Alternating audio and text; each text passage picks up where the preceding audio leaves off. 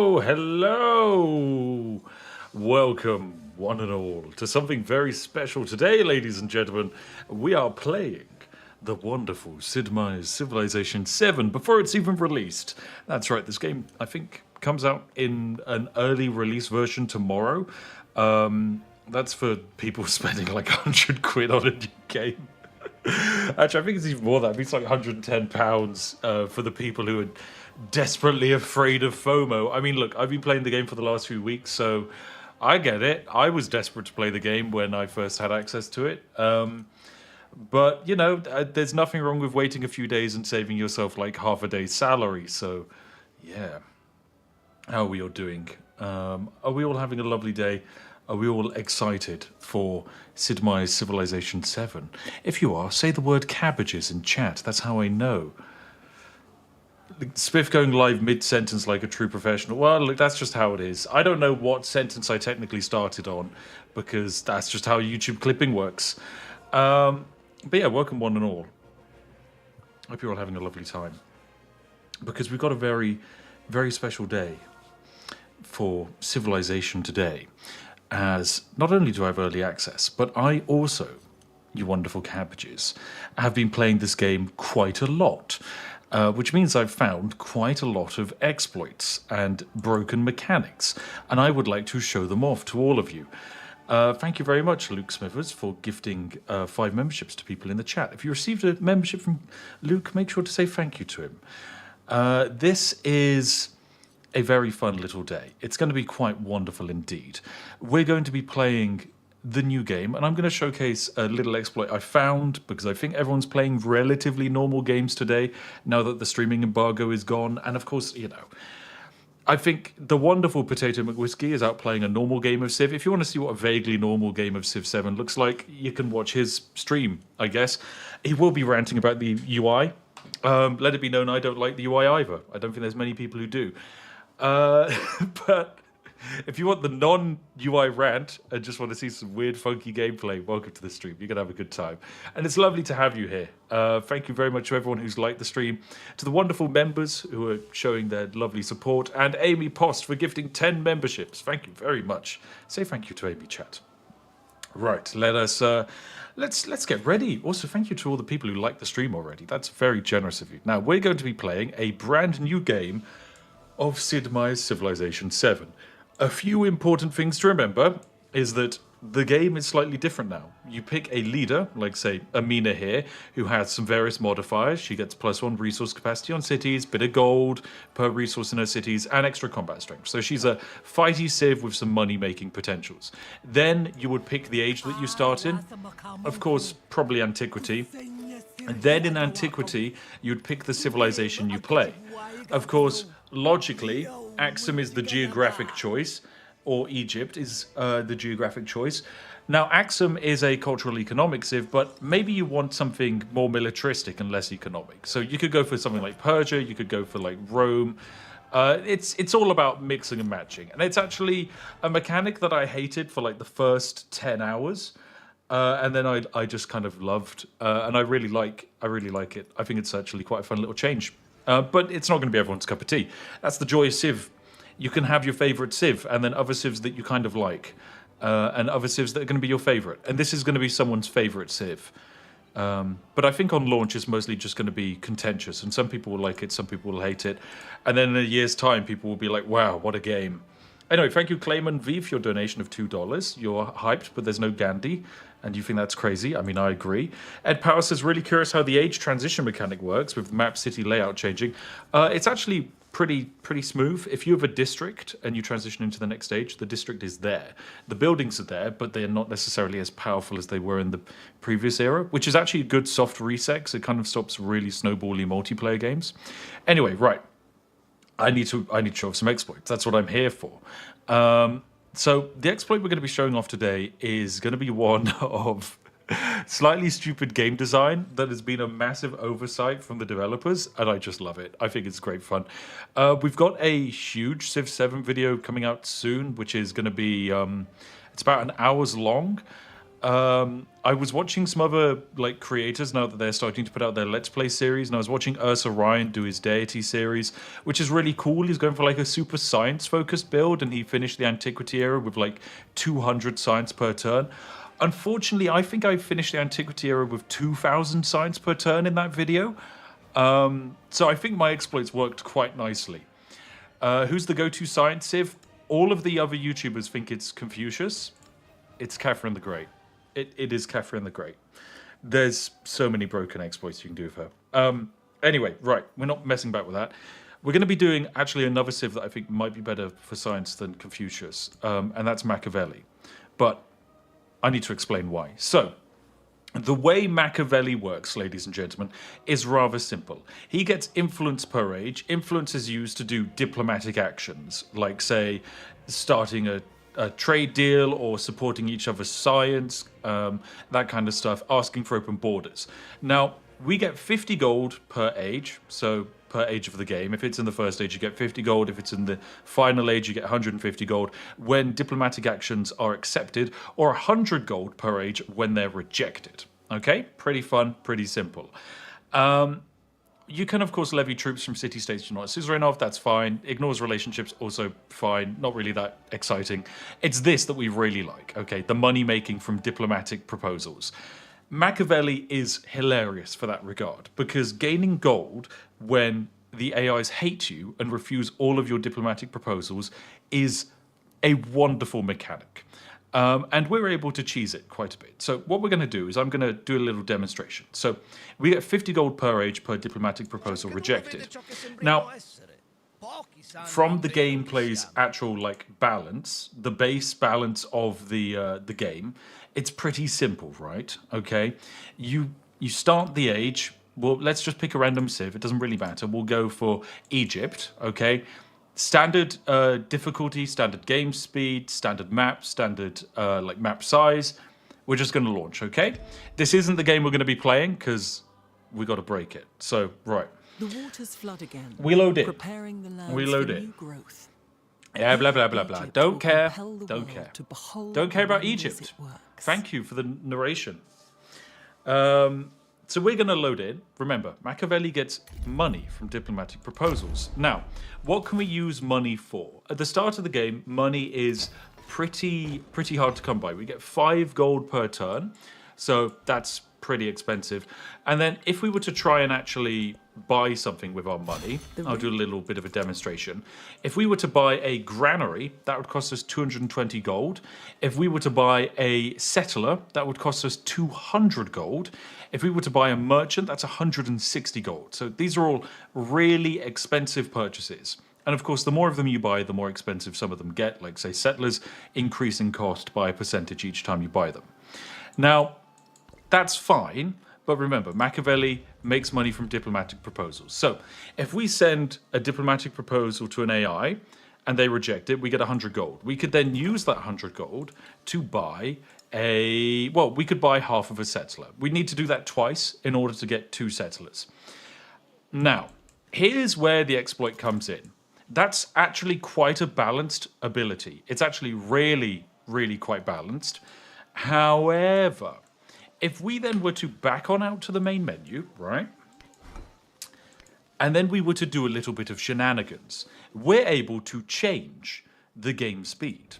And most games are played at different speeds. Most people don't play on normal speed. And this is where things get a bit cheesy. Because if we were to play on Antiquity Age and pick our Civ or whatever, pick Rome, we can play on online game speed. This is a game that is meant to be twice as fast as the base speed. Everything costs half the amount of science to research, half the amount of production to build, half the amount of gold to buy. Right? Does that make sense? Machiavelli's ability doesn't scale with game speed. On online speed, where everything is half price to buy, he still makes 100 gold for a rejected proposal. Except that 100 gold's purchasing power is infinitely more powerful. And this is where we're going to be messing about today. Because I want to play on a fast speed so I can showcase as much of the game as possible. And this exploit is the best way to show off. So yeah, it's what we're going to be messing about with.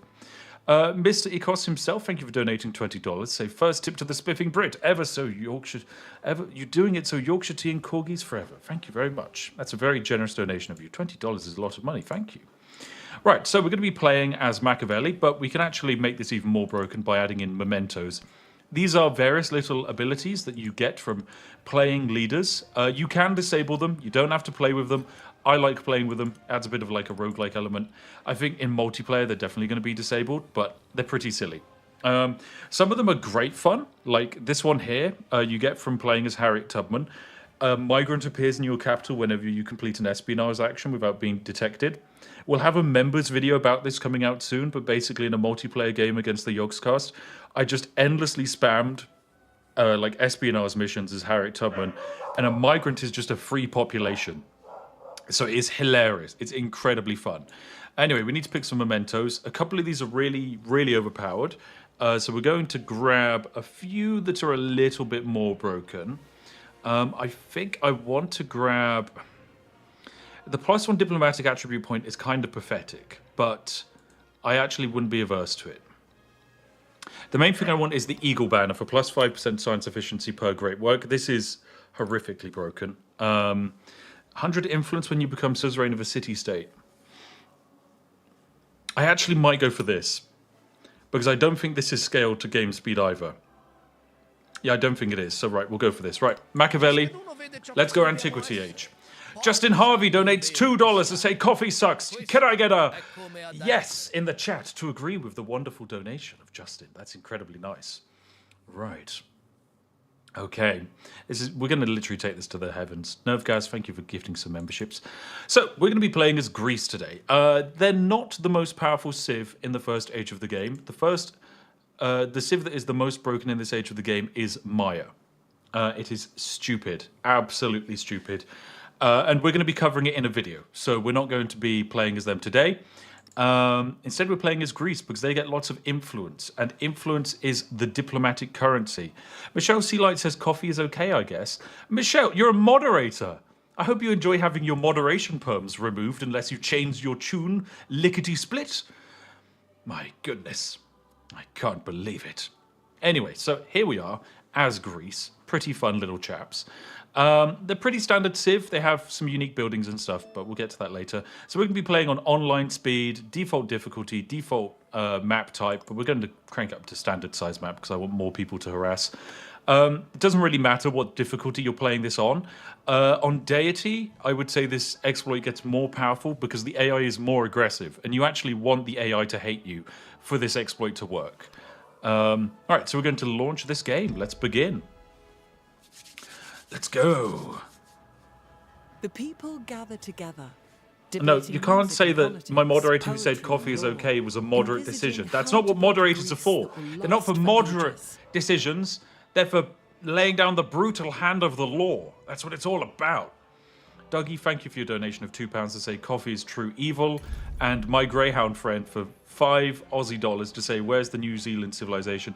There isn't one, but there probably will be in a future DLC for $499. I have no comment.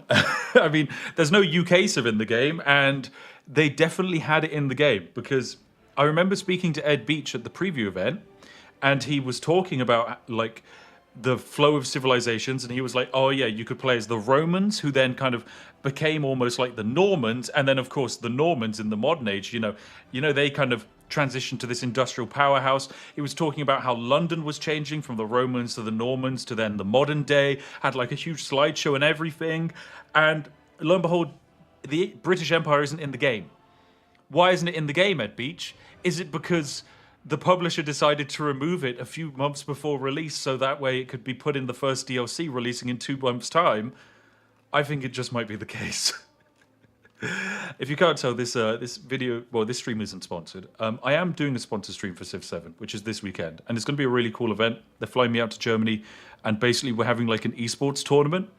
of Civ 7 on Saturday, and apparently I've been told I can exploit the game, which is very fun. Anyway, Xenomorph, thank you for donating 10 Canadian dollars. I'm sure nothing will go wrong from the developers paying me to break the game live. Anyway, here we are. So we spawn on in with our lovely founder.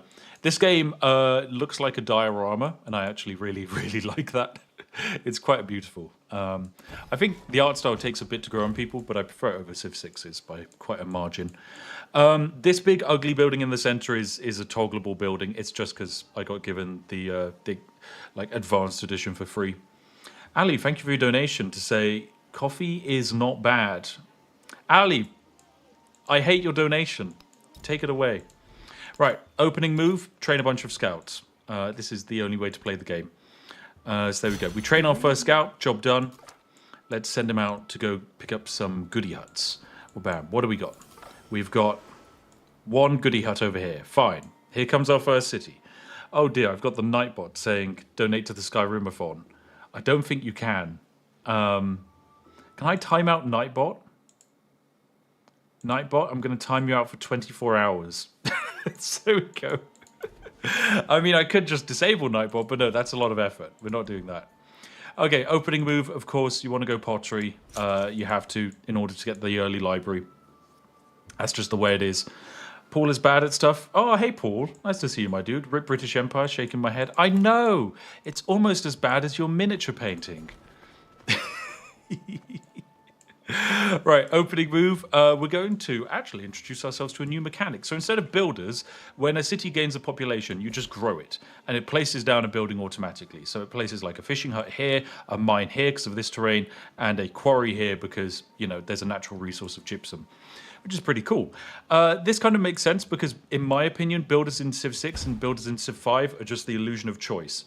Yes, you have the option to choose to build a farm or a mine, but you're always building the best one for the tile. You're not building a farm on a hill, you're building a mine. So it just didn't make sense that you had the choice. It was just needless micro. So I actually appreciate that being removed. Of course, not everyone will. I think some people hate it, but that's fine. Right, fourth turn, second scout. Let's send him out into the world. And in a few more turns' time, we'll have another scout. Let's grab this goodie hut. What do we get? Gold, production. I'm going to get production and happiness. And then we need to expand our border. I'm going to start heading this way towards this lovely cotton. But yeah, so by grabbing this gypsum here, we actually gain this resource that can sit in our capital. We can move it around the map. It's really useful and very fun. There's a whole bunch of mechanics with this that we will mess about with. But of course, at the moment, this is minor exploit territory. We are here about macro exploits. Xenomorph, thank you for your donation. Say Twining's Earl Grey is better than Yorkshire tea. I completely disagree with you, but thank you for your donation nonetheless. All right, let's grab writing. Production, we will now switch to building. I'd normally go granary here, but I might just go for another scout. Go for a 4 scout opener. I know it's a bit crazy, but I like to live life on the edge. Send you down south.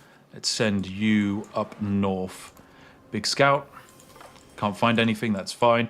This is a independent village, so kind of like this game's version of Barbarians. Danny Muntel, thank you for your donation. Anton Namtet, thank you as well. At least you have Normans, Rip the Samurai. What do you mean? There is Japan in this game. Like, there's Himiko of Japan. I don't think they have samurai as a unique unit. I think their unique unit is like the Japanese Zero fighter plane, which is pretty powerful, I think. I haven't messed about with that one much. Venom Gaming, British pounds is the superior currency. Also, don't commit too many war crimes in the name of balance. Who am I kidding? It's necessary, right? It is necessary. I don't hold back in video games. There's no reason for me to. I love breaking them. Okay, so we've unlocked our first civics. We're going to rush the Pantheon. We need a Pantheon ASAP. Trust me. It's needed. Oh, now social policies. We need to grab the culture. The main reason is because we need to grab mysticism first, because whoever grabs mysticism first gets the first pick of the Pantheons in the game. And some of the Pantheons are, you know, minor, not the most powerful thing in the world. Other ones, the most broken nonsense in the universe. Right, who's this? Our first little city-state. They are Shomron. We can spend influence, the diplo currency, to befriend them. Of course, remember, I picked up a memento so that when I eventually finish befriending a city-state, I get 100 influence. It only costs me 85 influence to do that, meaning I get paid to make friends with them. That's very good in my opinion. Right, I'm going to build a brickyard, actually. Let me get that down over here. Good stuff. That'll give us a bit of extra production. Although, actually, do I need production? I don't think I do. I actually don't need production. I need food more than I need production, because I'll just be able to buy stuff. What am I doing? That's what it's all about. Alessandro, thank you for gifting 5 memberships. That's very nice of you. D44MS74 donates 11 euros to say, call me up when you get arbitrary code exec. Okay, I will do. Oh, dear. Carl T. Speaks says, according to Reddit, your computer should have exploded from the DRM by now. Is it okay? Well, look, I understand that this game has de novo. I'm not really a fan of de novo. However, the game runs pretty smoothly. Like, I've even played this on my Steam Deck. It runs great on my Steam Deck. So I think de novo does mess with some games, but this game, it seems to have next to no impact at all. All right, anyway, we're just mostly moving our scouts around. Got to grab this hut. Please have culture. No, I can gain 15 influence or 1 entire population in the nearest settlement for 1 turn of happiness. So 5 happiness for 1 pop. Yeah, why wouldn't I? It's like the objectively best decision. Oh, and we can grab cotton. Fantastic. Okay, cotton is great. That's another resource into our city. This provides, of course, +2 food, +2 production.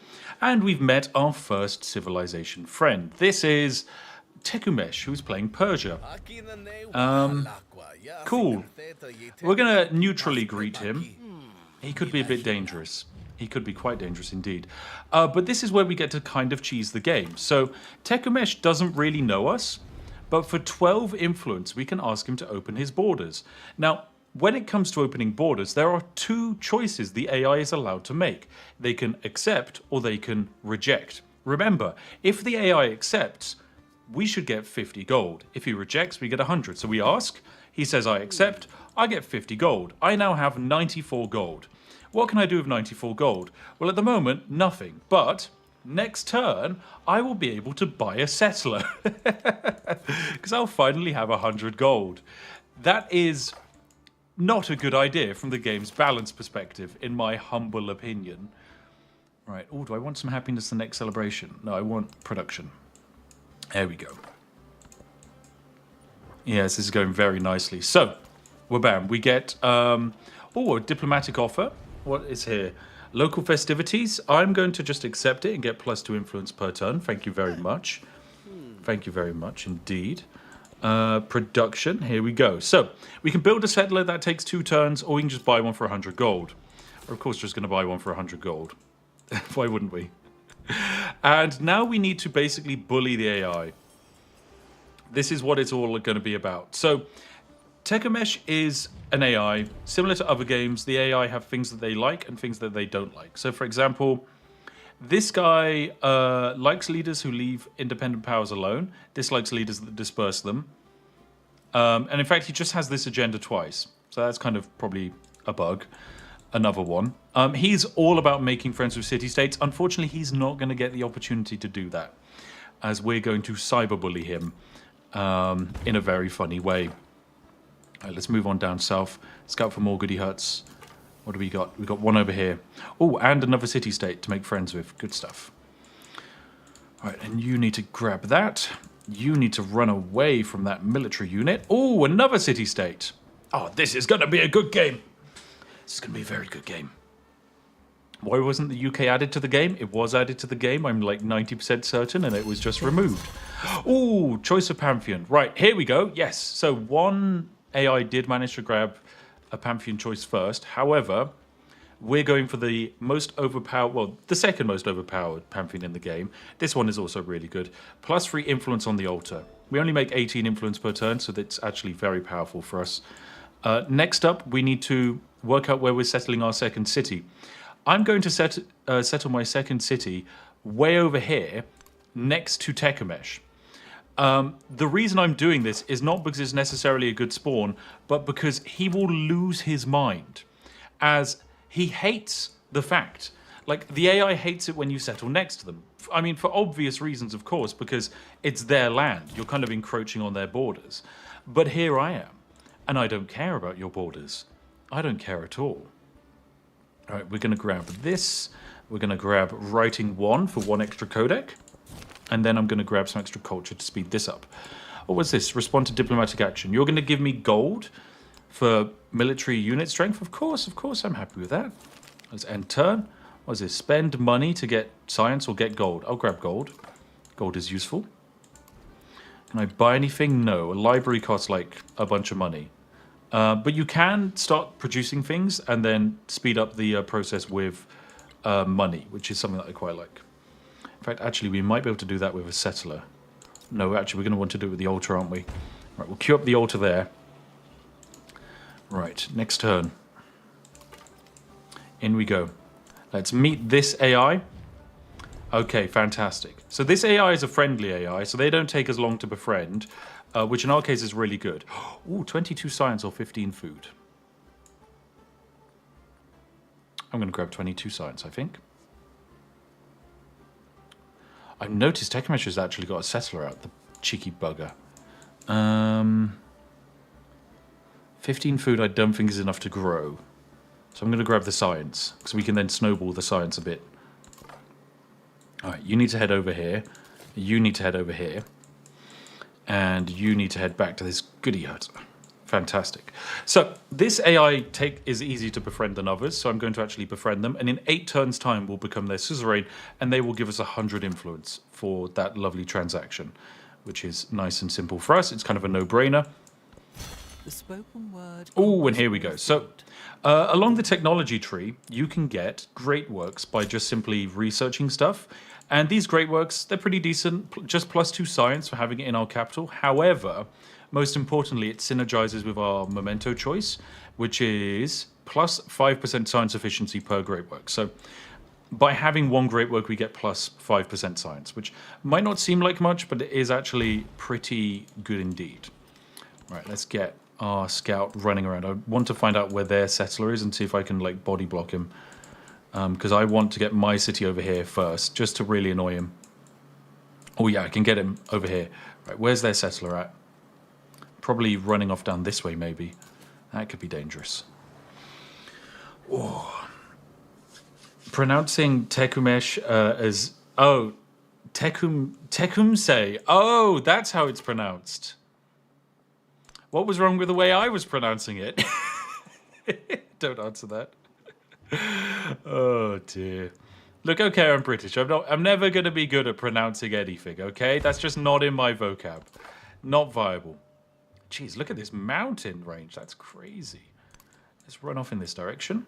And then... I think we are good to end our turn again. So making friends with this city-state. In a couple more turns, they'll be our bestie. We're going to want to have... Ooh, what are we going to want to have? Irrigation for more food. We have a few fishing boats, but I actually think we want to get more culture going, so we'll grab that. And then Mr. Scout, yeah, here we go. We found their settler. Time to initiate Operation The AI Hates Me. We've now built the city of Sparta. And I'm going to smash my way across to that gold resource there. Because that's going to decrease the cost of purchasing stuff by 20%, which also decreases the cost of buying settlers by 20%, which is very good, as you can imagine. Right. So now that I have a bit of influence lying around, I am going to ask for Tekumesh to do some stuff. I'm going to say, let's open markets. He accepts that, and that gives me 50 gold. I now have 125 gold, so I can purchase a settler next turn. There we go. Oh, what's this? Culture. Yes, please. Bam. Nabbed it. Let's grab that. Plus 50% influence towards initiating befriendment. Yes. Grab it. This is good. This is going to get very good. Let's start researching this bad boy. Fantastic. Oh, this is... I love this. Okay, so now on this game speed, everything being cheaper just endlessly works in our advantage. So because I picked up it is now cheaper for us to influence city-states. It only costs us 57 influence to make friends with these people. And every time we make friends with them, that's 100 influence we gain. That 100 influence we then throw at someone who hates us, and we turn them into money. Okay? That's what it's all about. We're going to use Tekumesh and bully him, because he hates me because I've settled near his capital. So now whenever I send him a diplomatic offer, he is either going to accept it or reject it. And he will always reject it if he has spare influence. And every time he rejects it, that is 100 gold being handed to me. 100 gold is like 2/3 of a settler. So yes, I've just bought myself another settler. Oh, and 12 signs for being friends with this city-state. Thank you. Do I want extra culture? Extra happiness. Let's grab happiness and choose a celebration. Oh, I'm going to pick extra culture. Let's whack you in. More culture. There we go. We're up to 15 culture per turn. He's only on 13. Things are looking nice. All right, let's actually heal up my scout before I send him off looking for more city-states and things like that. You need to run over this way, friend. Okay, and how's my capital doing? He's building a library. Good stuff. Good stuff. Right. Let's press next. Oh, did someone donate? Ah, David, thank you for donating $20. So you're my personal role model. Keep making great content. I didn't realize I was a role model. That's kind of terrifying. That's a lot of... I feel like too much power in my hand now. But then again, I am all about abusing power. Yes. Right. Okay, we've got another settler. Where are we sending him? We want to send him off in... I mean, I do like the south. But I'm mostly looking for a handful of things. Namely, gold is great for purchasing buildings. Camels are great for breaking trade goods. So I'm thinking I'm going to send this guy off in this way so that we can try and grab this camel. As camels are the most broken trade good in the entire game. Right, now I have 61 influence lying around. Let me find a city-state that this guy's likely... Firak in the chat... Oh, actually, no, not Firak in the chat. Sorry, Jimasis in the chat says, you're my T model, Spiff. That's right. I'm not your role model. I am simply your T model. That is the only thing I can offer advice on. I rely on numbers. Ooh, new Civic. Thank you. Thank you, thank you. All right, what do we got over here? Ooh, wine. Nice. Right, I'm going to place down a new city. Bam. The city of Olympia exists for... Oh, here we go. Gold. Fantastic. So I'll add gold into my empire. Sorry for getting a bit sidetracked. But by adding gold into the empire, suddenly everything that we purchase gets cheaper, right? So in our city, it was going to cost us... I think, 60 gold to buy a slinger. It now only costs us 45 gold to buy a slinger. 45 gold is what I get from this guy accepting something. So for 12 influence... Open borders. He rejects it. That's 100 gold. He rejects it because, of course, he hates me because I settled too close to his border. And on this game speed, it shouldn't be giving me 100 gold. It should only be giving me 50. But no, what can I do with that 100 gold? Oh, I can buy a saw pit. I can do whatever I like. I'm king of the world, damn it. I'm going to grab some wine. That's what I'm going to do. Ooh, he wants to do a local festival. I will merely accept it. The stream is buffering. Oh, apologies that the stream buffered. There is occasionally some YouTube problems with streaming. Right, let me grab.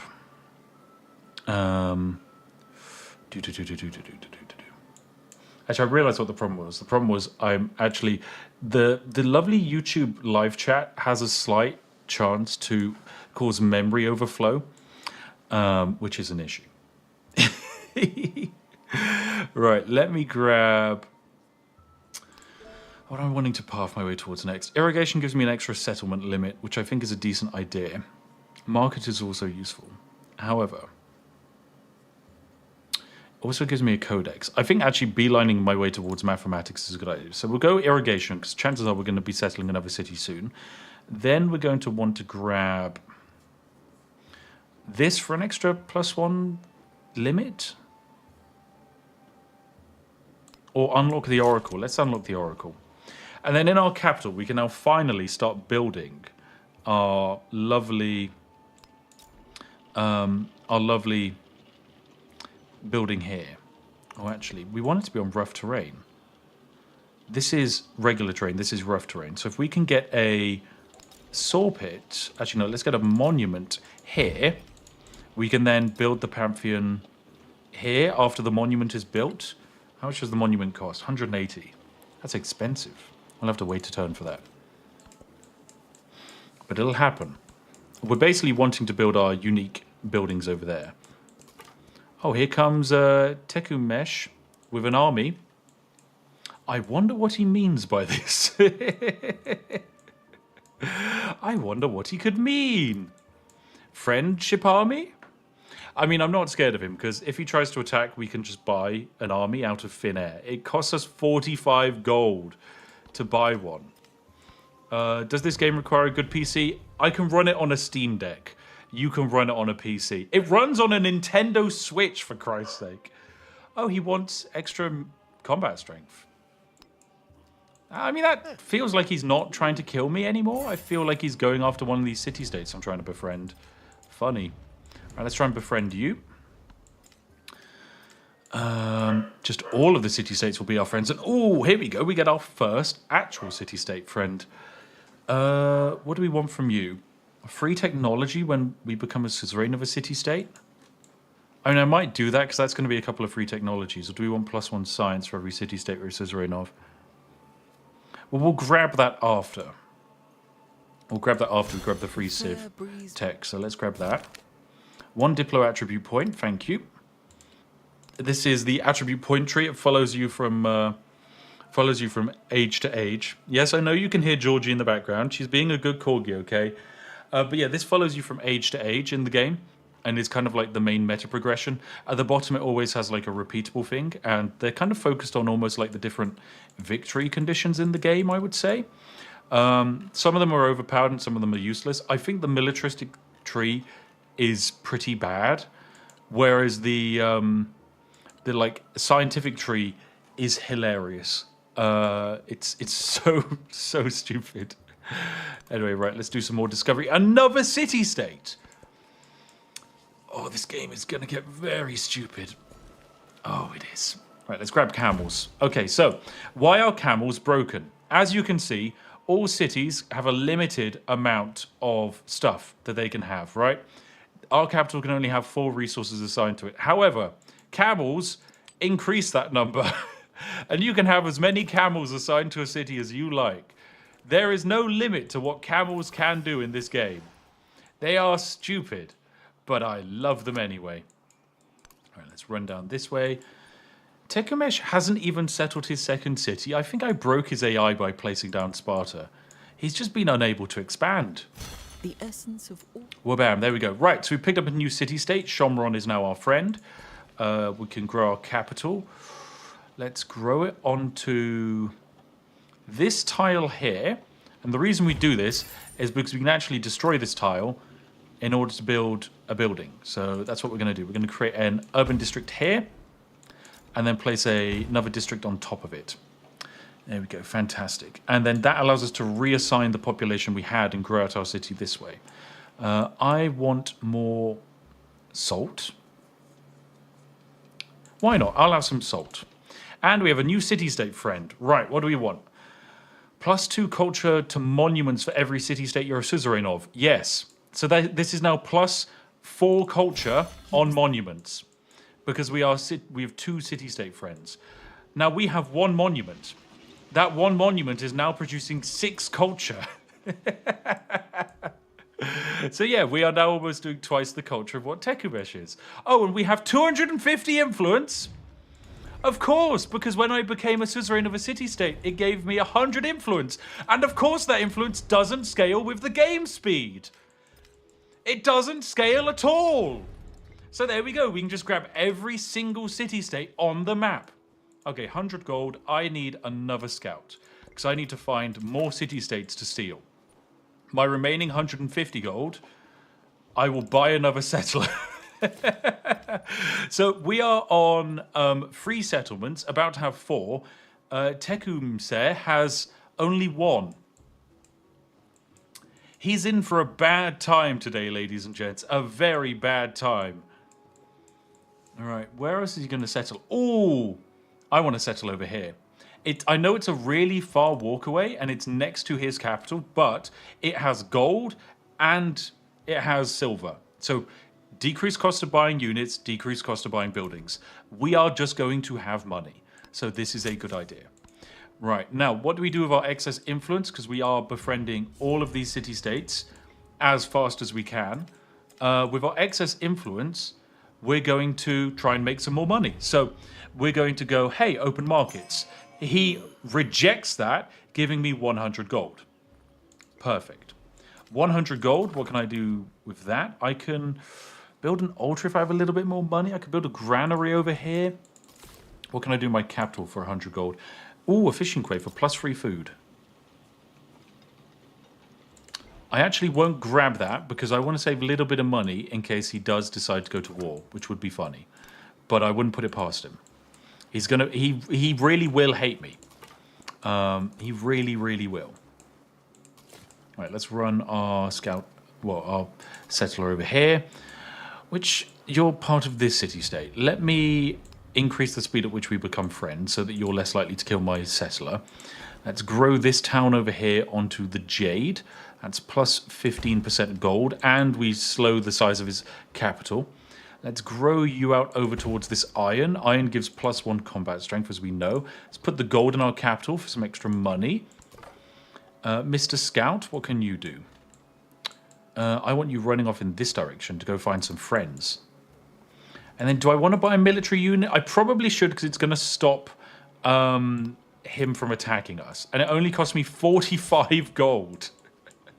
Now, Hoplite isn't the most useful unit in the game, right? It's pretty weak. However, it scales with the amount of city-states that you're friends with. And, of course, you know, I've kind of got a lot of those at the moment. All right, let's run around down here and see if we can find a new city-state friend.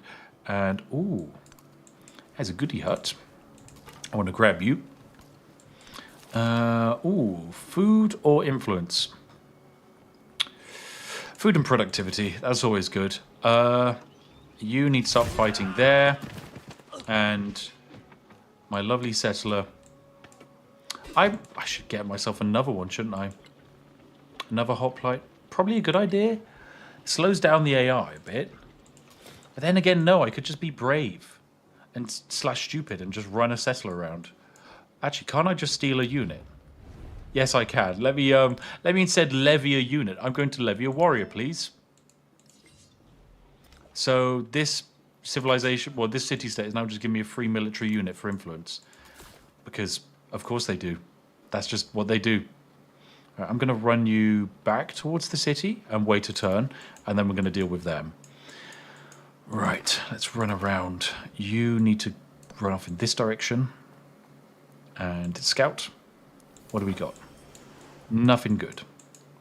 You need to hunt down that goodie hut. You did grab your goodie hut. Nice. Spiff pronouncing things incorrectly in his accent is law accurate. This is correct. This is just how British people pronounce things, okay? It is the way of things. Right, let me send my military unit over now. Well, sorry, my settler, actually. They are trying to fight my city. Of course, it's meaningless. There's nothing they can actually do here. I can just pop my hoplite here, pop him into a little Healy stance. They'll pummel him, and then we can run our settler past them. That's what it's all about. Right, there should be some other civilizations on this map, probably about another 5.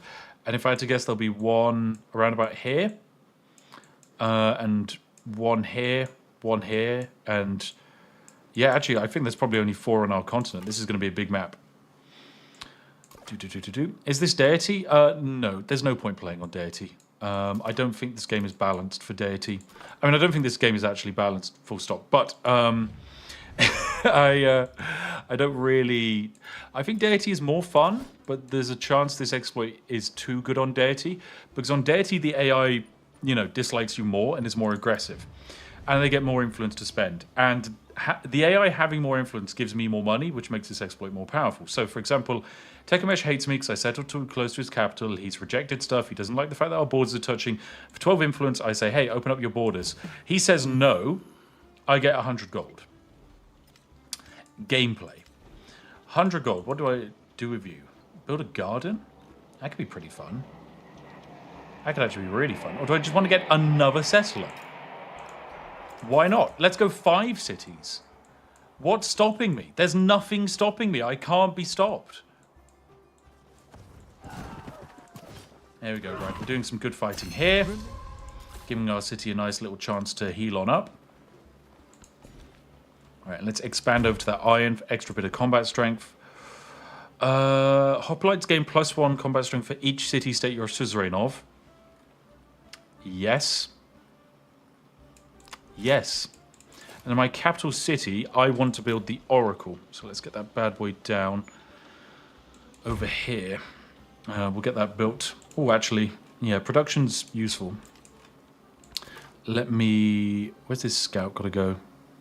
I want him to go past this city-state that is super violent, but in 2 turns it will be friendly and peaceful.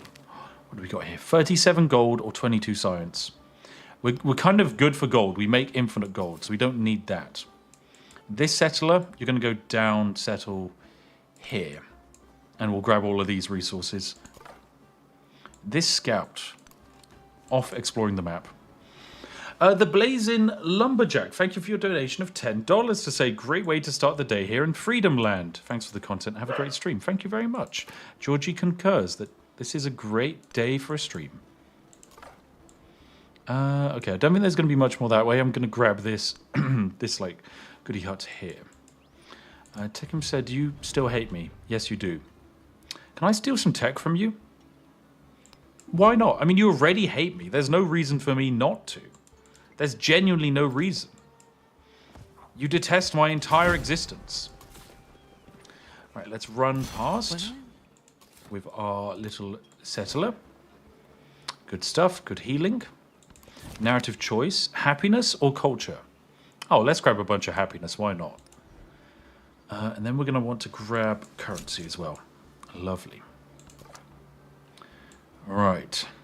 Up north we go. Find more civilizations. That's what it's all about. Grab more goody huts as well. Steal their gold. What can I do with you, Mr. Gold? +3 food. I think we want the extra production because that's going to build our wonder faster. So let's slam it down there. 7 turns until we get our wonder. And then, yes, the other city-states will come online shortly.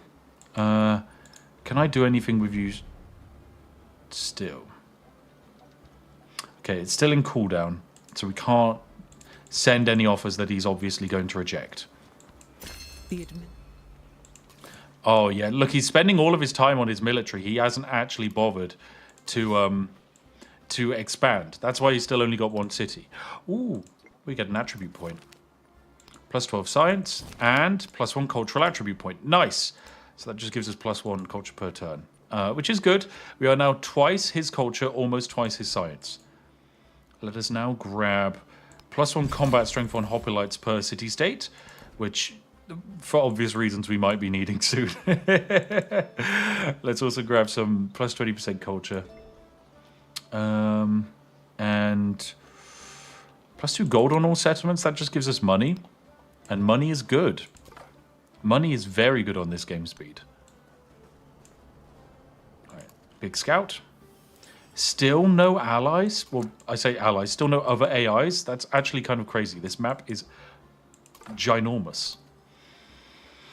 What were Firaxis playing at with the leaders from different nations and eras? I think they were kind of playing at trying to make the game not feel stale, and also having each stage of the game having like an exciting gameplay loop. Because one of the problems with Civ like 6 is every civilization has its own unique abilities and its own unique units, but they're only relevant for like subsections of the game. So for example, like in Civ 5, if you're playing as England, you get the longbow. But the longbow, especially in multiplayer, is only useful for like, 15 minutes. And then suddenly it's completely useless as the entire tech has moved on and the game is completely different. And that kind of sucks. It really limits your ability to like progress in the game and in like a consistent way. So I think the developers were kind of coming up with a solution. And the solution was, well, how about you get a unique unit? In our case, we get the hoplite. He starts out as level 1 hoplite, but through the tech tree, our hoplite levels up. So we can get a hoplite basically tier 2 and then hoplite tier 3. And everyone's unique unit works this way. And I actually really, really like that. Also, all abilities are tied. Like all nation abilities are kind of weighted to the era you're in. So like in the future era, it's all about factories and production. And in the middle era, it's much more about exploration and religion. And so the civs are relevant for that. Because it is kind of weird that you can be playing like Civ 6, one of the most overpowered civs, is just Russia, and it's purely because it gets its unique ability at the start of the game. Whereas the weakest civs are always the ones that don't have abilities that matter until the end of the game. All right, anyway, we get our lovely +1 combat strength, +1 free hoplite, nice, good stuff. Send him over here to the front. Then what do we want to grab? +2 culture for each city-state where it says reign of, yes. Yes. So yeah, that's my opinion. I was not a fan of the changing leaders and civilizations, but I am. I am now. It took me a while. I think most people, it's going to be Marmite. It's really going to be like Marmite-y stuff. But yeah, for me, it's the good stuff. Right, okay, time to ask stuff from him. I'm going to ask for a local festival. He rejects it. 100 gold. Yes. So we're going to build an altar over here. So that's +3 influence per turn. That increases the amount of diplomatic actions we can do. Ooh, extra science. Yes, please.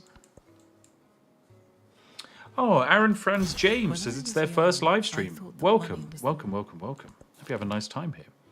Ooh, another free hoplite. Great. Fantastic. Let's get them all sent round over here. The poor AI is going to be kind of screwed. I mean, we probably should murder them. But I also think that I've broken him because I settled so close to him. The AI has died and is never going to settle another city. Ooh, 30 culture for damage. Yes. Nice. You now need to heal up. Let's grab navigation. And you need to run back this way. And you need to settle a town. Oh, it's Argos. Let's grab wine. Let's go scouting this way. A new city-state friend as well. This is great. I might actually buy... okay, no, I can't quite afford a scout.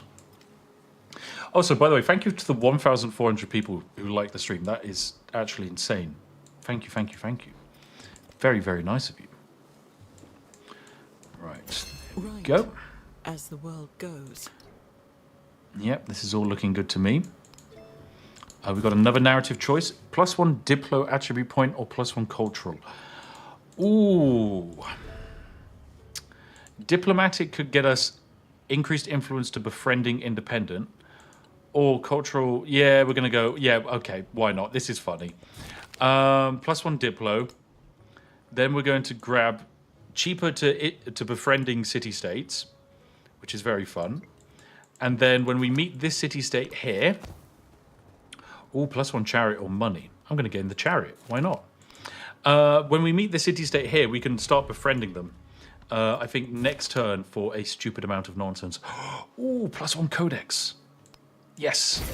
Thank you very much. So we now have 3 codexes in our capital, which is +15% to our science efficiency, which is why our science is doing... quite well. We went from, I think, 23 science to 26 science there. Yeah, that's what one codex does. Very nice. Right, now what do we want? +1 science for science buildings for every city-state we have. Yes. And a free civil tech as well. I mean, look at that. We're up to 29 science. 54 culture per turn. Oh, that's just so good. It's so good. It's so stupid. All right, let's make you sleep. Mr. Settler, get running. Actually, no, send over the warriors. The AI is, I think, trying to trade with us now as well. Oh, let's ask for open borders. You reject it. Thanks for 100 gold, sucker. I'm going to buy a great person. Yes! Oh, this is it. Oh, this is so stupid. So, because everything is cheaper, we can buy a great person for 45 gold. I'm actually going to hold off until we get this gold into our trade network. But yeah, this is where we're at in the game. Oh dear, it's so stupid. Actually, do I want you to heal up or do I just want to find a new civ? Yes, there we go. We found Isabella. Fantastic. Hi, Isabella. Nice to meet you. It's so good to meet you, Isabella. Now, Isabella, I would like open borders. Thank you for 50 gold. I would like open markets. Oh, you supported it. That's very mean of you. What about local festivities? You support it. Oh, that's also quite annoying. If they support it, I don't get money. Basically, I need the AI to have spent its influence for me to get extra spicy. Anyway, right, let me click next turn. Oh, there's some more silver up there. I want it into my trade network. Anyway, right, I can start befriending you. It's only 45 influence now. So stupid. So stupid. Oh, another free hoplite. Thank you. Thanks, game. Oh, so I'll move my free chariot there. Put my free hoplite there. Oh, it's a tier 2 hoplite as well. Great. What can I do over here? Do I want to keep expanding? I think I do.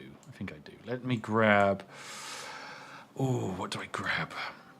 Extra... I could start putting down great people. Well, sorry, not great people, specialists. I actually might do that. So if I put this specialist down in my capital, I will get plus 3 science and plus 3 culture per turn. So I'll do that. However, it's actually more than that. Because remember, I have modifiers to increase the efficiency. Thanks to my great works and that memento. So yeah, that's even more. Ooh, plus 1 combat strength. Yep.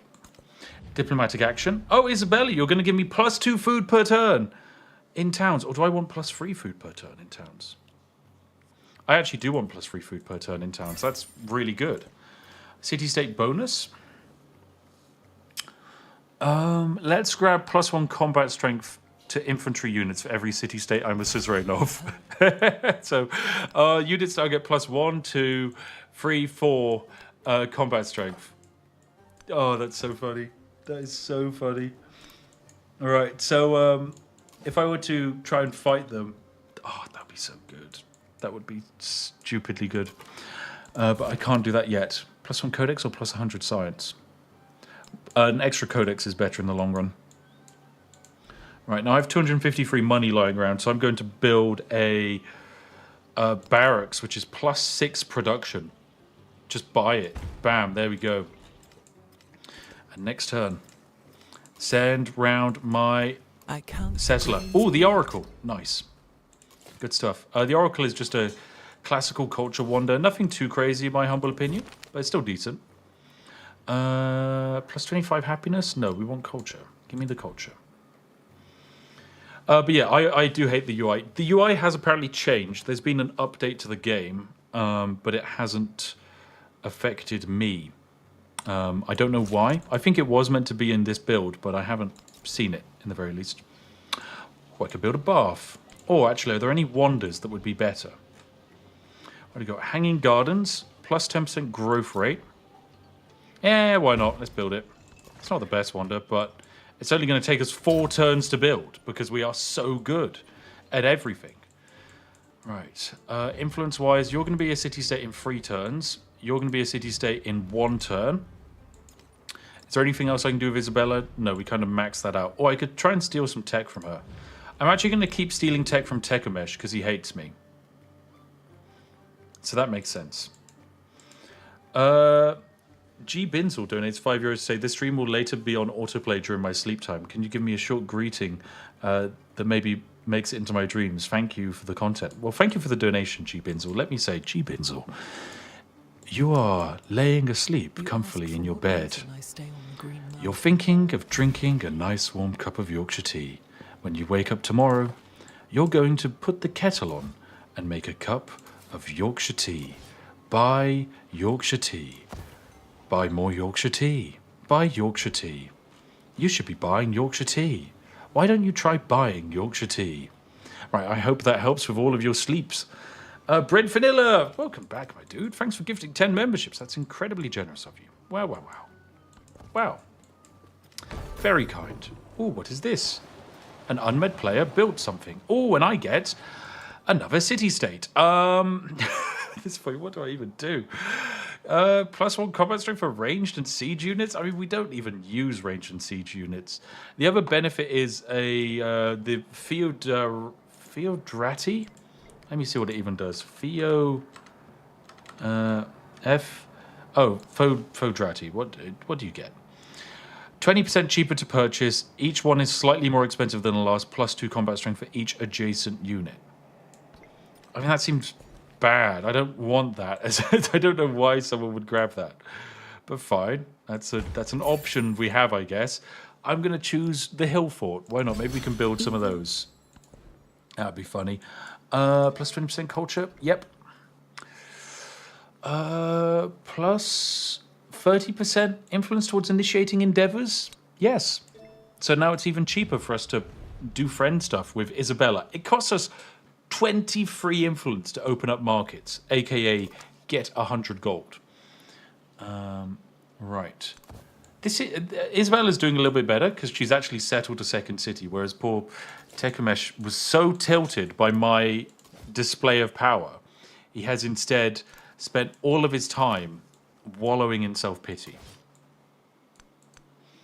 It's incredible. Right, Mr. Scouty Scout, find me more friends.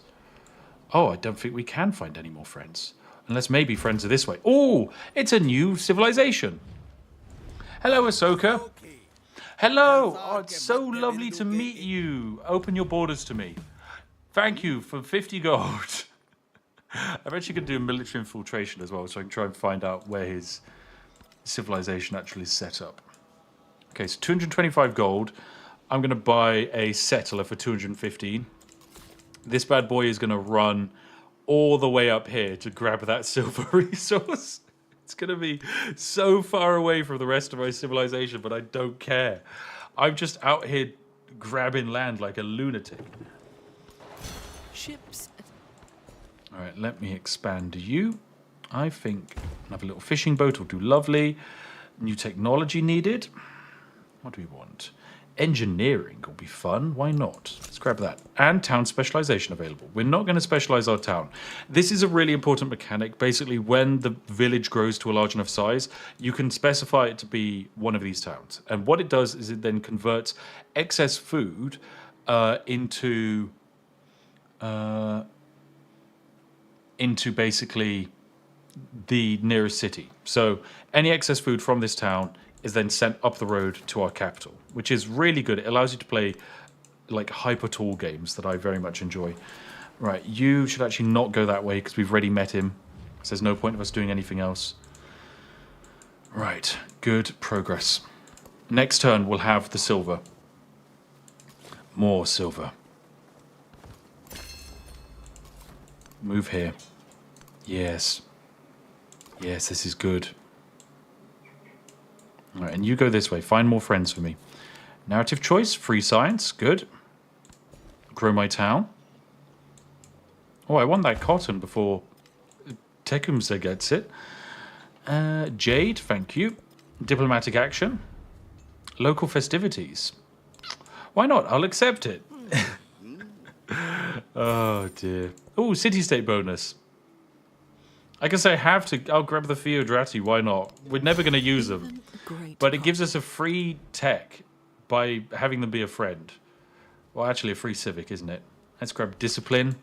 Resource management. Put some jade in our city. Make more money. Specialize our town. I won't do that, but I will build a brickyard. Because basically the production of towns gets turned into money. So by building this, we just make an extra 5 gold per turn. Which on this game speed is really powerful. Right. Anything I can do with you? Reconciliation. If he accepts it, we get money. He accepts it, so we get money. Fantastic. So we're kind of smoothing out our relationships with him. It's not going to work, though, because I'm about to settle the most egregious city the universe has ever seen. So we place down this bad boy. And we're going to build... Actually, we can build in the cheesiest way possible. We're going to build a farm here, so that gives us the gold tile. We're then going to buy a granary, place it on top of this farm. We still have the gold tile, we're just not working it. And then we're going to grab the silver. It's so cheesy. Well, what's this? Become a suzerain of an independent power. Gain 25 influence. I mean, we're going to be doing that anyways, but we can take that as a quest. Why not? Why not? All right, what's going on in my capital? Food and culture on fishing boats. Sure, we'll build that wonder. Code of laws for merchants. That's actually pretty good. We'll grab that. Then you can hang out over here. Oh, this is wonderful. But yeah, the reason we can't do this constantly is because of cooldowns.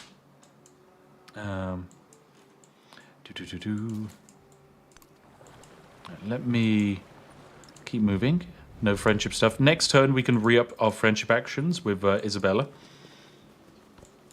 And I... There we go. So now we can be like, hey, open your borders. That's money. Improve trade relations. That's money. Open markets. Oh, you support that. Festivities? You also support that. Oh, fine. I should have chosen someone who hated me like Tekumesh. Oh, well, that's fine. Oh, less than a turn. It takes us 0 turns to research Code of Laws. Oh, dear. At least we can get trade routes going now. Is that another unit of silver we could add into our trade empire? I think it is. I think it is. Oh, we found Rome. Wait, Augustus? The UI's bugged. Isabella, you're looking kind of beautiful today. Okay, it's now fixed itself. There we go. So we met Rome. Nice to meet you, Rome. It's really cool to meet you. Is Civ 7 crossplay? Yeah, you can technically play on PC with someone playing on a Nintendo Switch. Right, open your borders. Improve relations. Thanks for the money. Improve trade relations. Thanks for the money. Open your borders. Thanks for the money. Fantastic. We're up to 442 gold. Let's do something with that money. Let's convert you into a city. And let's build a few buildings. Let's build a Pantheon here, along with the Odeon. And then let's also buy a library. Just slam it down there. So that's an extra bunch of science per turn. Most importantly, we can then also put Great Works in that library, which increases our science potential quite drastically up to 55. Hey, Vice MC, thanks for hopping in the chat. Nice. So if we now look at... We've met basically all the other leaders in the game. We are making 100 culture per turn, which is more than all of the culture generated by every other player combined. Most of the civilizations have either 1 or 2 cities. I have 5, and I have a 6th crazy city running off in this direction eventually. And actually, we could probably buy another one soon. That would probably be a good idea. Right, what do we got going on here? No diplomatic actions. Oh yes, with the money I had, I wanted to buy great people. So for 35 gold, I could buy a Foderati. But I want to buy the Logios, which is down to 40 gold to purchase. Oh, that's so good. That's so good. I actually... Oh, what's this? A free migrant in our capital. Perfect. Let us expand our fishing network. This way. And grow our town onto the gold, so we buy buildings for cheaper prices. And grab mathematics for the academy. The incredibly nice science building. Oh, all of this is fantastic. This is very, very good stuff. Right, so my capital, I think we want to start buying some merchants. Merchants make us money, so they're very useful.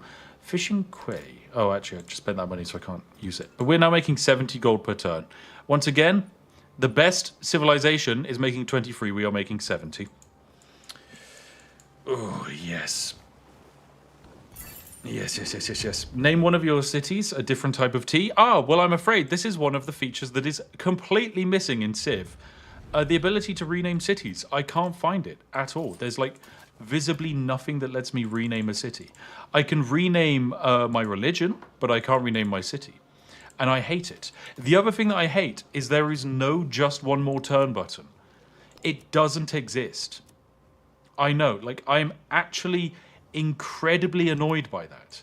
Because there is no reason why it shouldn't exist. You get to the end of the game, and the game ends. You can't deliberately prolong it to, like, do a crazy overpowered, like, mega victory. Which doesn't make sense to me. It really just does not make sense to me. And I'm genuinely quite frustrated by it. That's, like, the main thing I've been harassing the devs to do. Plus 20% production towards constructing science buildings for every city-state you're a suzerain of. Well, that's just everything. Let's just And I receive a codex. Yeah, why not? The truly Narrative choice. Plus 25 influence, thank you. So with our spare influence, we'll also befriend this city-state. We'll add some influence to it so that happens only in 5 turns. Rome. Let's improve trade relations. Thank you for giving me money. Let's improve trade religions. Thank you for giving me money. Let me... Actually, I won't mess with you. Let me improve trade relations with you. Thank you for more money. Let's steal your technology and your government secrets as well. That'll be funny. Right, so with the extra money I have, let me buy a merchant over here. And a altar for... Actually, no, I can't build an altar. Let me build a... Well, I'll buy something over here. Let me purchase a brickyard for plus 5 production. So that everything in this city gets built faster. Perfect. Good stuff. Right. I don't think you met any city-states that you could be friends with. Yeah, I know. One more turn equals civilization. There is that one more turn feeling, but you can't, like, you physically can't actually extend the game. And I don't know why. It does not make sense. There is no universe in which that isn't just Civilization, the video game. That is all you do. That is Civ. You just, like, there are people who are still playing games of Civ 2 that have lasted for thousands of years. Yeah.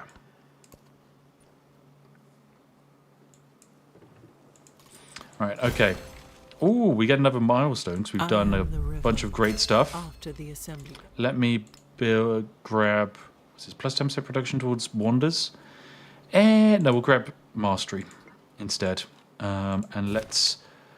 Plus 2 combat strength, plus 50 culture, or plus 100 happiness. I'm going to grab plus 2 combat strength on all units because that'll be funny.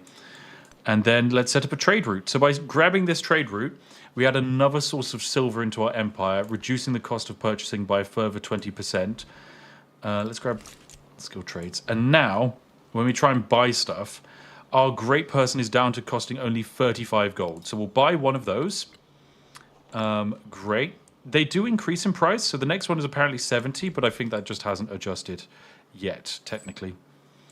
Right, this guy we're already trading with. I want you to trade with this city-state here. And then you need to keep expanding your borders, don't you? Grab that. More food. Into the capital. Get feeding. Get feeding. Right. Capital city. What do we want? Plus 1 diplomatic point. I don't want that. Plus 2 happiness on quarters. Yeah, why not? We'll build another wonder. Why not? And Mr. Merchant, you need to go to this trade place. Good stuff. Will the devs actually listen to the criticism? Yeah, I'd say so. They've already listened to quite a bit of criticism, so I think it makes sense that they would listen to more. Ooh, another city-state to trade with. All right, let me befriend you, and I'll speed this up so it only takes 10 turns. Nice stuff. This is looking very good. Very, very good indeed. Respond to diplomatic action. Oh, thank you. I'll grab that. But yeah, the UI is atrocious. I think I can increase the size of it, but even then, it just doesn't tell you like a lot of basic things. Like you have to go into so many menus to just get a breakdown of stuff. Like this is not pleasant UI. And the UI also lags for some reason. I don't understand why. Because everything else in the game, like ridiculous smooth FPS. You probably won't even be able to see it as well because, of course, game speed. But hey. Oh, what is this? Immediately trigger a celebration. Ah, so we've got our first great person, Pythagoras. We can activate him for a free celebration. We can then use that celebration to decrease the cost of wonder production or just boost up our culture. Let's boost up our culture. Then we're going to want to grab... Oh, what do we want? Plus 25% food in towns. Yes. Grows all of our towns faster. Let's run away from you so you don't accidentally kill me. Right. In this city, I want you to be really powerful, which means I need you to build a barracks. Let me slam it down there. So you're now up to 19 production per turn, so we're going to be able to start building some wonders in our second city too.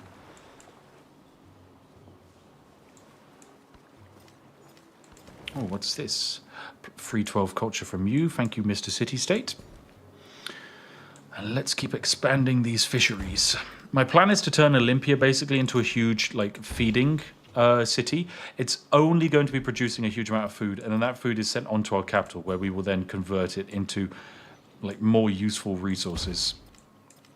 Ooh, Spain over here tried to steal my silk. Nice try, but luckily I caught you. Ah, yes, no stealing that underneath my nose, friend. Alright, then where do we want to run off to? Maybe over this way? Did you spawn on an island? That would explain why you've not been able to get off the island. That's pretty funny. Alright, let's set up a trade route with you. This is going to be another silver in the Empire for an extra purchasing discount. But I don't have any money, so let me quickly open my borders. That's 50 gold. Improve trade relations, that's another 50 gold. Let me go to you. Reconciliation. Right, there we go, 50 gold.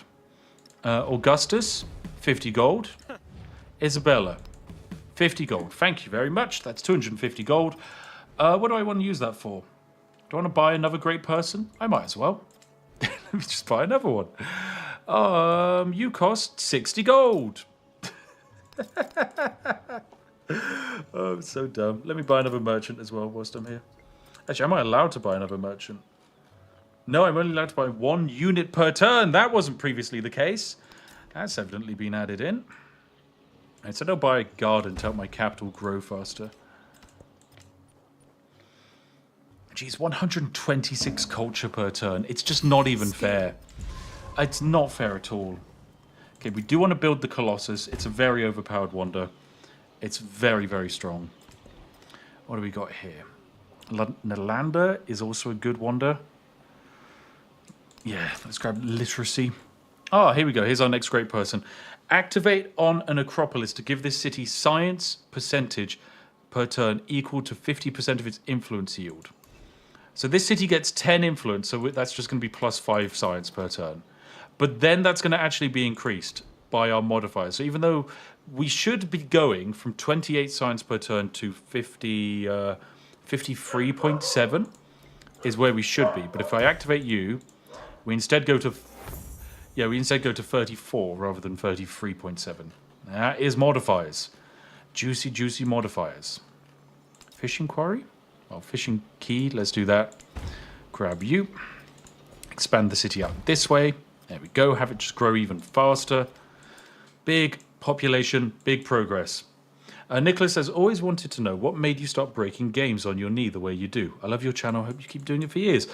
I don't know, it just kind of came naturally to me. I just really like playing video games, and I like playing video games in weird ways. And this is, you know, kind of the weirdest way you can play a video game. Right, I'm going to increase the support I'm giving you so that you become a city-state even faster, because I don't want Spain to accidentally try and murder you. That would be embarrassing. Oh, improve trade relations. Yep. Thank you for money. What about you? Improve trade relations. Thank you for money. I can literally do this every turn. Open borders. You rejected it. Yes, 100 gold. Perfect. What about you? Improve trade relations. There we go, 50 gold. We're up to 275 gold. So much money. Like, Tekumesh is on 1.6 gold per turn. I can just snap my fingers and materialize money from thin air. And I can use that to just supercharge my capital. So, I'm building the Colosseum, but realistically, oh, we've got the villa. Great, let's put the villa down here. That's +2 influence, which in turn is just turned into more science. So we'll do that. That's more science. We're on 35 science. What else can we buy? Next turn, we should be able to buy ourselves another great person. Narrative choice. Have an alliance with another civilization. Yes, let's do that. That sounds like a great idea. There is All right, let me grab... Ooh, cotton before someone else steals it. You are quite a slow... You're going to be quite a slow city to grow, actually. You will. Let me grab more production for you. There we go. Let's grow you up. Grab that silk. Oh, city-state bonus. Do I want to build the megalith? +2 culture and +1 food for adjacent rural tiles, or do I just want +1 social policy slot? I think that's what I want. the true. That just makes way more sense.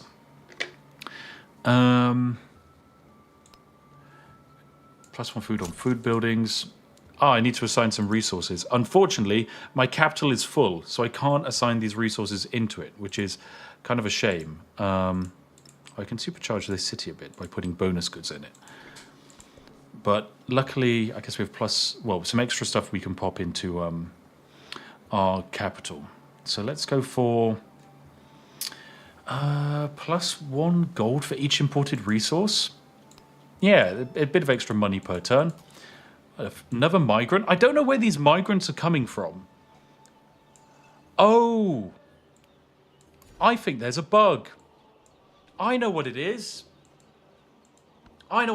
It's the Harriet Tubman bug.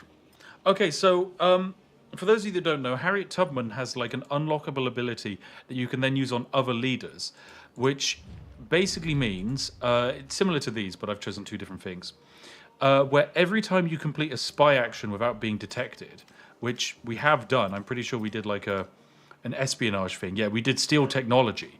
Because we weren't detected when we stole that technology, I think we genuinely just got given a free population, because that's meant to be Harriet Tubman's like unlockable ability. But no, here we are with that ability. I think that's not how the game's meant to work, video game. Oh well, I'm not going to tell the devs. They can find that out themselves. I'm going to be too busy using it. I'm going to buy a great person with my money. You're going to keep growing as a city. Oh dear, that's so stupid.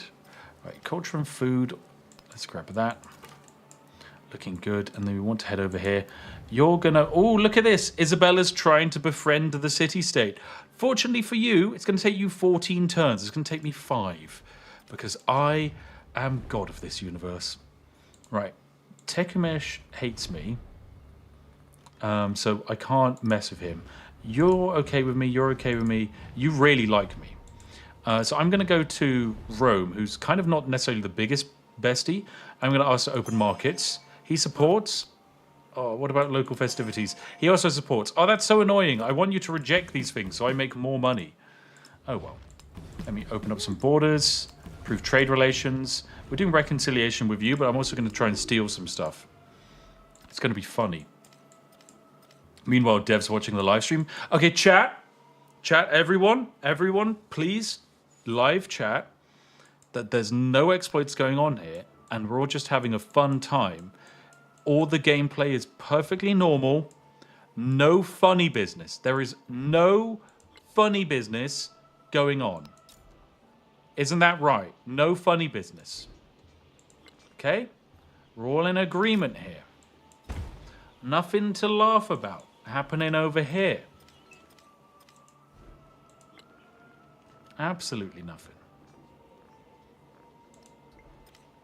Ooh, okay, what do I want in Argos? I wanted a particular building. Why can't I build it over here? Thank you, chat. Doing the important stuff. Must be placed on grassland. Oh, do you not have any grassland at all? You don't. Right, well, maybe I can get it placed in this city over here that I'm making. Actually, no, I do want it. I really want I want this building, because not only does it give me the influence, it also gives me a diplomatic point, and I want the diplo point. There we go. Good job, chat. They'll never know. God with such splendid... Ooh, Nalanda. Thank you. So I'm going to... probably want to place down Nalanda. I can't place it down in this city. This city is useless. I built you so that I could hide wonders in here.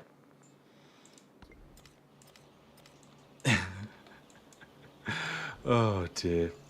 Right, okay. Colosseum getting built. Great person, what can you do? Activate on a library for +2 happiness on this building. My library's over here. So let me activate you there. Just +3 happiness. It's okay. You know, it's not the best. But considering I just buy more of you, kind of fine. I'll buy you. And then what diplomatic treaties? Oh, I actually don't have enough influence. I need to wait for more influence to arrive. Gather free. Ooh. Oh, this is big. Subsidize the cobbler's feet. This is an event. It's a big event. If I can gather free camels, wool, or horses, major event happens. Nice. Right. That's what I like to see. Okay, commerce, let's grab you. Production-wise, I need to start building some more useful monuments. Let's get myself this settlement kind of built up. So we're going to want a little garden, so you actually have food. We're going to want an academy, so you have science. We're going to want the altar, so you produce influence. And then we're going to want the monument next to that altar, so it also produces influence and culture. Meanwhile, great works. I have 3 of them just lying around, and I can't do anything with them. Yeah. But yeah, the migrant spawning in from spying bug, I didn't pick that memento, so it shouldn't be firing. Look, here it is. Yeah, we stole government secrets from Ahsoka and we got a migrant. It's so bugged. I think it's the Shisha necklace is either causing it to fire or the eagle banner. One of these mementos has their details bugged. Which means if you were to play the memento that has it with the memento that does give you the migrant from spies, you would get 2 migrants every time you did a successful spy operation, when you're only meant to get 1. Which means every, like, I think it's every 7 turns. This can take 1 to 7 turns to execute. So there's a chance in 1 to 7 turns you just get 2 pop. That's amazing. Oh, activate on an academy for +2 culture. I don't think I've built an academy. I haven't. Well, I can buy one for 276 gold in a few turns' time, so I'll do that. Let me quickly expand this city. Let's just nab some production. Why not? Why not? Technology. Let's grab iron working. You just need to sleep until I actually build you the thing that you can go to. Oh, Isabella wants to have an alliance. Let's form an alliance with you. You accept, and that gives me money. This is actually a bug that used to potentially exist, but I think the developers have now patched it, which was you used to be able to use the send aid ability, and every time you sent aid, you would get 50 gold because the AI would accept the sending of the aid. So if you had less than 50 gold, you could send all gold. It would send all that money, and then you'd get 50 gold back. Very balanced. Oh, diplomatic. Oh, here we go. +2 culture and science per age for each city-state you're suzerain of. Yoink. What does that equal? That equals, we're now on 84 science per turn. Good. Good. All right, let's run up this way.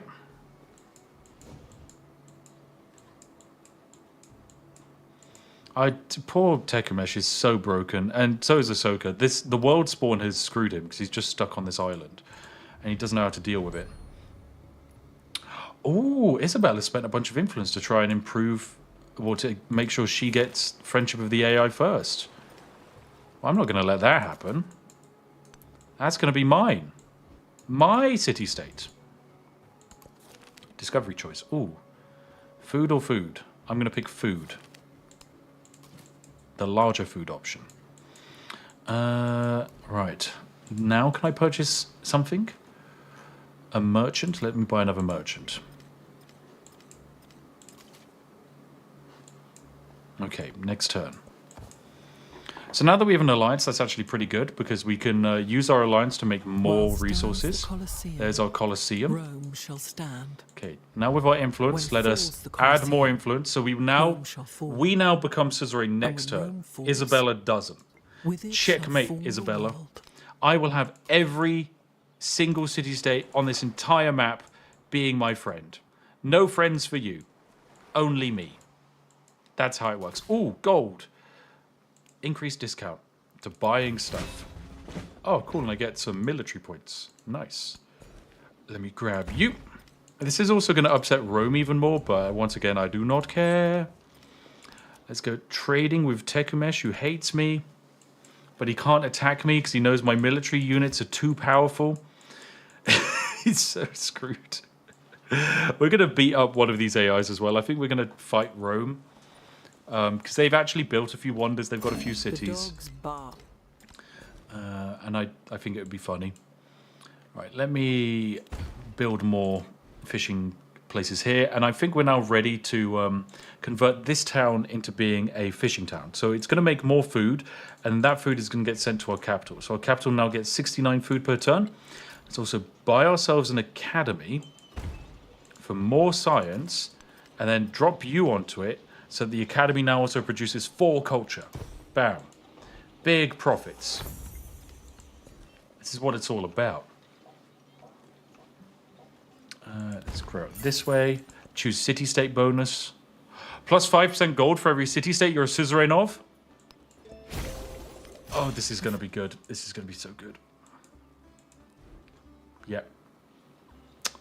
150 gold per turn. Oh, that is so good. It's so stupid. It's so stupid. Ooh.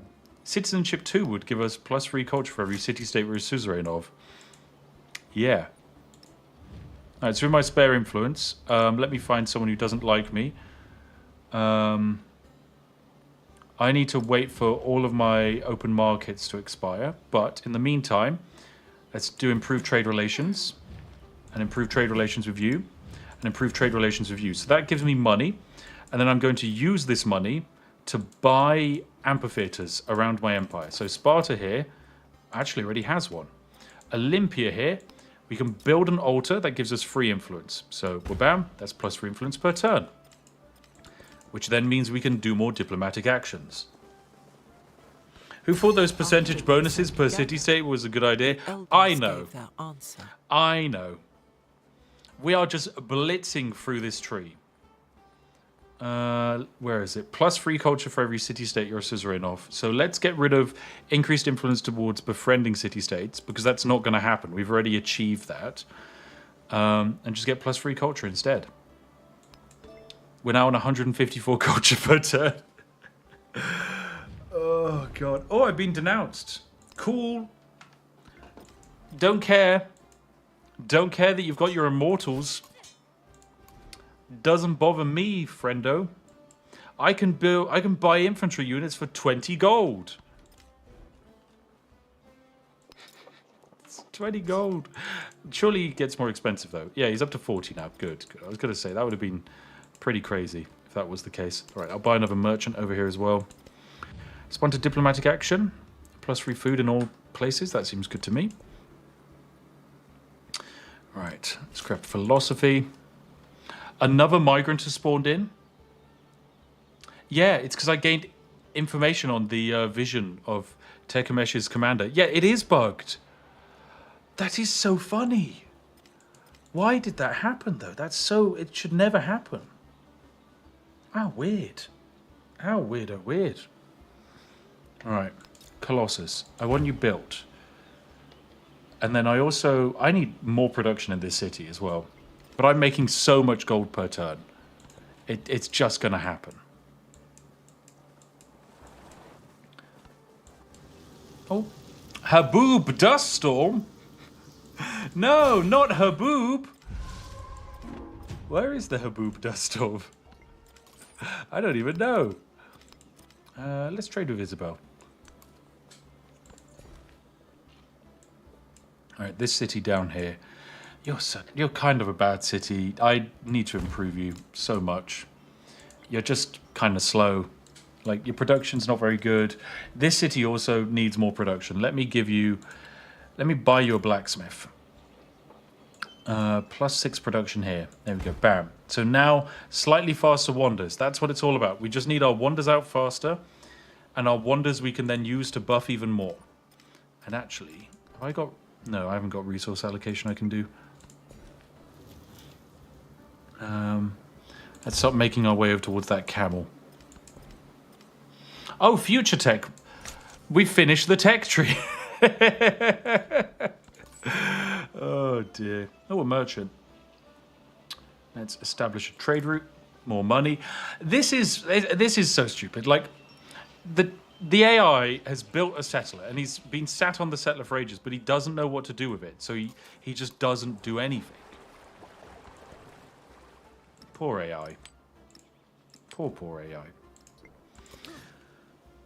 I'm sorry for what I did to you. Right, I'm going to send some of my Spartans up north to attack Rome when our time comes.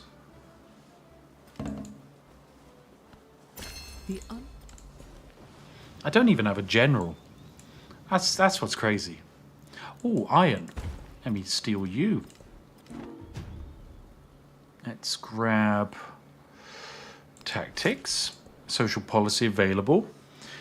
What do I want to grab? +1 resource capacity in cities. Yes, thank you very much. We can pop in another silk for an extra 10% culture. This is just big yields. Huge yields. Huge yields. I mean, like, this is decent. It's still technically not my record in single player. I think my record in single player is 1,000 science by turn 100. But that requires you to be playing on the normal game speed. You can't do it on faster game speeds. You need the extra turns, basically, in order to get some silly stuff online. But you'll see that in a video coming out soon. All right, let me buy another great person in this city.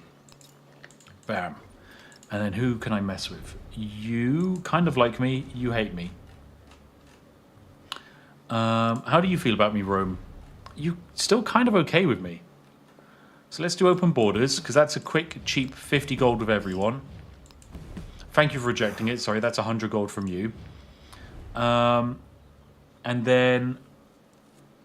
Ooh, plus 10% production towards wonders. Let me actually propose this. Oh, you supported it. Okay, so we both get plus 15% production to wonders. Nice. That's pretty decent. And I have a bunch of spare money, which I will now use to buy improvements to my cities. Let me see what I can do with this city here. What do you need? Granary is the only thing I can buy for you. What about you? You can have a saw pit or a blacksmith. Let's give you a blacksmith over here. And then reassign the pop to go work I don't know, this tile here. There we go. I just realized no faith. There is faith in the game, but it starts in the second age. First age is faith is just pantheons. Second age is actual religion, but the religion mechanic is bugged. War! We've got war! What is it good for? Making lots of money. Oh, we will drive you back to the sea. Cool. Thank you.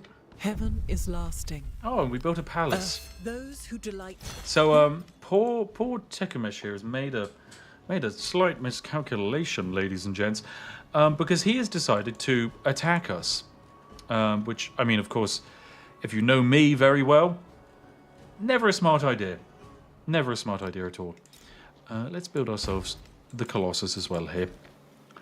So, for poor Tekamesh here, in his slight miscalculation of his military skill, he has decided to attack us with his units. Now, my hoplites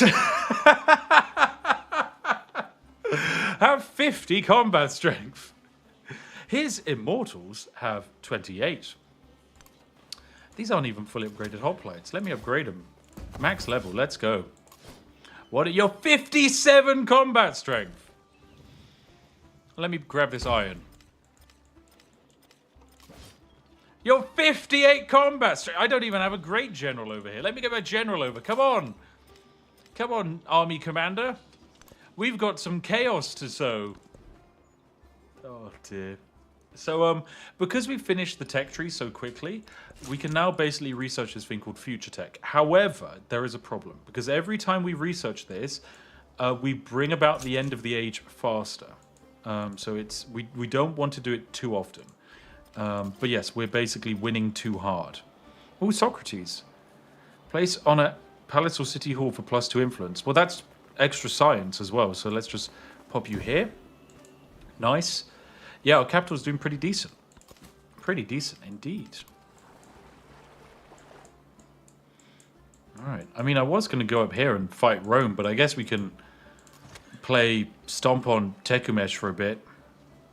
Even these guys get extra damage.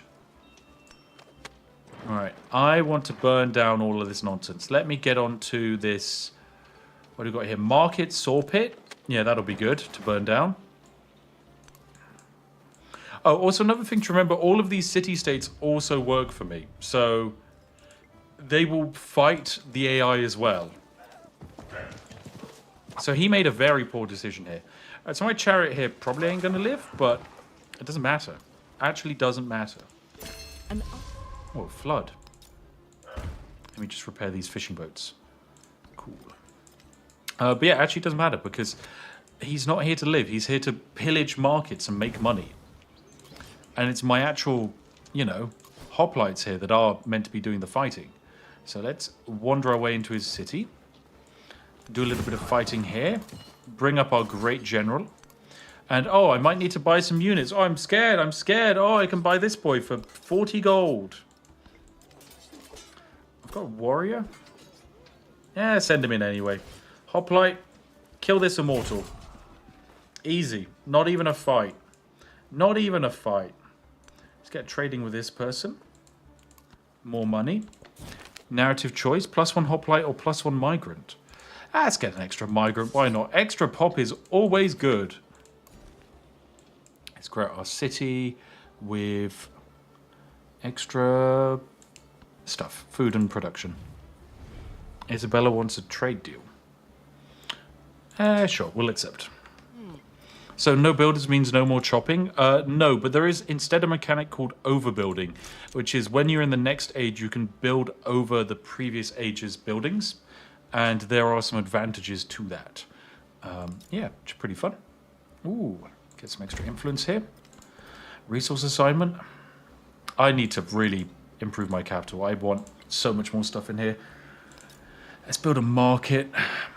+6 gold. Let's spam you down there. And that, most importantly, also lets me put in another jade for an extra bunch of gold.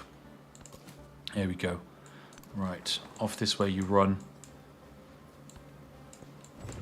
You see, he could be good at combat, but the problem is he just can't. Because, like, 50 whatever bajillion combat strength is too powerful. It doesn't help that I can just burn stuff to the ground and, like, make money. And that's exactly what I'm going to do. Right, let me pop you here in this building, and you can fight this unit.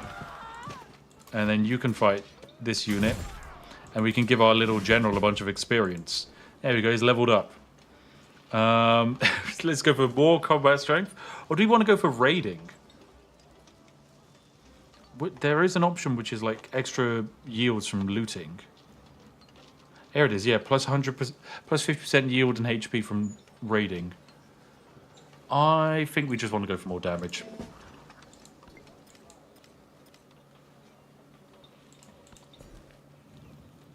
Right, let me grab some sheepies. Let me pick a civic. We'll go mysticism. Good stuff indeed. Mr. Chariot. You can burn the saw pit and gain 20 science. Why not? There's no reason not to. Oh, my cheap unit spawned in. Even the cheap guy does 43 combat strength. Even my... This is actually... Yeah, this is my tier 1 warrior. Has a major victory over the immortal level 2 tier 2 unit of this age. Great.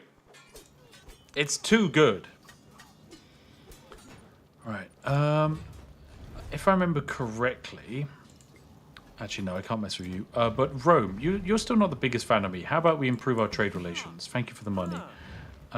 We already have open borders with you. You're going to support every action I give you. So let me improve trade relations. Let me try and do open markets with you. Can you reject it? No, you supported it. What about local festivities? You also supported it. Damn it, I want you not to support it. I want you to hate me and reject me so that I get more loot. Wow, my hoplite took 6 damage from everyone attacking him. Very stupid. Alright, let's send you in, Mr. Hoplite. Let's do... Well, let's fight you. And let's send you in, Mr. Hoplite. I can grow. Let me grab some of this gubbins. I have to now research future civic. Here we go. This is going to be the... We're going to start rapidly throwing ourselves towards the end of the age now because of this. We are just too powerful. Ooh, pillage the woodcutter and heal. Or pillage the unique building. That could be fun. This guy, he's put so much influence into trying to give himself war support. Poor guy's desperate, bless him. Unfortunately, it doesn't really matter in my civilization. Let's send you up to the front. Good stuff. And what is my scout doing? Oh, trying to find new people to interact with. New goodie huts. Plus 22 cultural food and happiness. Why not? Basically, I'm having my scouts can't discover the next continent of the next stage, but they can, like, make it a bit easier when I get to the next stage. All right, there we go. Colossus built. And now we're into a problem zone. Because we grabbed both future tech and future civic, we're in an awkward situation where if we do that again, the age ends, so we can no longer research. And we've caused an independent crisis to happen. That's actually pretty funny. The crisis is good for us. It's not bad. Monk's Mound, +4 resource capacity. Yes, please. This is good. No, don't do that. Okay, now you need to actually build something of use. Pyramid of the Sun or Angkor Wat? Let's go Pyramid of the Sun. Why not? Seems fun. And then you're also kind of sad, so let me build you an arena of happiness. And then on that arena of happiness, a market. Perfect. Great progress. I also have a bunch of leader attribute points. Oh dear, I think the RAM of my YouTube just went up, so there might be a little bit of stream lag. Apologies if there is.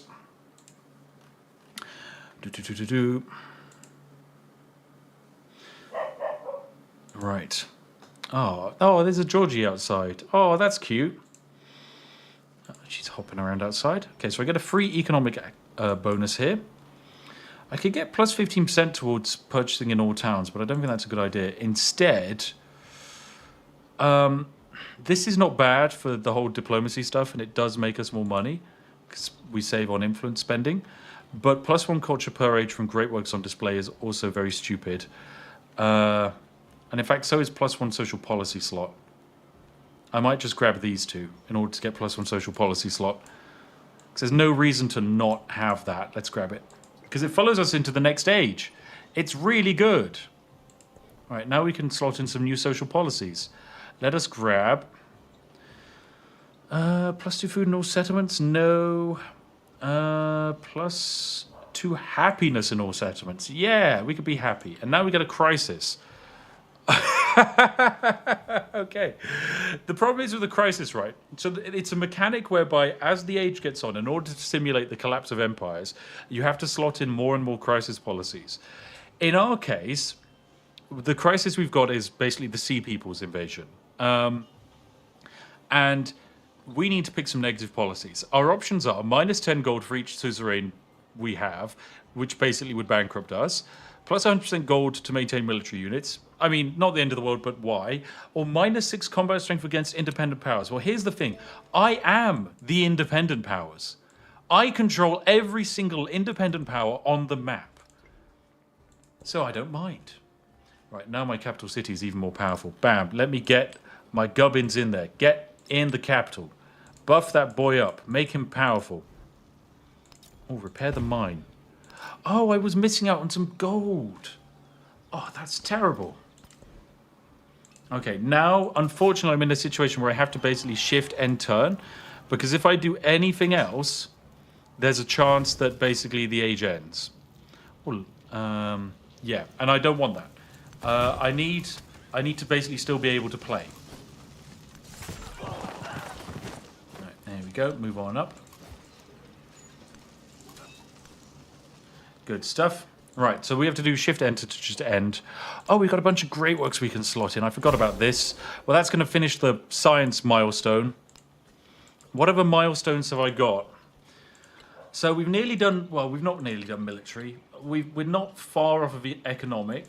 Science is completed. Culture is 2 more wonders away. So we've got 1 more wonder coming in here, and then we've got 1 wonder coming in here. So in 5 turns, we'll have finished the culture tree. My goal is to finish every single legacy. Oh, a new tribal has formed in. Unfortunately, these guys can't be befriended, but we can work with them, which is fine. I mean, not that we're going to. Instead, we're just going to murder this this poor guy. All right, bring down the walls.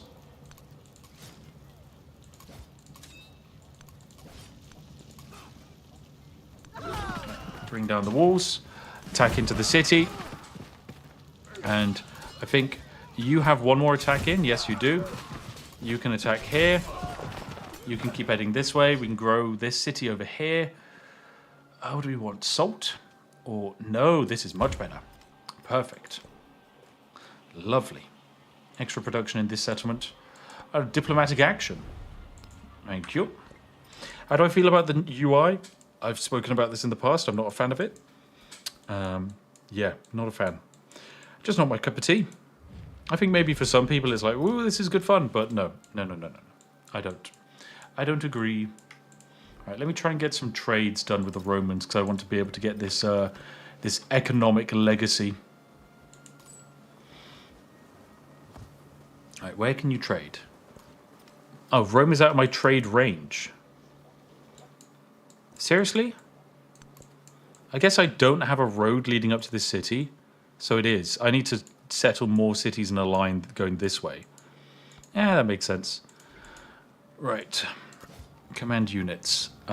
Let's kill you for some experience. Let's fight you. And then let's fight you. There we go. Okay, we captured it. Oh, actually, sorry, that was progress on our Silk Road's economic tree. Oh, crap, the age is ending. Beans! Oh! Balls is ending because of that. Right, we need to change that, actually. We need to load the game. We have to load the game. I'm sorry. Otherwise, we would move into the next stage, and I'm not ready for that. The people gather together. I'm not ready for that. This is the problem. There's no +1 extra turn. We'd have just been forced into the next stage. And yes, I know we're winning, and we need to be brought back a peg. I don't care. I don't care.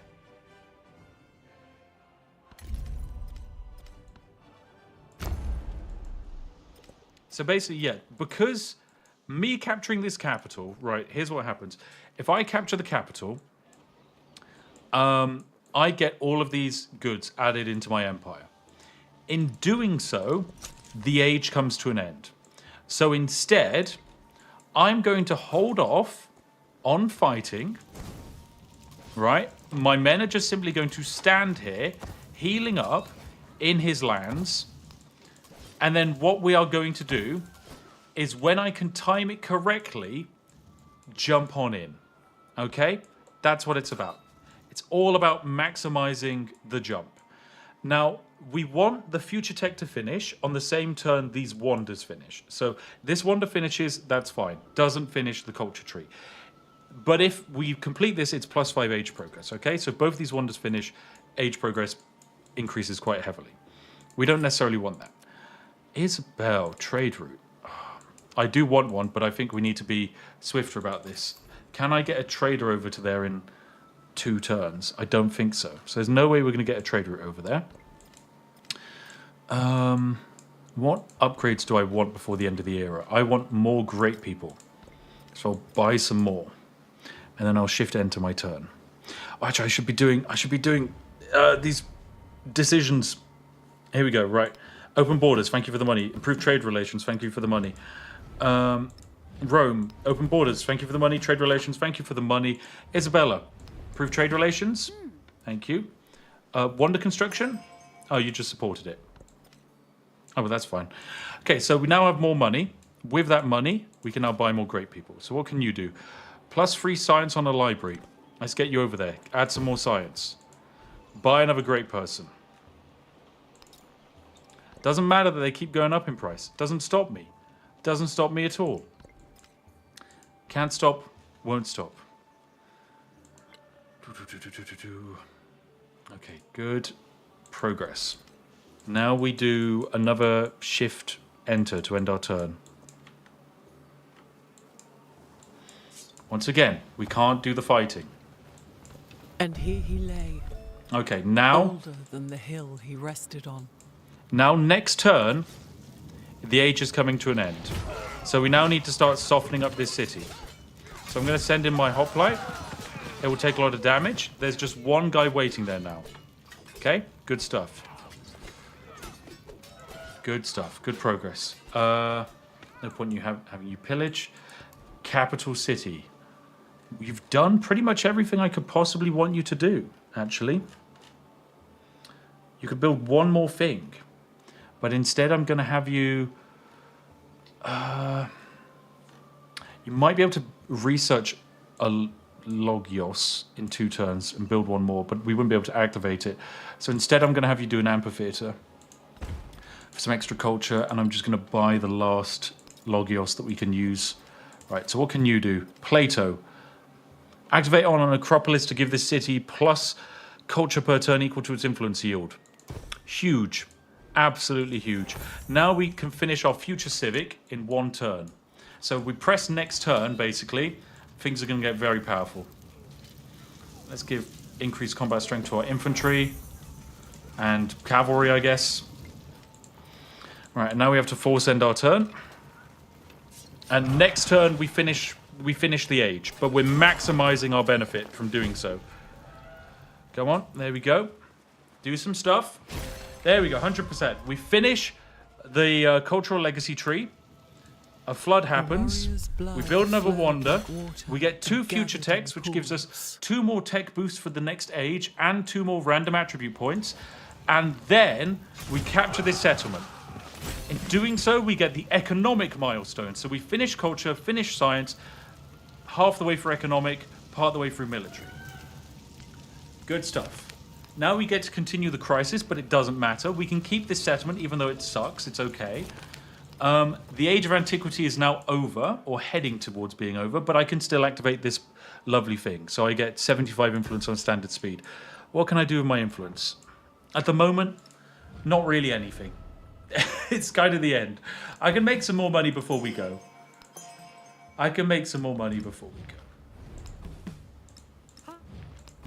There we go. And then Tekumesh, what can I do with you? I could propose peace.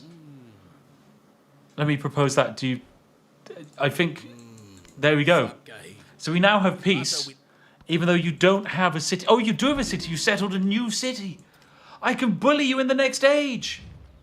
That's so good. I'm excited for that. All right, what do we get? Oh, Codex. Fun. Fun.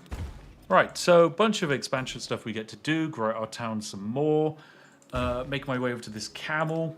Oh, actually, this... We can do an event. Okay, right, if I buy that, this settlement grows again, meaning we can pick up this camel and add it to our tree. Yes, I can actually research Future Civic again. So we might get 1 more fire of that. Extra culture as well. Oh, this is so big. So big. I need to pick a crisis. A -1 happiness in all cities for commander level. That's nothing. Leader attribute points. We can technically spend them in the next age, but less important. Right, let's go big on +1 culture per age for great works displayed. It's very good. Then we're going to want to grab... we probably want to go down the economic tree to get cheaper purchasing, so we'll grab that as well. Diplomatic action, thank you very much. Production, is there anything you can build in 1 turn? A fishing dock. Commander has promotion, lovely. Let's upgrade him, make him even more powerful. More resource assignment, yes, the capital city must grow. We've actually got a lot less resources than I normally get. And then I guess finally we can just build ourselves another altar whilst it's still available. It's a nice, big, powerful building. Cool. Oh, and a hill fort. Great. Right, ladies and gents, this is the end of the age. It's the end of the age as we know it. Big progress. So what comes next? Well, we're going to find out in a second, but I'm going to nip to the, I'm going to have a little break, stretch my legs, grab a snack. I'll be back in 2 minutes. Go pop the kettle on. See you in a sec. King, may the crown pass to worthy successors.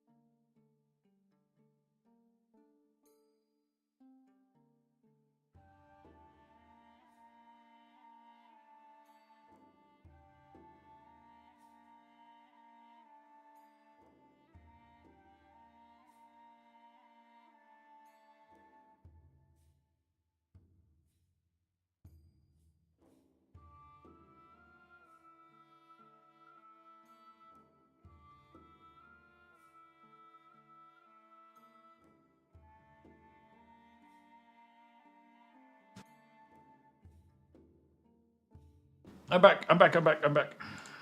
Yo. Ah, dear. Why can't I skip the boring bit? Dude, you gotta let me go, like, grab a snack. You wanna know? Okay, chat, can you guess what snack I grabbed? Can you guess?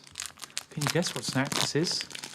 Let me know if anyone can work out what snack it is, simply from the sound. Yes. Right. The bully saga now continues, and if anything, the bullying is going to get so much worse in this age. So we can take a look at the age rankings. We were first here. We were first here. We were first here. And we were first here. So that is the... this is the scores on the doors. As far as progress of the age went, no one had enough codexes to get any points from this. No one had enough settlements to get any points from this, and no one had enough resources to get any points from this. The only person who gets any points is Augustus because he built 2 wonders. Wow. Anyway.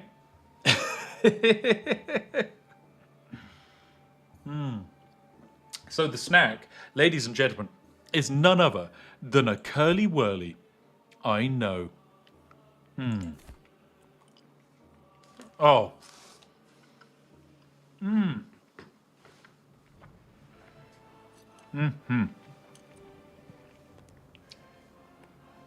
It's good. Right, so. Options. We have a few choices of what to do next. When it comes to the civilizations we can play as, okay? So this is where the age transition begins. We were playing as the Greeks. Now we have a few options. Now, some of them were opened up. For example, I think Normans we unlocked because we played as Greece. Same for Spain. The Shawnee, I don't know why we unlocked. It must have been because we settled on rivers. Yeah, we would have settled on navigable rivers. And for Ming, we gained the ability to play them because we put 8 resources in the same city. Okay? Someone says, what's a curly whirly? Don't even know what a curly whirly is? Oh my god. It's a great creation. We're going to be choosing to play as the Ming because they can do something pretty funny with money making. Actually, do I want to do money making? It is pretty fun. I could also do war because the Normans are kind of a stomp. But no, I think I want to save that for like a Roman game instead. And then Spain. Spain is okay.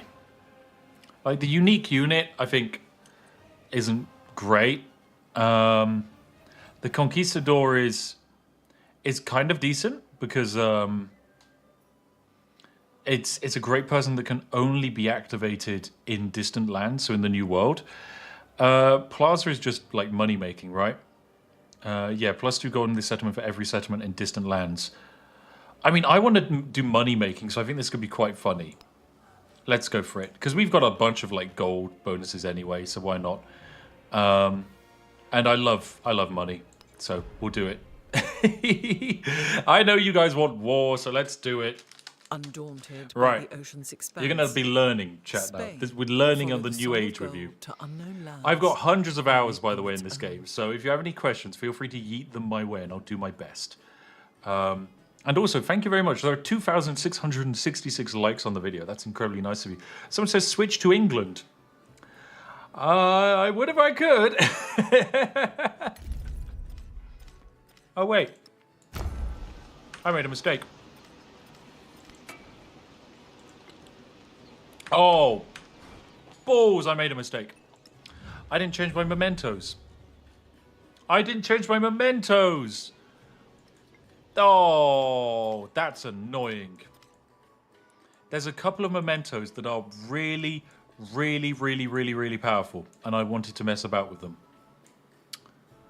Oh, frustrating. Oh, well, that's fine. How do I like the game so far? I enjoy it. I mean, let me put it this way. Depending on your price point, I've gotten 170 hours of gameplay, I think, out of it so far. And yeah, that's kind of what I like. This is my kind of game. I think if you enjoyed Civ, you enjoy 4X strategy games, this is it. You guys are saying reload? I'd love to, but do you want to see something funny? Once you move into the next age, it deletes your autosaves from the previous age. I can't get to them. They don't exist anymore. Why? We may never know. We may never know. Still, we can still do some good stuff. I can't believe this game sometimes. Anyway, choose legacies. So, these are legacies that we've unlocked by playing in specific ways in the previous age. For example, because we settled enough cities, we get a military attribute point to spend, and we can spend it on gaining 1 militaristic attribute point to like our like perk tree or an expansionist point. We'll of course go expansionist. It's pretty good. Then we get to like the cultural and the money making side of things. So, for example, we can get +1 science for every codex we had in the Antiquity Age, which is just a flat +13 science per turn. +5 gold for every trade route in the Antiquity. We will grab that. That's kind of just extra money. +1 diplomatic attribute point or +1 cultural. We're going to grab the cultural, I think. Or +100% influence towards initiating and progressing diplomatic actions that target independent powers and city-states. I don't think that's a good idea because we already have a bunch of influence bonuses towards it, so there's no benefit. Instead, I'm going to grab Diplo and cultural. Wait, can I get multiple? I'll get another cultural. I could get another expansionist. That could be funny. Or I could get another economic point, actually. Yeah, I'll get another economic point. And then instead of any of these, I'm also just going to get a bunch of science points. Oh, actually, I need to get rid of one of those wild cards. And grab... yeah, grab this. And then grab this. There we go. Cool. worked out correctly. So we get a bunch of science, we get a bunch of culture, and we get a bunch of advantages into the next stage. So it's balanced? No, it's not. The AI gets none of these, because if you remember, I finished the age so quickly that the only one who gets an attribute point to spend is Augustus, and he gets 1 cultural one. That's it. That is all he gets. I know. Now what we're going to do is build a couple of cogs, because we need them to go explore into the new world. So I'm going to start sailing off one of my cogs over there. But most importantly, we also can settle some more cities. And we probably will do that. We're going to want to grab all of this extra gold that's lying around. But we're going to hold off as we want some new city-states to spawn in. And if I were to run in and just take them all up and start gobbling them, no one else is able to start claiming those little city-states. All right, let me just put all of my resources in the capital. Wait, can I not put another camel in here? What? That's got to be a bug. That's got to be a bug. The game allowed me to have like 700 camels in it the other day. Did the developers patch the game? Question mark. That can't be the place. That can't be true. I mean, it could be. Let's go plutocracy for plus 20% extra gold. That'll be funny. I think this is going to be the era of money making. Wharf? Sure. All civilian units and all civilian and support units may enter the deep ocean trade. That's actually pretty good. It's what we want. It allows us to get exploring and colonizing. So that's the tech tree. And then in the civic tree, we get a few options. We have our nation-specific tree, which is the Spanish civics, which are pretty simple. Just nice basic stuff. Then eventually they get pretty swanky, like extra settlement limits, increase to production of boats, and yeah, it's kind of fine. But the exploration civic is fun. Once we unlock piety, we can build temples, and then once we do that, we can get a religion going.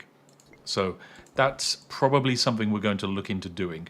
Although religion previously was bugged, so I don't know how well it's going to continue. Anyway, we can also see everyone's kind of like science and culture has been reduced. We're no longer making 200 culture and science per turn. It's down to like 46 and 87. Still good, but not perfect. So what we're going to do is probably go for an early religion. Actually, no, let's get early merchants going, because merchants are money. Then we're going to want extra influence towards befriending, extra influence towards initiating diplomacy, and extra influence towards sanctions. And then we can spend some of our attribute points. So, expansionist, we want extra growth rate in our cities. Scientific, we want extra science, and then extra... Ooh. Let's go extra science towards researching masteries. Diplomatic, we're going to want... we could do military sabotage. Or we could just get +1 happiness per age. And then finally, cultural, we're going to want to grab +1 culture per age in towns. No, we don't. We're going to want +1 culture in settlements for each resource assigned to them. And then plus 10% culture for every alliance we have. And then we're going to try and re-ally up with our lovely Isabella. Right, let's get you chilled out. Tekamesh, you still hate me, so let me say, hey, want to open your borders? No, you reject it. Oh, and here's the fun thing. Remember how it says per age on my ability? Well, we're now in the second age. So that's 100 gold per age, so 200 gold. For me asking for him to open up his borders and him rejecting it, I get my influence refunded. So I didn't spend anything and I got 200 gold. I can then take that 200 gold and convert this settlement into, say, a city. So, well, bam, I'm going to take Tekamesh's capital, make it into a city. Now I can actually start building things in it. So let's get myself a little stone cutter built. Resource assignment. Well, we're going to have to put this in Tekamesh's city, aren't we? I can't actually... Oh, it's not connected to my Empire's trade route. It's fine. They didn't patch the game. They didn't patch the camel. It's just disconnected because it's over here and there's no continuous land border. We'll get that fixed. All right, end the turn. Here come the city-states. Perfect. Right, who are the friends we have? We got Zangaria down here. We don't need to worry about them. Oops, accidentally wiggled my mouse too hard. We got Vatican City. We got a military one. We got a science one. We got Venice. Nice. Let's grab Vatican City, befriend independent. It does cost more each age that you go up, so it costs 85 influence in this age, which is actually good for us because it's going to take the AI longer to get that influence. Oh, hey, Augustus, thanks for the money. Isabella, thank you for the money as well, I guess. That's very nice of you. Choose a civic to research. Let's get piety. I would like to start researching my way into the next era of the game. Stonecutter, let's get you built. Actually, wait, is the bazaar better? So this is where the overbuilding mechanic comes into play. So in the previous era, these buildings were giving me more yields, but in this era, they're kind of not needed. You don't need a garden in a city anymore. You don't need a monument. You don't need a blacksmith. It's not giving as much production. So instead, you can kind of build over the top of it with a new building. So I could build, say, a bazaar, which is better than a market. In my case, I'm going to place down a stonecutter, and then I'm probably going to place down the bazaar on top of where this market is, because this market is only giving me 2 gold. The bazaar will give me 7. A significant improvement. And then this brand new cog will also use to go exploring the world as swiftly as possible. Have I got a... I actually haven't got another settlement where I can build boats on this side of the continent, so I'm going to have to send you over here. We're just going to have to get navigating. Oh. The map. Alright, new tech. Food, science. Production. Influence. Let's go influence. Oh, what is this? Spend 1 turn of production, get 60 food and 150 happiness. Yeah, why not? That sounds good. Oh, there's another science city state here as well. Good stuff. I take refuge. All right, choose a civic. Now we can go for +3 culture and gold for every city state you're a suzerain of. We're going to probably want to grab that eventually. A celebration, we're going to grab +20% gold.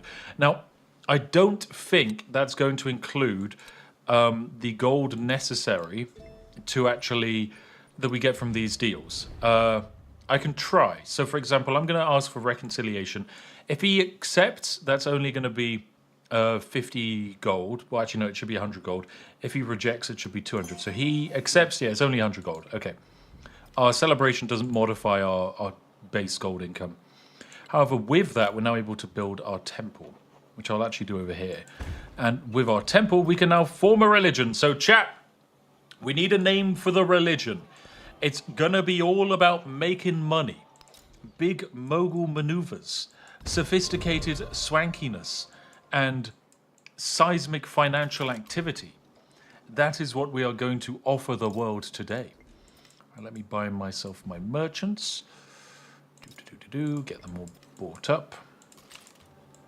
Can I get one in my capital as well? Or do I just want to build another cog? Let's get another cog. Teaism? No, I can't do tea. No. Actually, maybe I can do teaism. Comania. That's not a one. Bank of England. I like it. I like it. England might not be in the game, but I'm going to make them. Bank of England. There we go. Let's go for that. Let's go for the frog. Actually, no, scorpion. It's gold. All right, we're going to be the Bank of England. You have to click this button here to rename it. I don't know why. I feel like you should just be able to press enter, but this UI hardly works. Right, so there's a couple of important conversion things. I find the best one is evangelism, which is +1 relic for the first time conversion of another civilization settlement in distant lands that is not a city-state. Basically, there's another continent out there that we're going to find, and every time we convert a settlement, we're going to get big money. So I think that's worth it. Then what do we want? +2 gold for every desert tile. +4 gold for every settlement following your religion. I mean, it could be funny. Yeah, why not? We'll get tithe. Bam. So now we can actually hire religious people / buy religious people and send them out to do converting. However, the actual religion mechanics are okay. They're not the best, in my humble opinion. It's kind of a bit clunky. Oh, in the shadows of giants. Ah, the Colosseum is no longer quite as useful, so I can make it gain production or happiness. Gain some production, my friend. Ooh. You want to give me some bonuses, why not? And I want to befriend a city-state. So you're going to be mine in 5 turns. Is there any other city-state that someone's trying to befriend? You might be in some point, so I'm going to start stealing you. But other than that, I think the other the other city-states are all hostile, so the AI is unlikely to befriend them immediately. Mr. Cog, I need you to get to over here. You need to go to Isabella to make some money. You need to go to Baghdad to make some money. Cool. Narrative choice. Ooh. Extra culture from a city-state, thank you.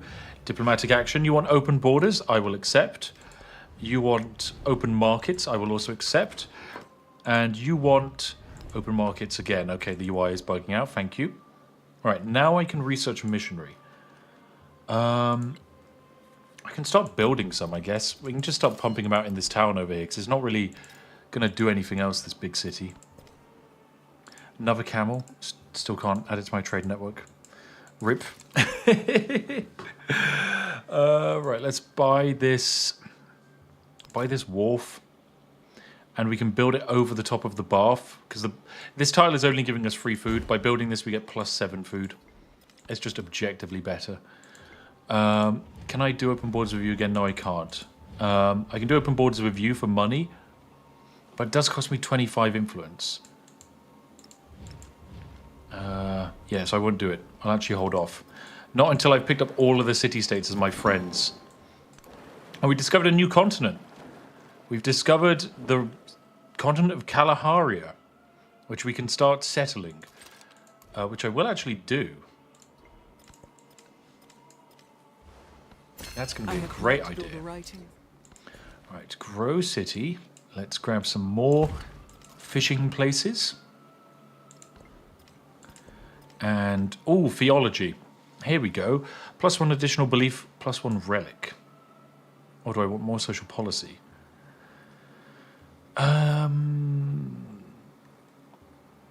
Mercantilism is also okay. Actually, no, let's get our unique region, or like unique district getting built. And then I've got my temple, which I should probably build over a happiness building. So, the blacksmith? The altar? No, I don't want to build any of you, actually. I'm going to hold off. I'm going to ask for a merchant to be made. Oh, and Isabella wants to be my ally. Let's form an alliance. You accept. That also gives me money. Thank you. And then with my leftover influence, I will befriend a science city-state. There we go. And let's keep exploring. More new landmasses. Oh, Mount Kilimanjaro. Fantastic. Nice. It's a big volcano that can go boom. Some gold over here. That's good stuff. Okay. Mr. Merchant, please open up the trade routes, which we can now assign into our capital for more money, more camels, less problems. That's how it works. Well, I think we're actually almost able to get this trade route established properly. Soon. Soon. It will happen. This city-state is sending up troops to see me, so I need to befriend them soon. Let us grab astronomy. Let us build the guild hall for influence. You can demolish the monument because you're better than the monument. Mr. Missionary, you need to get converting. So I'm going to have you convert this capital over here. I would like open borders with you. Please reject them. Thank you for rejecting them. I love that 200 gold. Why put everything in the capital? You actually shouldn't really put everything in the capital. It's a bad idea. I have done it anyway. The main reason why I think you get away with it though in this game is because you can actually change where your capital is. There's nothing stopping you. What this tile becomes a fish? Yeah, sure, why not? That's a good event. I like fish. Let me recruit a settler. and we're going to get this bad boy sent off. Technically, this is going to be a distant land settlement, so this is kind of what our nation of Spain is all about. We get extra gold towards making a city in distant lands, and then all of our districts are all about +2 gold in the settlement for every settlement in distant lands. So we're just going to be settling up a storm over here. I don't really know how I'm going to deal with all the happiness problems, but, you know, that's for future me to worry about. I'm amazed we haven't run into any city-states on these islands either. Right, you're close to becoming a friend, Venice.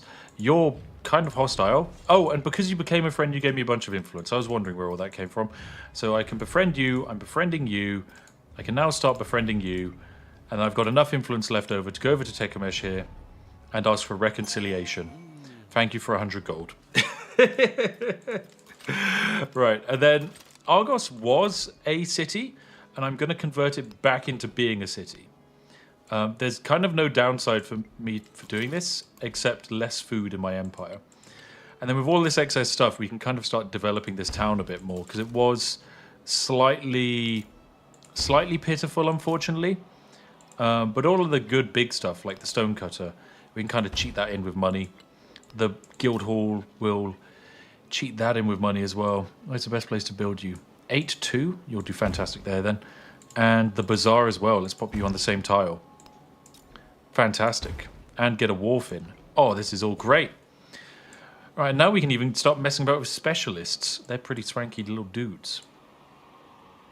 I think for the moment we'll just go for expansion. Grow town, get more food. Right, can I specialize you? Let me specialize you into trade route range.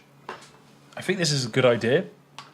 We still get all the food, and then we get extra trade route range, which will help us with our various traders that we have lying around. Because I think we actually have like one in our capital that can't do anything. Let me get you over here actually, so I can grab this gold. And yeah, Mr. Trader. Next turn, hopefully, we can start getting you into range of stuff. Do you know the tile per city cap? I think you can't build a city within 3 tiles of another city. That's how it works. Sorry, no, you can't build a city within 3 tiles of another city, same as previous civs. Right, we've converted Haran to the Bank of England. Let's now send it up north to Baghdad, the capital of Isabella's civilization of the Abbasids. Rome's playing as the Normans, so they've gone cultural. Tecumseh is going Shawnee, and Ahsoka has gone Chola. Fun. But yeah, there's only a few negatives for being over your happiness cap. Well, sorry, your city cap. For each settlement you're over, you get -5 happiness in cities. But as long as you can balance it all, you don't really have a problem. If happiness gets too low, you can have defecting cities, which is, you know, not the coolest. Not the nicest thing in the world. Right, let's grab guilds. Let's grab theology for an extra belief. And then get some free science. And start expanding you. Wow, what do we got here? Ooh, +1 siege combat, fighty stuff. Nice. That'll be good. And you want to do a little deal? We can do a little deal. A little city-state. Oh, culture buildings get +1 culture for every suzerain you're a city of, or receive a relic. Now, here's the thing. I think there is a bug with the game where when I select this, every time I become suzerain of a city-state, I get a relic, which, if that's the case, is very stupid. The Sue here is the better choice and would be very overpowered. But my hope is that we can get this and then we'll find another cultural city-state along the way. And that's kind of what I'm gambling on.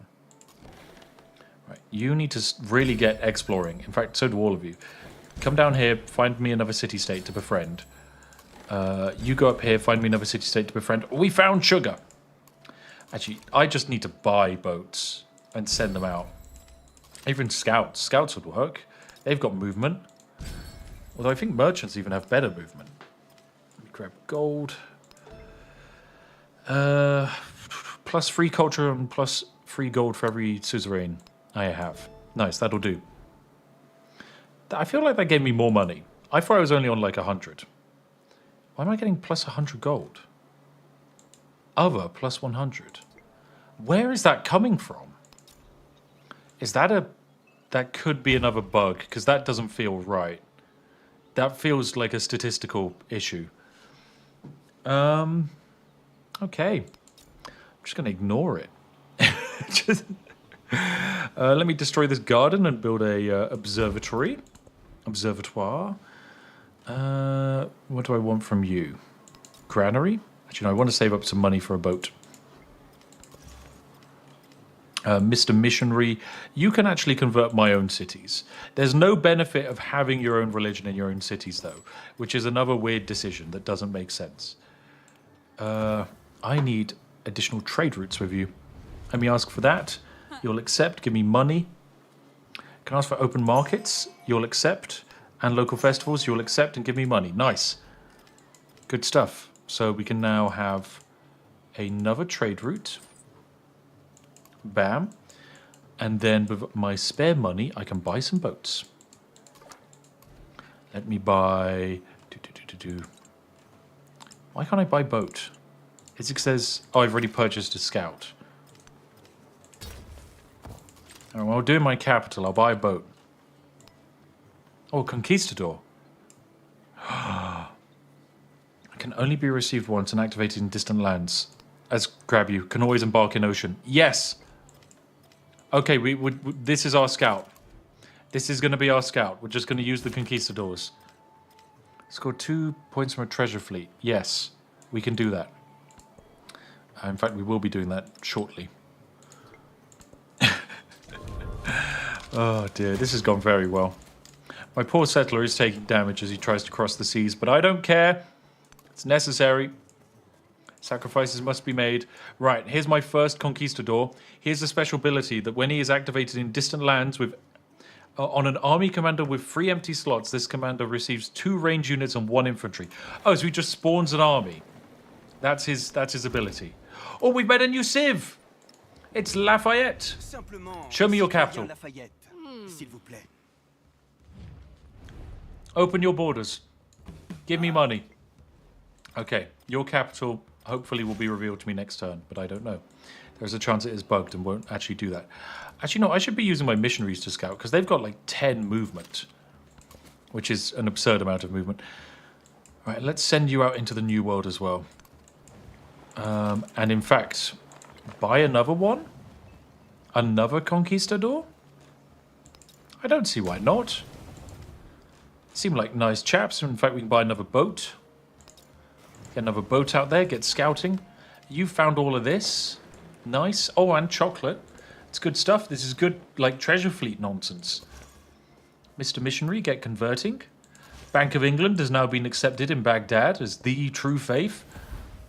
And I think I'm going to send this missionary with its final charge off to scout the 7 seas and find new city-states for me. Right, you can expand. My goodness, you're a powerful city now. Extra production. Choose a belief. Ah, yes, Bank of England. So, because we got a civic, we can actually add an enhancer belief. Missionaries receive +1 charge. Not really. +5 combat strength in friendly settlements that follow this religion. Or +2 movement to missionaries when embarked. All naval and embarked units receive +1 movement. I'm going to grab that. It's just going to give us big speed. Big speed. Then we're going to want to grab bureaucracy, inspiration, mercantilism, New World riches, armada, or council of the Indies. We want to get our unique district. Speaking of which, let me actually... Wait, is there nowhere else I can build this? That can't be right. Why must it be built? Must be built in homelands adjacent to the coast. Oh, I actually don't have a place to put you then. Because I can't put you there because I've already built an observatory. Yeah. Oh, this is annoying. My capital can't have my unique district because I can't destroy the building. Oh well. Oh well. Not much I can do there. Does Spiff read the chat? Yes, Spiff does read the chat. Mr. Alex. Oh, wait, I realise I haven't checked to see if there have been any donations in a while. I apologise. Artemis Blake, thank you for a donation of $5. Apologies that I missed it at the time. Right. Yeah, that is frustrating. So our district is going to be split up. There's not much I can do about it. Because we don't have any more coastline. This is our only section of coast. The stonecutter and the bazaar is already built up, so yeah, a bit useless. Right, time to build this on top of the blacksmith. Ooh, Hernan Cortez. Activating a distant land on an army commander with 3 empty slots. This commander receives 3 infantry units. I get the feeling that these conquistador peoples are quite violent. That's the vibe they're giving. Oh dear. Right, let me just buy this district anyway.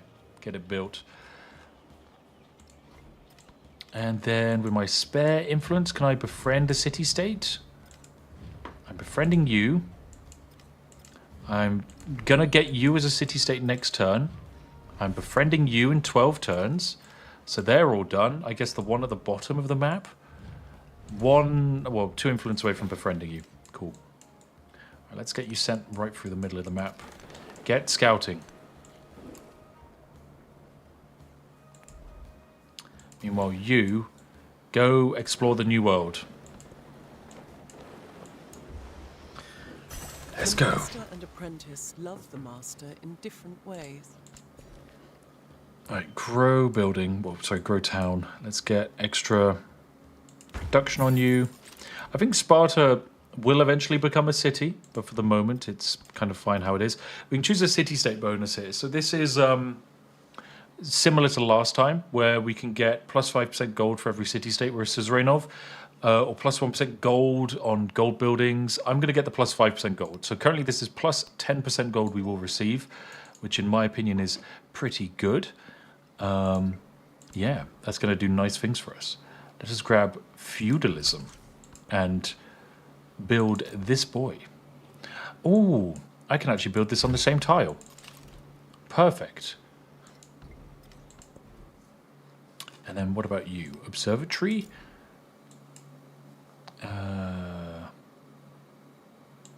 Yep. Cool. Good progress. And Mr. Cog, off this way. Get exploring.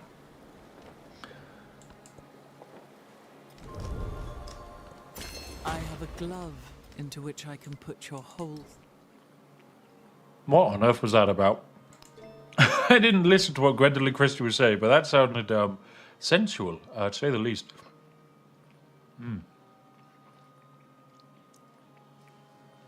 All right, let's grab... New World Riches is okay. Let me take a look. So we could get our mastery soon, which is okay. It's not the best wonder in the game. This one's pretty decent for the extra movement on land units that are embarked. But I think, what do we want to work our way towards? Colonialism and imperialism give us extra trade income and potentially a relic. But the House of Wisdom gives us free relics for free, which actually is really good because the relics stack with our unique modifiers. Like, can I build you? Yes, I can, but I can't get the giga amount of money I was promised. Only 11 gold. Oh, it's such a shame I don't get my unique district. It would have been so good. So good. Let me buy a conquistador. What do you do? We'll find out next turn. And I can start placing these lovely specialists for +2 gold and +2 science, +2 culture. Or +4 science and +35, well, 3.5 culture. We'll do that. That seems good. You're ready to settle a city. We will have that. This is our first city, Madrid. Very nice, very swanky. Give it a little fishing quay. Give it a little saw pit. Looking nice. Pretty fancy. Let's grab that gold. Mr. Missionary, you can start running off in this direction. Mr. Boat, please don't die before you reach the new continent. Same goes for you, Mr. Boat. New city-state! Befriend. Yes. Oh, there's another new city-state over here as well. Good stuff. And tea! Yes. Yes. Oh, it's such a good news when you discover tea. And a new scientific city-state. Let's befriend you as well. This is very good news. 2 city-states that we can be friends with. Huge. Absolutely huge. And I'm pretty sure we can do an experiment, but they are going to be giving us great works pretty soon. Oh, and I should be doing my more money-making cheese, right? Open your borders, improve trade relations. Open your borders, thank you for rejecting them. Military infiltration. I spent all my money, so I can't do any more. Ah. Right, choose production. Oh, you can now have... Oh, you can only have this building. You can't have this one because it has to be built on the coast. And I don't think you can reach the coast, can you? Unless... If I build this here... No, still can't reach the coast. Oh well, that's fine. Actually, can I just purchase this? Just buy that. It can now be built on the coast. Yes, okay, fantastic. So we can have our unique district over here. This is huge. So our unique district is a pretty basic building. It's +2 gold in this settlement for every settlement in distant lands. So currently, that's only going to be +2 gold. But the more we colonize, the better. The better it shall become. And in fact, let us add some more science to the city. Why not? Oh, move capital to the coast? I can't. And I mean, next age, I should have really changed my capital city to this city and then moved my capital to the coast. But of course, yeah, that's not what I did. Not what I did at all. Right, so there's probably no more city-states up there. So I'm going to rest this boat. This boat down here died, which is kind of my fault. This scout is going to die. Also kind of my fault. This boat, however, it's got glorious plans. Glorious, glorious plans. We're going to get it over to the New World. It's going to be fantastic. These conquistadors as well. Doing some lovely stuff. You need an army next to where you're ever landing. I guess I could build a general of some kind, but that seems kind of wasteful. Right, let us expand you as a city. And could designate... Oh, you could actually be a good city. You could have the district. Let me convert you to a city. Perfect. And then you're going to get this district. We're just going to only have cities and make a huge amount of money off of that. Right, then over here we can grab some wine. We've unlocked the ability to play the French Empire because, well, that now means we've improved free units of wine. And of course, the French people love wine. That's what it's all about. Oh, dear. Who said? Someone said, okay, Cosmo, notice my old super chat, senpai. Cosmo, let me go back and read it. Apologies that I missed it. Cosmo, did you send a super chat? Cosmo, I do not see a super chat. Am I blind? It's not in my list. If you did say something, Cosmo, put it in the chat. Venom Gaming, though, thank you for your donation of £10 to say, can you look back at your super chats? Cosmo is having a meltdown that you missed it. Thanks. Oh, well, thanks for super chatting to talk about Cosmo's super chat that I genuinely cannot see. Like, I have a list of every super chat that's happened. Cosmo, did you send it at the start of the stream? Because I don't see it in the start. Okay, right, let me go all the way up to the start. There it is. I found it. I was going to say you were wrong and you didn't send it, but no, you did. Thank you, Cosmo. Apologies for believing that you were up to shenanigans. But yes, you donated 50 CZK to say, I've been super sick this past week. Your voice walked me through the valley of death. Thank you for your long streams. Thank you very much. There we go. I found it. I'm so good at my job. Oh, dear. All right, let's also build this district on this island. This is where we make our money, okay? Big money-making potential. Oh, geez, the AI is attacking my territory here. Lol, that's pretty funny. When are you going to be peaceful? Oh, next turn you're going to stop attacking me. Cool. Don't need to worry about that then. And you need to heal up before I send you anywhere else. This missionary is actually doing great stuff because it can just walk into enemy territory and the enemies don't attack it. So I think the missionary is actually probably the best scout in the game. Respond to diplomatic action. Thank you. A $3 super chat. Yeah, I know. Someone donated £10 to make me look at a $3 super chat. If more people can... So, actually, here's what I've worked out. If Venom Gaming donates every time I'm misreading out someone else's donation, I can just never read out donations. People will just keep giving money. Nothing can possibly go wrong with this decision. Right, let's discover the new world. Tea! Tea. How much is a settler to buy? A settler is 235 gold. So let me quickly go over to you. Improve... Actually, open borders, please, Augustus. Thank you. You rejected it! That's 200 gold! Thank you! Spain, improve trade relations. Thank you for your acceptance. Whoa, all that money. Thank you so much. I can use that. I can use that money for good now. So we're going to go to Madrid, buy ourselves a settler. Thanks, Augustus, for handing me the game. I'm glad you guys like my infinite money exploit from donations.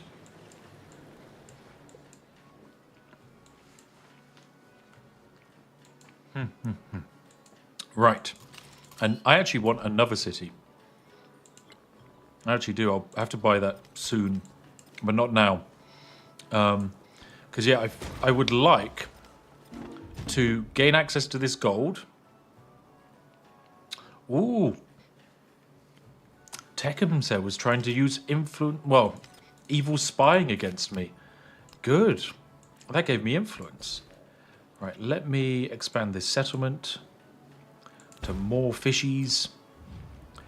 Extra combat strength? I don't really want that. Neo, thank you for gifting a membership. That's very nice of you. Look, my infinite money glitch is working. People are donating money to me. Right, and you... We discovered another civilization. It's Pachacuti. I do like that I can spend extra influence to reveal their capital. And it just doesn't. It just never reveals their capital. Because the game is bugged. Oh, dear. Right, let's send my settler out to the new lands. Meanwhile, in my capital. 3 relic slots is not very useful. I can just have my capital queue up more conquistadors. If that's the only thing my capital does, that kind of seems fine. Just produce great people. And then I need to send my expeditionary force out here to go find new people to harass and convert into good little noble city-states. Right, there we go. Geez, the missionary can scout so much better than a boat. And that really shouldn't be the case. But my boat has 4 movement. The missionary has 11. Oh, and it can pick up this shipwreck. It's so good. That's so much better. Now let's have another celebration. Why not? Oh, Drowning Our Sin is in chat saying it's their first Spiff stream. Welcome. Welcome, welcome, welcome. The social... Right. Let me grow more in my capital city. I'll just probably put in a bunch of great people. Because having specialists in my cities is just going to give me free stuff. Ooh, Augustus is denouncing me. He's readying for war. This is it. He's readying for war. Nice. So I got my unique infantry, which is pretty good. But I think I'm going to want another merchant first, though, because I want this gold resource. What do I get here? +4 combat strength for all units in distant lands. That's kind of useless. +10% production towards building wonders. +2 culture on displayed great works. Yeah, sure, we'll do that. If I take a look at the amount of great works we have a couple. Not the most. Let's get an observatory built here. And a inn built over there. Society 2, so I can have the House of Wisdom. And then conquistadors are gonna start conquistadoring. Now begins the great search for new city-states. This is gonna be big. We found the new world. We found the infinite money dispenser. In fact, I'll keep going this way with my missionary to try and hit the other side of the coast. What do you do? Activate on a fleet commander, receives +2 movement and sight. Okay, well, I guess I can have a fleet commander be a scout instead. Sounds pretty useful to me.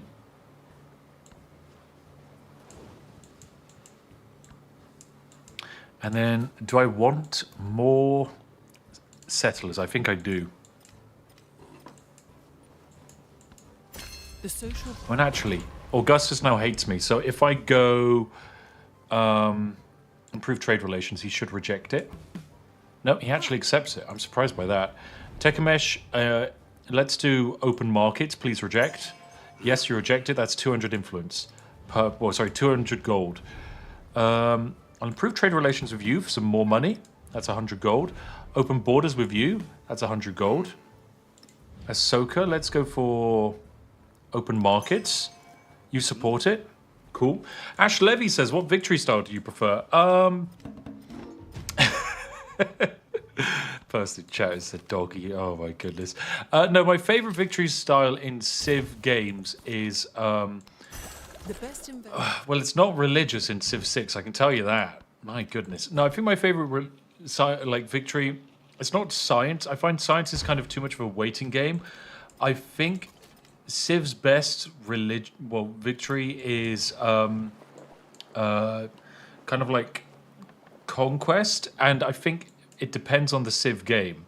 So for me, I think it's got to be Civ. God, I think it's like Civ 2, where you could have an agent that could just buy enemy cities. So you could win a domination victory by, well, you couldn't get the enemy capitals, but you could nearly win an entire domination victory by just stealing stuff. And I very much like that. It kind of resonates with my Britishness. Ooh, right. What do I want to grab? New World Riches, Armada. Yeah, let's just do that. Technology. Let's grab machinery. Town specialization. You just keep doing you. You're doing a great job, Madrid, pumping out all these units. Let me boost up my fleet commander, giving him more movement and sight, and now he can be a scout. Meanwhile, you only have... It says you have 5 movement, but every time you move a single tile, you run out of movement. I think conquistadors suck. Like, they're great in the ocean, but otherwise they appear to be quite bad. All right, Mr. Cog over here has found this city-state and has kind of run out of oomph. But I'm going to send him north and he's going to try and find some more. Let's do some trade routes. Let's go for this city here. And then actually let's get some more trade routes going. But also, Ash Levy, thank you very much for a $100 donation. That is actually ridiculous. Genuinely, thank you very much. That is a insanely wonderful quantity of money, and I promise to try and put it to some good use, aka give my corgi more sweets. But you know, that's good use, okay? Besides, you give me the money already, you can't take it back. No takes it backsies. What was this? Become a suzerain of an independent power. Hello? Yeah, I mean, we're doing that anyway. Might as well. Might as well. Right. Okay, so we're going to get one more... I'm going to get one more settlement built over here, and it needs to be built in this location, because I need it to be able to pick up this silver, and also be able to build a district that gains... is my money-making district. Spiff's too lovely. I mean, Would a lovely person take hard-earned money that people give them and just feed it to a corgi? I don't know. Maybe they would, actually. Maybe they would. In fact, they probably would. It's an enjoyable activity, I can tell you that much. Let me build a big science boy there. You're kind of sad. You want a temple. Let me give you a temple, friend. What about you? House of Wisdom. Ah, yes, for plus bajillion relic nonsense. Let's get you built. Let's get my other trade route sent over to Isabella's other city. Lovely jubbly. Meanwhile, a new great person. Activate on a commander with 3 empty slots. Receive 2 infantry and 1 cavalry. Is every conquistador just an army printer? What is the point? I mean, other than to, like, make an army out of thin air. But other than that, what is the point? Okay. Well, in the very least, I'm finding new spices.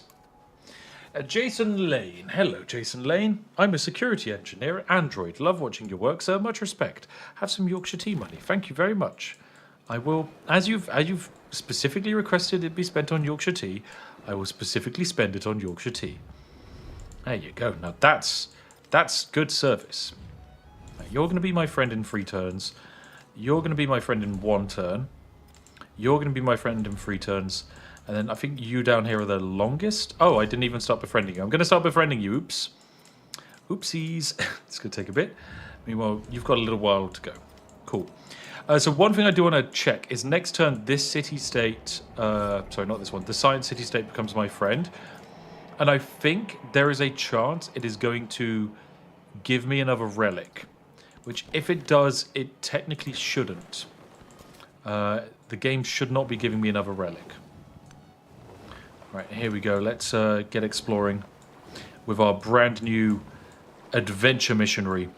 There's a city-state around here. There's 2 city-states around here. We found 2 different, clearly identified city-states. Yeah, thank you very much for the Yorkshire tea money. That's very kind of you. Right, Madrid. What can I do for you? A merchant, a cog. How about nothing?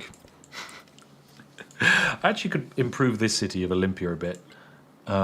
If I had some more money, I'd invest it into there. Right, Mr. Merchant, let's get you sunk in.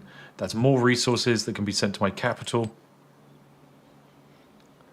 Yes, looking very good.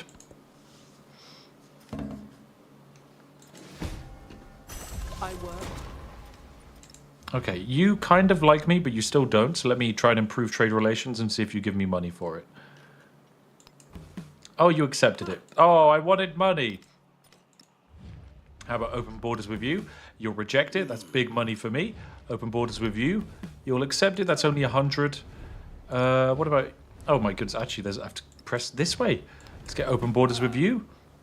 Local festivals? Actually, no. I want to save my influence to potentially steal city-states. Okay, so this is one of the tests I want to now also do, which is... so we picked up a new city-state. I'm going to grab plus 5% science for every city-state we're a suzerain of. What? Wait, hang on, what's this? Receive a population in your capital when you become a suzerain of a city-state, including this one. That's kind of silly. But no, we're going to gain plus 5% science, which in our case is plus 15% science. And I want to see if I've been given a great work. Okay, I haven't. Okay, so you only get 1 great work from picking up that plus 1 relic. That's fine. That's okay. Not the best. Not the worst. Rome is most definitely going to try and fight me. Ah, dear, oh dear. Let me send my army commander up. Where is he? He's over here. All right, you assemble an army. Did you accidentally pick up the settler? Yes, you did. Silly. Right, get over here. Get settling. Mr. Army, head up north. Not that I really think the AI is going to be able to do much, but yeah, we're just going to send up our infantry. I want to get my plus 1 diplomatic attribute point. What can I spend that on? Plus 1 happiness for each settlement's resource. Why not? That's happiness for all. Education for plus 1 relic. Yep. The more relics we have, the better.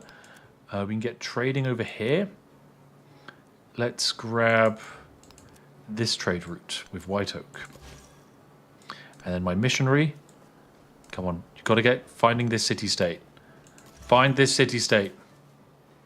Mr. Lopez, find me more land. Oh, this is a dead end. Quick, run back. Meanwhile, we can start settling our new city over here. Send our fleet commander off in presumably this direction.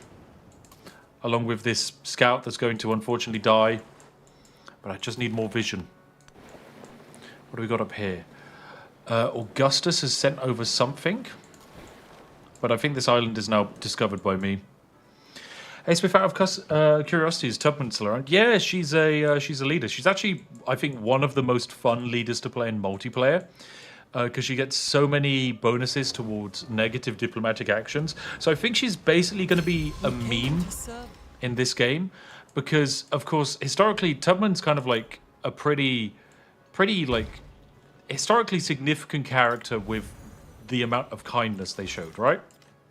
However, in this game, they are going to be the most toxic, like, spy character in the universe. And I love it. It's going to be really funny. Because, yeah, if you like playing multiplayer and someone's playing Harriet Tubman, GG. Like, they are going to just be stealing all of your technologies. It's very fun. Very, very, very fun. Well, let's place this new settler down. Bam, Toledo is born. Let's place down a temple. Have 4 temples, nice. And then let us also buy ourselves a missionary. So we can start converting these lands. +1 expansionist attribute point, nice. Let me get that spent. +1 population in towns when a new town start with an additional population. This is actually all really good. Yeah, I think I'll go down this side of the tree. Normally I go down the other side. Venom Gaming donates £10 to say off to have chippy for dinner. Enjoy the rest of the stream. Chew more into the mic too to trigger chat, even though it's good ASMR. I'm sorry, I ate a curly whirly, chat. Deal with it. Tea. We're going to be having that. And we're going to be expanding our borders. More tea. Ooh, a goodie hut. Food and gold or culture? Let's grab some culture. Actually, I don't really know why I'm bothering to grab culture. I have so much culture.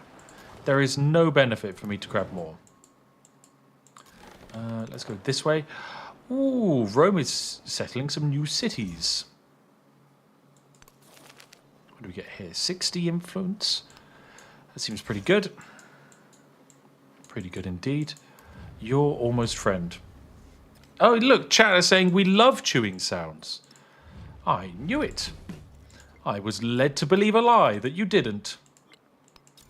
Makes perfect sense now. All right, let's slam down a bunch of food. And then I think, can I buy another? I can buy another missionary like next turn. Oh, war. Rome war. The die is cast. Oh. Thank you, Rome. Okay, so Rome is now trying to murder us. And here's the thing, like, we're okay. We're not the best at fighting. One of the advantages we have is that our city-states will be reinforcing us. However, our main advantage is we can just buy new stuff. Okay, so our new guy here, 140 gold, we can just buy him. And that's what we're going to do. We're just going to buy military units because we can, and there's no downside. This lovely city-state here, we can just levy a unit from it. We could steal its army commander. You know what? I'm going to leave you be. You're doing great. You don't need me to steal you. But most importantly, we can have +1 combat strength for infantry and naval units. You're a city-state. Well, you're a suzerain of. So that is good for us, and it's perfectly timed because now our units are +5 combat strength. Very good indeed. I'm just going to have you hang around over there. Ooh, what do we want from you? Let's go for receive +1 population in your capital when you become a suzerain of a city-state. Why not? That'll be funny because we're going to pick up a bunch more. So let's just get an extra population, slam you down over here. My capital's just going to start blowing up because of it. Steal the Armada. I can't build any wonders over here. Instead, let us start building some superior districts like the grist mill Oh, 1 second. Oh, I've been offered a cup of tea. I would love a cup of tea. My lovely wife has come in to rescue me with a cup of tea. Ooh, activating distant lands, create a town. Let's send you off to capture this sugar. Good stuff. Meanwhile, you're off scouting around. Actually, you could probably take this city. Because there's no units defending it. That could be pretty funny. That could actually be really quite funny. Right, here we go. Let's get off exploring more and more. Okay, more interesting land borders. Let's go this way, followed by this way. Okay, my missionary is here. Let us send it towards this city, and then we can get it converted, and I will buy myself another missionary. Meanwhile, over here, next turn, we're going to see the fight. So they're going to start walking on up, punching our units, taking big damage, and then we're just going to be walking our units around, maximizing suffering for them. So walk a unit there, buy a new one, job done. Where's my army commander? Is he like... Okay, slowly, he's coming up. He's coming up. Let's assemble a bit more of an army and then keep wandering up the road. Oh. Mango the Saviour. She is indeed. Ooh, free science. Thank you. Let me get heraldry for the tier 2 version of my unit. Let's also expand this settlement even more. And expand this settlement towards the T. And then my fleet commander can now teleport up the coast to find even more tea. Wow. It's incredible. Truly amazing. Alright, this new missionary, you've got to run off over here. This one, you've got to find the center. It's Genet. You've got to also find a new city, because I think there's one running around here. And Miguel, go find out where this city is. Good stuff. Mr. Scout? I don't know, Scout or something. Mr. Cog? Let's have you pillage. I think coastally raid. There we go. We're just burning stuff. Lovely. And then I can literally just have my army sit on the front line and just heal up, because the enemy's not going to be able to do anything to me. Too powerful. Oh, look at my settlement limit. It's a bit unfortunate. Oh, dear. Oh, I can actually send my boat up this navigable river. That could be quite fun. All right, do I want another missionary? I do. I do indeed. Is that Winchester? Yeah, it is, but it's been, of course, settled by the Normans, so not quite called that. Right, who can I be friends with? Lafayette, you do want to be my friend, so I will send various requests to you that you will like. Matthew Cook says, "Evening Spiff, hope you're enjoying the game. All quibbles with the UI, etc. aside." Yeah, I am. I really am. I think if you're diving into it tomorrow, you might struggle for like the first couple of hours, because it is a different game. It just is very different to previous Civ games. I sent the But once you get used to it and you start like enjoying the new mechanics and not playing Civ 6, if that's the Civ you're used to, then it really kind of like steps up in a really fun way. And I'm very, very chuffed with it, actually. All right, let me upgrade you so you have more power. There you go, up to 42. Ashley donates £5 to say, "Hi, I'm just letting you know there's a nice fish and chip shop in Southwick Square in East Sussex. I recommend it. Have this money to buy some tea." Thank you for recommending a chip shop in a completely different county to me. That's really, really nice of you. Probably I now kind of feel a bit hungry. Can't do anything about it, though. I'm busy streaming. Busy streaming. All right. You can be upgraded. Let me just get... In fact, you know, we can just upgrade all of our units, make them extra strong. Good stuff. Ooh, trade route. Bam, trade route done. Assign more gubbins to our capital. Make the capital super big. Send missionary out on missionary quest. Here we go. Okay, this is where the fun begins. Every time we convert a settlement over here now, we get a great work. So I'm literally just going to go bam. and great work spawns in. Great work is +2 culture and +2 happiness. However, it's actually more because it also increases our science efficiency, which is why our science is so high relative to everyone else. Like, Augustus is attacking us with less than a quarter of our culture per turn and basically a quarter of our science per turn. The AI is screwed. I am God. Tanikaman 109 donates $5, says, send a cup of tea to Ursa Ryan as he's apparently lost his voice trying to break this game. Indeed, yeah, Ursa sent me a nice message. We were originally going to do a multiplayer game today, but we can't because poor Ursa, unfortunately, is poorly. So no multiplayer game. But yeah, I hope he gets well soon, and especially I hope he gets well in time for our lovely sponsored event. The special stream we're doing this weekend, because yeah, it would not be the same without him. Right, let me send this way. Ooh, it's a natural wonder. That's quite a good one. Quite a good one indeed. Right, more missionaries. Actually, let's get a scout as well. Let's send you up the coast.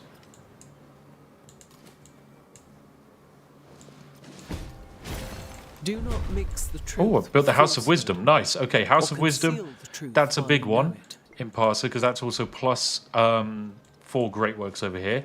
Very nice. Ooh, +3 relic slots, +1 settlement limit, +4 happiness within this city and cities within 7 tiles.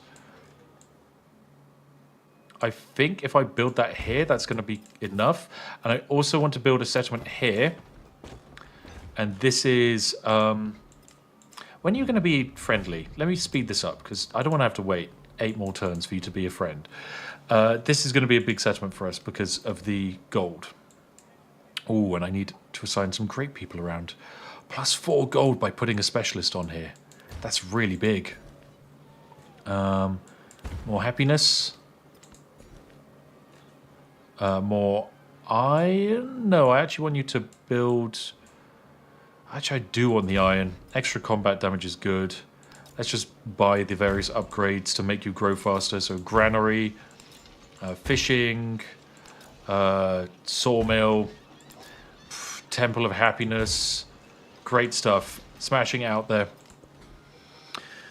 And then this settlement, let's build a grist mill over the library. Sure. Meek says, there's a great fish and chip shop in my hometown, Nashville, TN, USA. Okay. Nashville, Tennessee. If you ever go sailing and the wind takes you over there and throws you a few hundred miles inland, I'm sure if ever I'm teleported to America and I'm in need of fish and chips, I'll be sure to hit up Nashville. That's a famously great fish and chips in Nashville. Some of the finest. Right, now I can add the camels to my trade network. Bam! Capital city, more goods. More goods in the capital. Can I build... No, I don't want to build the Serpent Mound. Can I build a university? Yes, I can. Let's build it over the library. And I have another conquistador. What do you do? Christopher Columbus. Activate in a distant land on any water tile reveals the map for the interior of distant lands. Holy moly! This is technically distant lands. This area here. If we look at continent, it's a... Yeah, this continent is the same as this continent here. Oh my god, so that just reveals the map for us. Nice, I want that, please. All right, let's get these missionaries off on their merry adventure. Mr. Conquistador, do your conquistadoring. Mr. Scout, do your scouting. Crazy stuff. Crazy, crazy stuff. Right, Mr. Missionary, maybe I'll send you down this way, actually. And this missionary, you're going off this way. Whoa. Captain Scarlet, I demand you have a kebab from my local kebab shop. Is this what we've come to? Is this really what we've come to? Have a kebab from my local kebab shop. You'll love it. It'll be great. Oh dear. Poor America. Well, not even America. Poor Rome and the Normans. What are they going to do? I'm going to be able to steal this settlement. It's not even mine. Well, actually, to be fair, that's how most settlement stealing goes. But, you know, like, it's just a single boat. All right, okay. There should be some kind of settlement over here for me to make friends with. You're growing into like a small town. +1 cavalry unit? I'm just going to make you be a farm, Sparta. You're perfectly fine as a farm. Get a granary. Get a temple. Actually, no. Yeah, get a temple for happiness, and then you can become a farming town. Or actually, a trade route town. That makes more sense. Gives more happiness, and it helps us with our trade. Meanwhile, in our capital... Okay, I can't quite buy a merchant, but soon. And then you're still growing as a settlement, but I want you to grow towards the silver.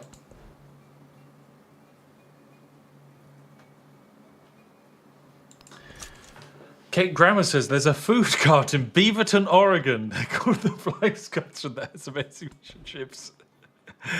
Well, look, if anyone here is here for food reviews and food advice, I've got some good news. You've come to the right place. You've come to the right stream. As little did we know that this would be the destination you want to be at to know about where to get your chippy tea.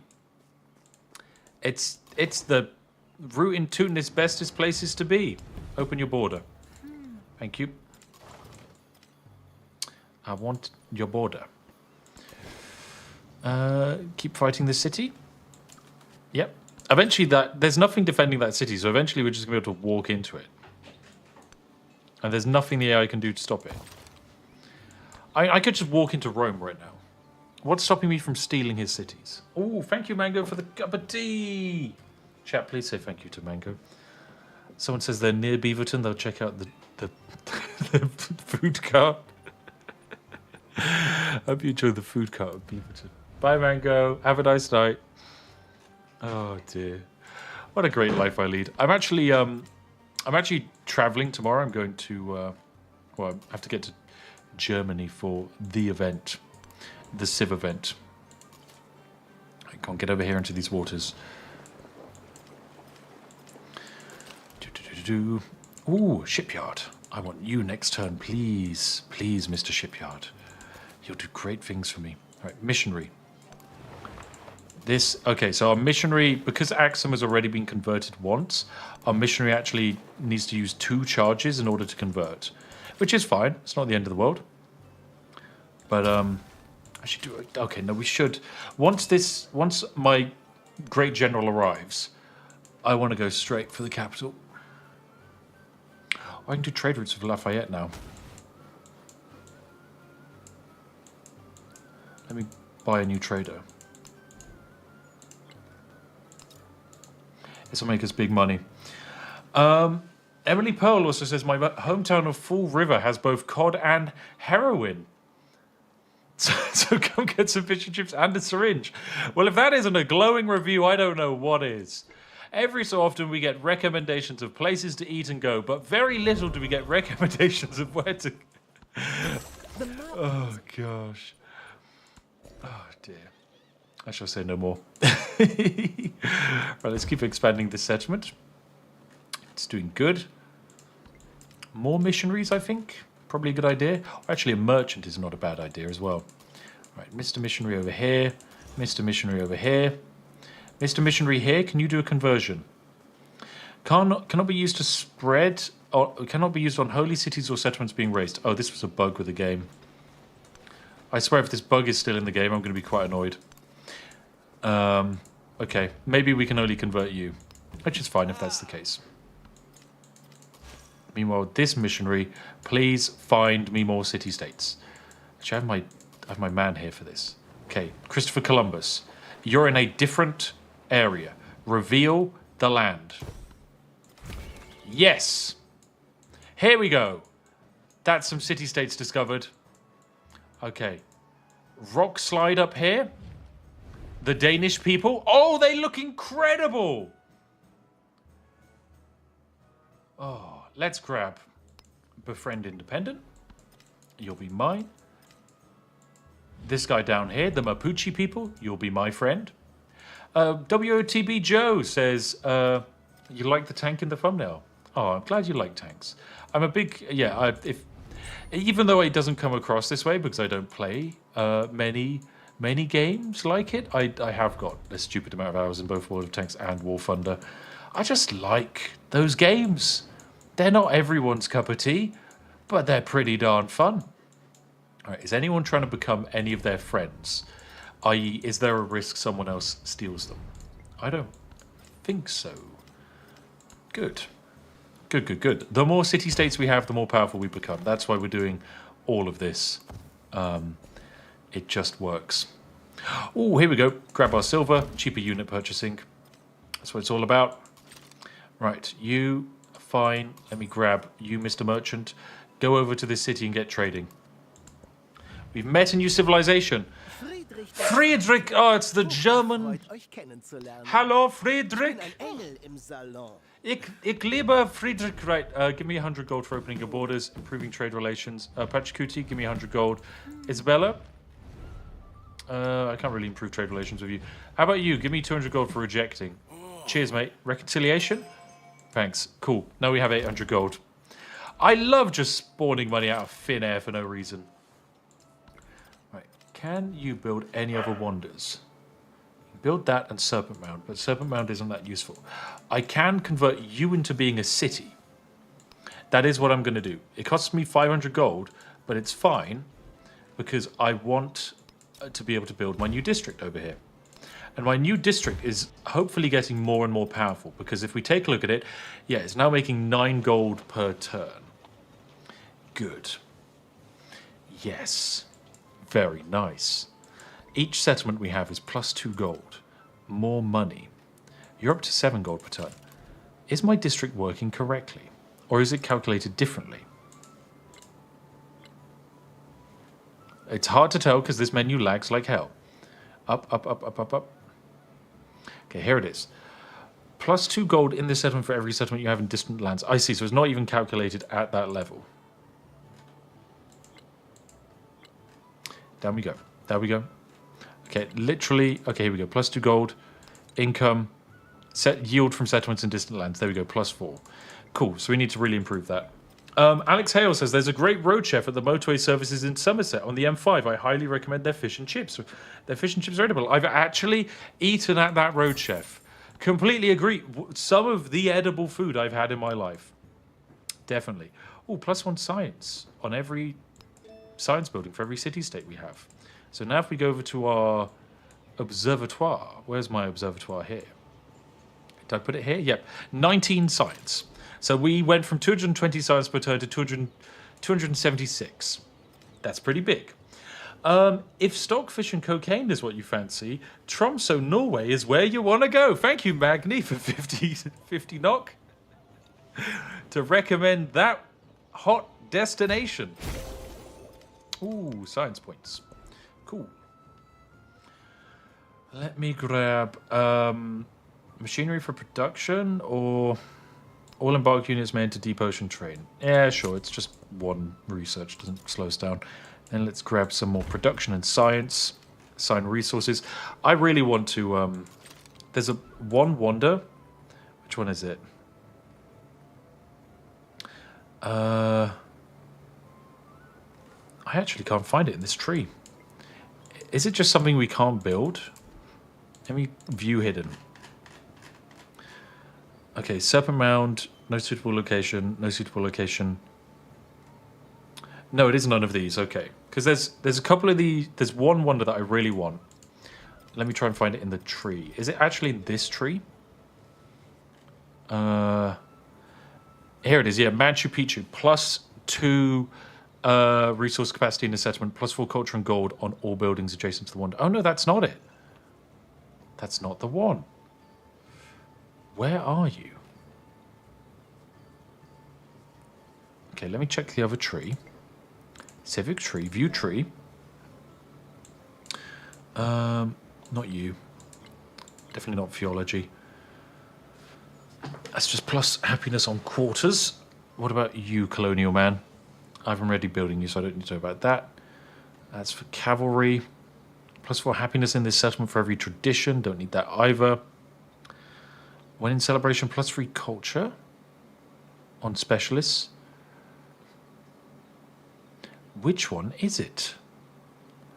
Oh, it's this one here, Tomb of Osaka. Tomb of Askia.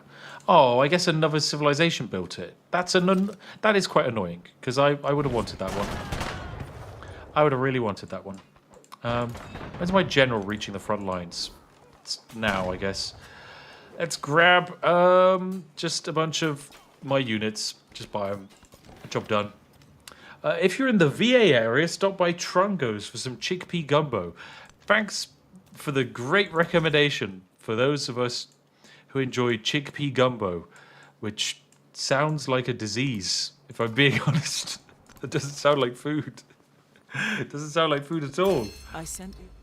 There we go. There's the Armada. Colonialism. Why not? All right, Mr. Scout. Off you go in this direction. Mr. Missionary. I think there's another city-state located hidden in here. And Hernando Cortez. Also, go scout this way. Ah, dear, oh dear. How many grey rugs do I have? I've got quite a few. Not as many as I'd like, though. Is nothing other than the cup of sheep. We built our little happiness wander over here. That's pretty good. What else do I want to purchase? A wharf. Probably useful. Guild hall can be constructed at some point. Bazaar as well. Observatory. University. Get them all built. We can speed up that process with a stone cutter. Big speed. And we can even grow this settlement. Nice. Let's grab, I guess, this production and food. Oh, we've unlocked Prussia for the next stage. Isabella wants to be our friend. Oh, Milani restaurant has some pretty good fish and chips where I live. Also, the marijuana is on point. Oh, you didn't give us the location. Yeah, how are we meant to know where to go if you don't give us the location? I worked my... Yeah, free tech. Feudalism. Bonus High Top says the real OGs know Charlie's Fish and Chips on 5677 W Pico Boulevard, number 7, Los Angeles, CA 90019. Delicious food worth every penny. There you go. If you're looking for delicious food worth every penny, it sounds like that's the place to be. It's probably better than the other places that you can be as well. Right, let me get plus 20% gold. And then plus 2 gold for each resource. Yeah, why not? That'll be good. Oh, geez, that's a lot of money. 800 gold per turn. That's a bit of an upgrade. That's a big upgrade. Let's get a sawmill down. Oh my goodness. And then I guess just have you build some merchants, please.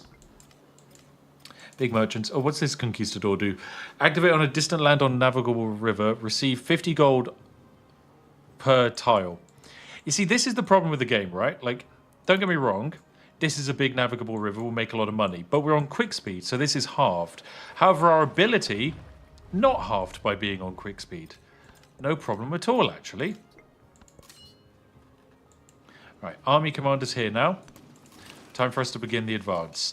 70 damage on my lovely unit here. Now you shall die. It's nothing personal, of course. Okay, I can now settle a new settlement here. So that is +1 distant land settlements in our territory. And it has sugar and chocolate. Oh, speaking of which, I need to settle more cities, don't I? Let's get you over there as well for trading. I really need to buy more settlers because I want... The more cities I have over here, the more money I'm making. Okay, that's what it's all about. Also, there's a new city-state over here I can make friends with. I can see the borders. And Winchester is going to be ours next turn. Yes. All this silly good stuff. Sick at home after chemotherapy, but Spiff makes me smile. Thanks for your Yorkshire multi biscuit brew with milk and 1 sugar for me. Wow, BVBPL. Congratulations. I hope you're doing good and are having a swift recovery and enjoying that lovely biscuity brew. Because my goodness, Yorkshire tea biscuit brew, there's nothing else like it. You can't explain it to another mortal human being. They just wouldn't understand. They would never be able to understand. Oh, we can try and convert this city. Nice. Production and happiness? Yeah, no, food. Yeah, it's crazy. I hope you're doing better. Oh, a significant blizzard. Colonialism. Okay. That's fine. I'll just repair my stuff. A bit bristly over here. But yeah, I hope you're doing better, BVBPL. Everyone wish them a splendid evening. Right, let me grow my settlement some more. More specialists or more food? More food. Why not? That'll be funny. And then you, more sugar for more merchant fleets. Okay, now what do we want? Colonialism 2, Electric Boogaloo. Oh, and Caliem has donated to help provide some context to their previous donation, where they recommended the wonderful fish and chips and marijuana, and it is on apparently Hawaii, and I definitely nailed the pronunciation of that location. I'll be taking no further questions at this time. Right, let me just smash my troops on into the enemy. In we go, up we wander. Do I want to get anything better over here? No, we'll be fine. Doing great. I need a settler for 245 gold. Not bad. Meanwhile, you make your way up here. Come on, let's do some big old fighting. Oh, my first treasure fleet's ready. Great. Along with my cog is just able to chill out here. Have a nice time. Mr. Missionary down here. Get missionizing. Okay. Big missionizing. There's a city-state around here somewhere. I know it. Because you're part of this city-state. You're part of Constantinople. And I can't see Constantinople, so it must be in here or in here. And I reckon it's in here. All right, this missionary, I need you to get converting again. But, yeah, you need to be able to recover from your movement. Right, let's get you moved over here. Good stuff. Mr. Scout, get over here. Find new stuff. And then there is a city-state here, and we will be finding them. Meanwhile, let's steal the city of Winchester. Ooh, military progress. Nice. Good stuff. Raise or keep city. We have to keep it. Marcin donates £5 saying, I recommend the restaurant The Drunken Huntsman if you ever find yourself in Whiterun. They serve delicious grilled leeks there. No, shut up about the grilled leeks. I hate the grilled leeks. I hate them so much. They're the worst. They are the worst. Ah, there we go. Right, let's slam some food into our capital. Big old bonuses. Make it big. Make it the biggest city ever. And then... Actually, Mr. Missionary, I should be sending you into these cities, shouldn't I? Just teleport your way over here somewhere. I don't know. Good gubbins. Lovely. Oh, that's a good cup of tea. Oh. What is this trade deal? Okay, so Augustus wants to end our war, and in turn they'd want Neapolis back, but they would build Winchester. Well, no, I'm going to reject that. I mean, I can just keep taking your cities. I don't need to stop taking your cities. There's nothing you can do to stop me. Anyway, let's keep expanding. Keep expanding over here too as well, I guess. What do I want? I want to probably steal these tiles.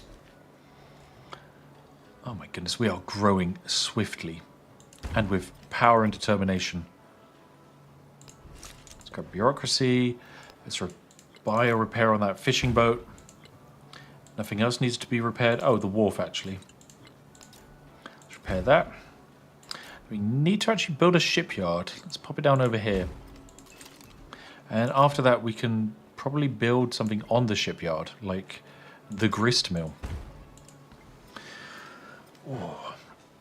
AJ says, "Love how upbeat your videos and streams are, even though they're critical of the game. As a US viewer, this kind of stress-free content I need now." Yeah, I mean, at the end of the day, I think I just have a different expectation from video games. I love video games and I love the effort that goes into making them, but I know that I'm easy to please. I just love playing video games, and that's never going to change, no matter really what happens. It's just part of what makes me happy. And so, lo and behold, if people rightly have problems with games, that's fine. But I guess I'm just a bit easygoing. All right, let me try and kill this army commander. Nice, that's one army commander dead. Let me kill this army commander. Good stuff. Let me move up with my commander. Kill that guy. Let's have you... we'll have you move up forwards anyway, and we'll just buy a defensive unit for the back line. There we go. Just waltz on into the enemy. Meanwhile, what can you do over here with this settlement? No, it's just in unrest. That's fine. Be no problem. Oh, and yes, discover the city-state. No, it was taken. Oh... That could have been my city-state. Ooh, missionary can convert. Or it could scout. I think I want to convert. Yeah, this missionary, go find the city-state.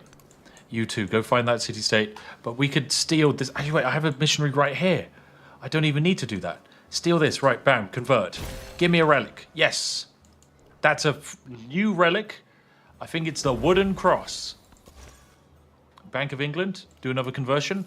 That's another relic and some money. Bam, new relic added. Somewhere in our empire. Treasure fleet, let's disperse you. Money. Let's have you rest up. But yeah, no, I enjoy playing video games. What can I say? It's good. I have the best job in the world. Let me make friends with you. I actually probably want to do more trade with you. Because in doing so, that will improve our friendship and I might be able to ally you.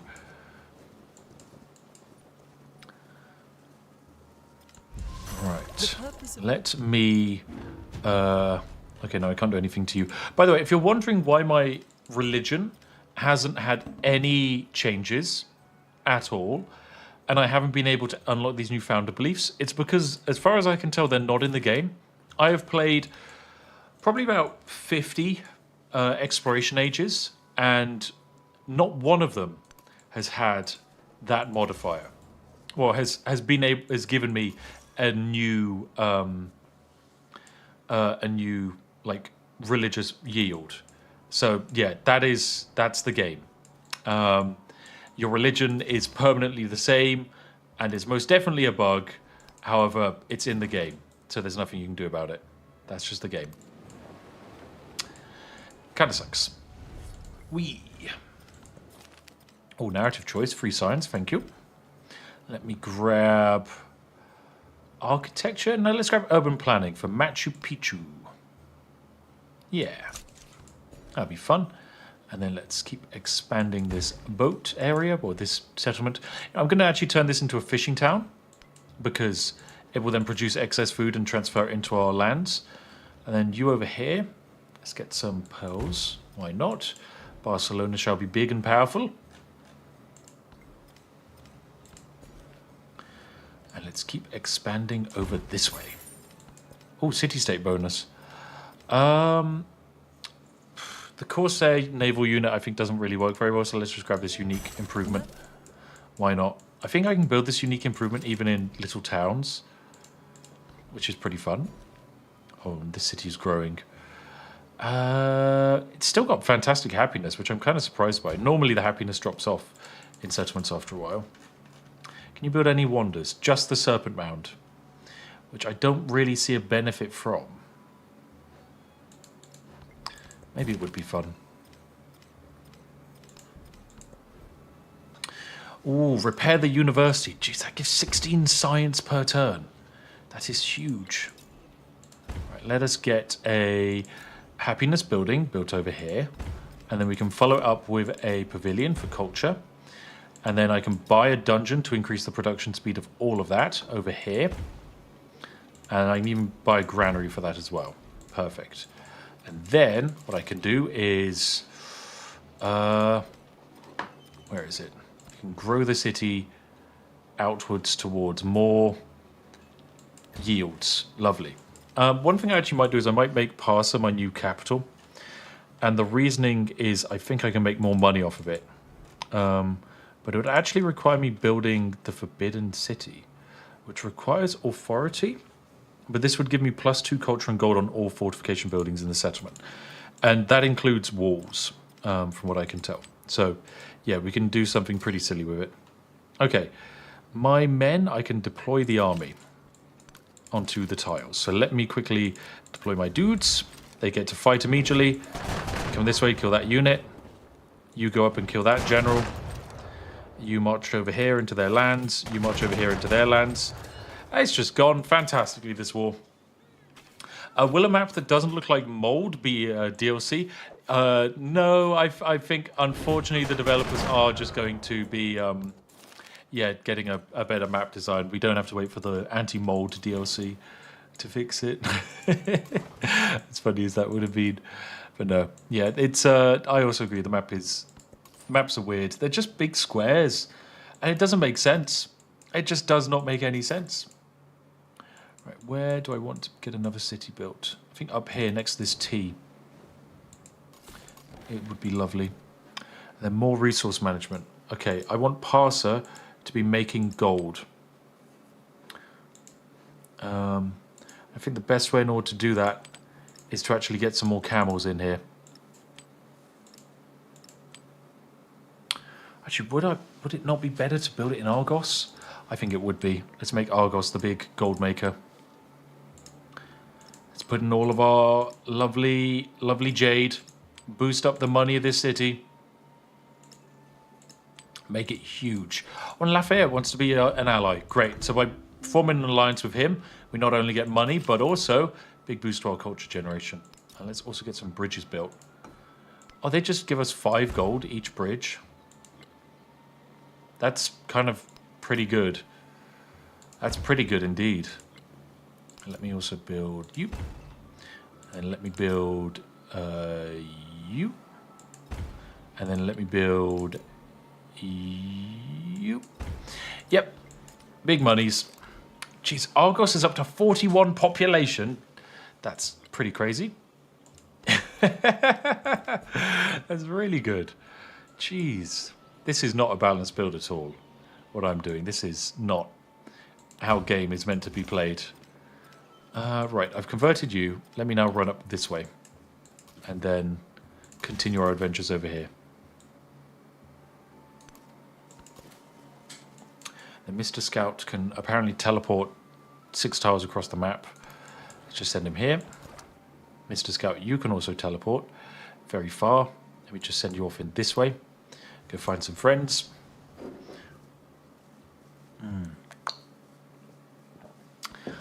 SMO in the chat says, I'm still confused as to why the UK is a DLC civ. I was confused too, until I then realised money. And then it suddenly made sense. And unfortunately, yeah, that is why the UK is a DLC civ, and it's rather than being a civ that's just in the base game that anyone can have. Instead, it's a DLC. Does it make sense? Not really. Is it the case anyway? Yep. Am I happy with it? No, I am not. I am not. Right, let's keep expanding you. Good stuff. Diplomatic service or authority? Actually, we get extra imperialism. Right, our bank is growing. Almost 1,000 gold per turn. This is pretty good. There is actually... Oh, well, yeah, we're going to stomp our way into the city of Rome. I don't even think this is going to take us that long to get into the city. In fact, we can take it this turn. Is that genuinely it? Oh, no, okay, right. It wasn't. Fine. Let's kill this general. Let's kill this unit. Good stuff. Good stuff indeed. Right. What else can we do in terms of trade routes? Because I think we need more merchants across our lands, providing more bountiful trade opportunities. Probably another merchant over here as well.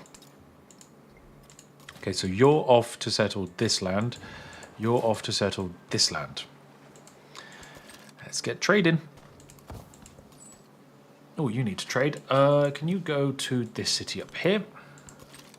You need to wait. You need to scout. Get over here, my dude. And I need you to find a city, actually, to convert.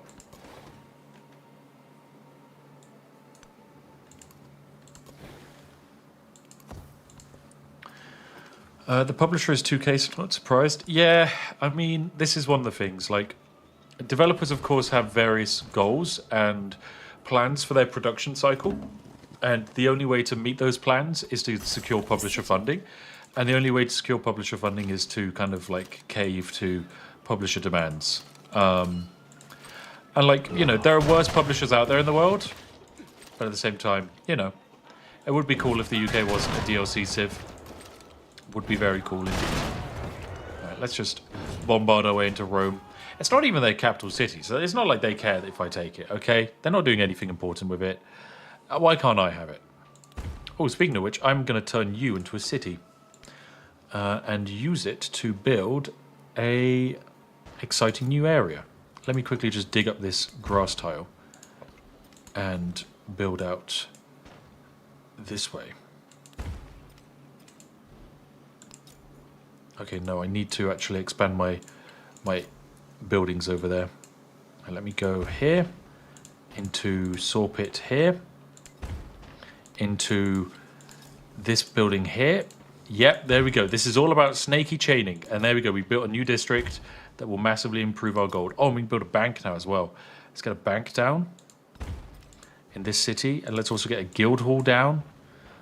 Fantastic. Let's get a hospital down. Let's get a observatory down. All of these yields are fantastic. All of our cities are going to make big money. And the more settlements we have, the better. Right, let's find... You hate me. Can I have open borders? You reject them. Perfect. How about open markets? You accept. Oh. But it's nice to know that a lot of people are starting to really hate me, because that's more opportunities for me. Oh, you can keep growing. And more money for you. Spotted Diplo action. Hello there, Spiff. Are you winning? Thank you, some dude on YouTube. Yes, I am indeed winning. If we look at our statistics, we make 651 gold per turn, 46 influence per turn, 400 science per turn, 430 culture per turn. The AI does not. You could combine all of the AIs in the game, they would still not be as good as me. And that is where we are currently at with the game. Make of that as you would. Actually, I should just... My capital, he can just do conquistadors over and over again. And this is the city I think I put all my jade into. Argos. Yes, it is. Right. So Argos needs another camel, needs another bit of jade, and needs basically any money. Any money-making thing needs to be built in Argos. So let's build them a bank over here for 9 gold. And then we'll also start building some medieval walls around here for a sneaky reason that I'll explain later. Oh, more yields. More yields. Yeah, let's get more yields. And Commander needs an upgrade. Increase movement.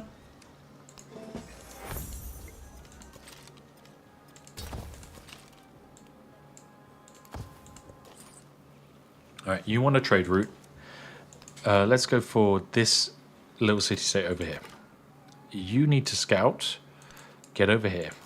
You need to scout, because there is a city-state somewhere. Somewhere around here. Oh, grab some influence. Nice. It's got to be somewhere around here. accidentally walked on top of that. Let me just do a little scout. Where on earth are all these city-states hiding? They're so well hidden. Let me walk over towards another city. Right, are you convertible? Yes, you are. Let me convert your capital city in order to gain relics.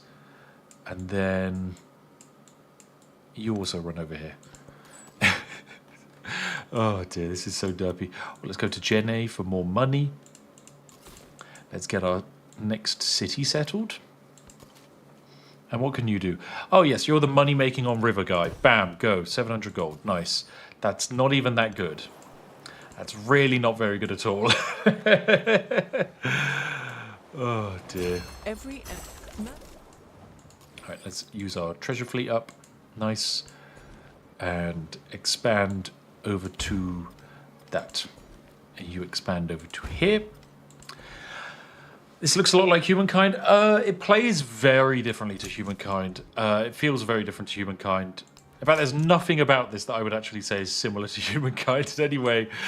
Don't worry, I don't think it's like the worst prediction, like, well, worst first visual guess, but yeah, this plays exceedingly different to Humankind, in my opinion.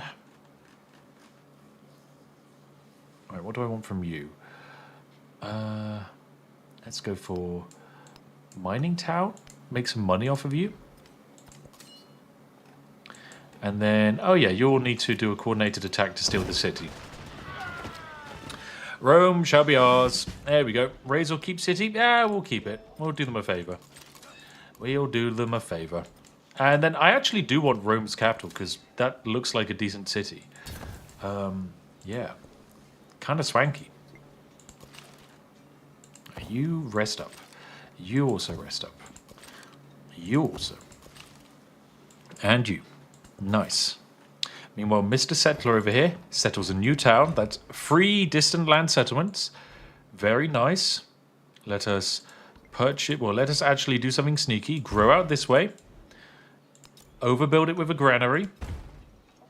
Then use that to expand onto the spices. Making sure we get the next spices and the AI doesn't. That's what it's all about. Sneaky, maximizing strategies.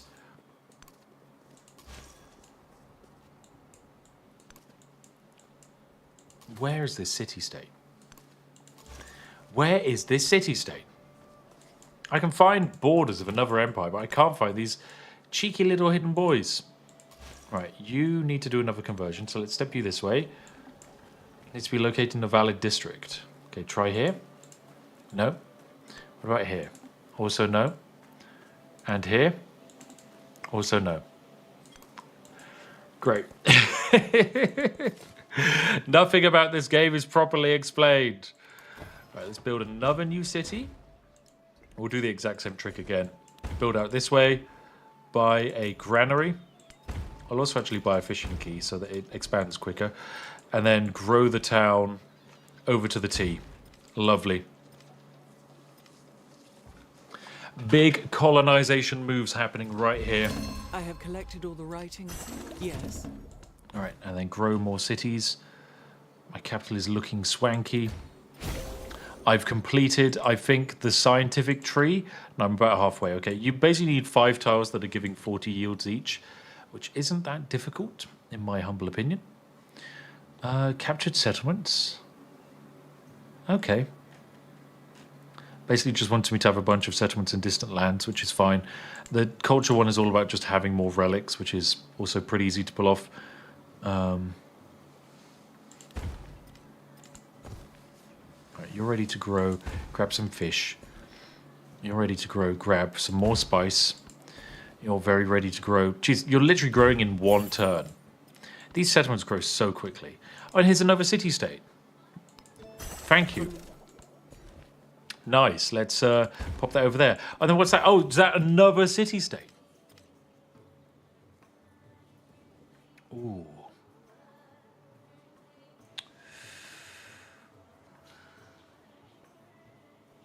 Plus, okay. Gold buildings receive +1 gold for every city-state we're suzerain of. Let's do this. Let's do this. From the new land of And then if I go over to my big gold making city, we're now up to making 178 gold in here. Yes, this is what I want. And now I want the Forbidden City. The Forbidden City is a wonder that's kind of okay, but it gives you +2 culture and gold on fortifications. And that includes just building walls around your own lands, which, you know, we can do anyway. That's pretty easy. That's already 40 yield. What other like tiles close to 40 yields? You're pretty close. Let me boost you up. Agriculture, nice. Let's grab Imperialism 2. Cultural Boogaloo. Oh, I build this monastery. Oh, and fish. Let's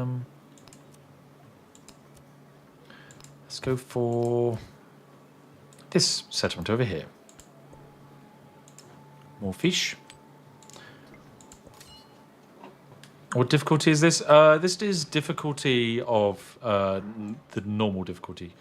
Generally speaking, when I play games, I'll play them on the default difficulty because that's how most people are playing them.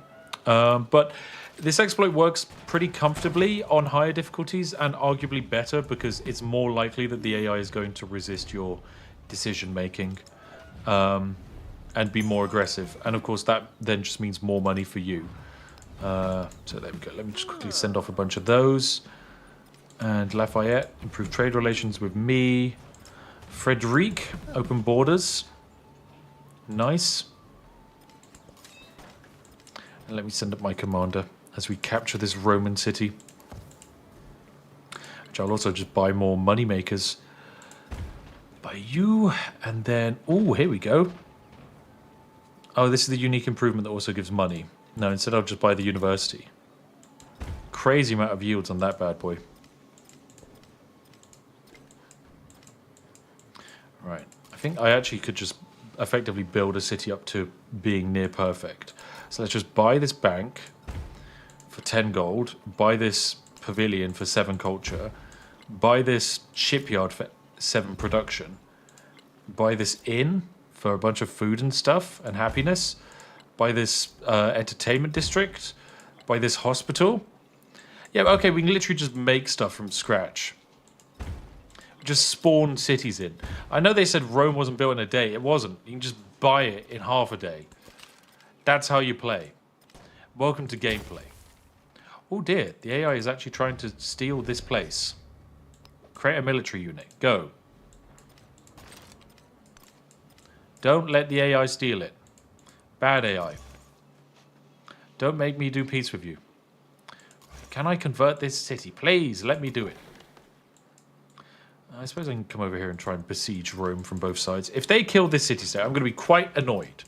Because I'm stealing that city-state. That's my city-state to bully. I think I've reached the end of the science tree as well. Oh dear. Oh dear, oh dear. Yeah, that's the end of the legacy tree, I think. We've completed culture. Entirely. So, now what do we have? Diplomatic service? Sure. What does our government even look like? Jeez, we could do a lot more. We could do so much more. Let's get more trade routes going. And resource assignment. Oh, plus 15% gold. Go for it. 200 gold now in that city. Big monies. The thing is, gold, unfortunately, isn't actually doing as much for me as I would like, purely because I haven't taken a weird advantage. There's like a fun, like a really broken perk. Oh, have we also finished the science tree? Yes, we have. Economic tree we're never going to finish because unfortunately the trees don't scale to the game speed, which means treasure fleets are produced at the same amount on online speed as they are in normal speed, and the requirements to finishing this are the same as they are in online normal, which means we can never, ever achieve an economic legacy unless I literally blinded myself and just kept failing the game over and over again, which isn't going to happen because, you know, I'm fortunately good at what I do. Oh, +4 gold for specialists on that tile. This tile is giving 50 gold. Good lord. That's crazy. Ooh, sugar. And tea. There's so many great wonders on this settlement. Love it. Let's grab gunpowder. Sure. Why not? Let's buy a bank as well. Love a good bank. Why not? Any wonders that we can build that others can't? Plus happiness on quarters. Just culture. Yeah, sure. Let's just build this wonder. Why not? No one else is going to. This settlement here. Oh, it's got coastal. Oh, we should make this a city. We should make this one a city. Bam. It's a city now. Now we just need to do some cheesy stuff. Build that there. And then buy this here. And then buy this here. Bam. That's a bunch more money being made per turn because this tile now makes money based off of the amount of foreign cities we have. Oh, we've got a crisis. Here we go. +1 gold maintenance for military units. Sure, why not? Okay, so we've progressed so far in the game now. The crisis is now inbound. And of course, the crisis is going to do nothing to us because I am too good. Instead, it's just going to hamstring the poor AI. That isn't going to be able to do much about it. Let me grow this settlement out a bit more. Like so. Good stuff. And you should build yourself a university. You should build yourself a wharf. Yeah, there we go. This is just humankind and old world combined. It's really not. Yeah. It's like I understand comparisons once again. It's, you know, you got the changing of your civs as the ages go on, but it's really not. It's such a different game. It's nothing, absolutely nothing like humankind. Oh, there it is. It's Constantinople. Oh, you're trying to befriend it. Not on my watch. I'm going to be best friends with it in 6 turns. Screw you, AI. My friend, not yours. Oh, what do you do? Activate on a lands an independent power becomes a city-state with you. Oh. Activate on a distant lands on tiles owned by an independent city-state. The city-state becomes a suzerain of yours. Does that work on a city-state already owned by someone else? If so, that could get very silly. I hope it does, but I don't know. All right. When are you also becoming my friend? You're not. Let's speed that up. And then conversions. Let's send out the missionaries this way.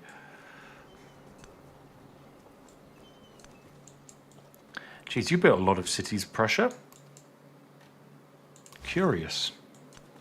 Oh, can I convert this settlement? Yes, I can. That's another great work. Nice. Got a lot of those bad boys. And then, yeah, things are looking good for us. Very good for us, actually. I kind of want to buy some of these city-states. I can incorporate them. It takes 5 turns, and it just basically gives me a new settlement. And I think there's an argument that we should do that. What's the legacy path progress right now? Culture done. Economic can't be done in this age. It's just military. So for us to do military, we just need settlements in foreign lands. So I guess the best way for us to do that is to gain these city-states. Let's also do some trade here. Oh, this is... Okay, right. Big money. Big money. I don't understand why they thought cumulative gold generation would be good. What on earth were they thinking? Argos, you're phenomenal. This is why mums shop at Argos. It's the place to be. Can I build my district in other lands if I turn them into cities? I actually don't know. I guess we'll find out.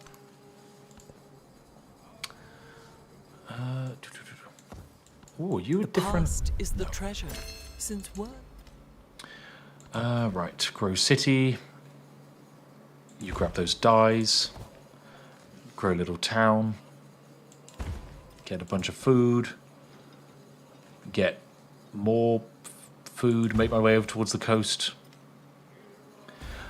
Oh my god, is that the city's health bar? Yeah, check out the city's health bar. This is literally like I can make this graphic in Godot. Yeah, this is the like strength of the walls and defenses of a city. Yeah. I mean, I'd say it's placeholder, but I don't know.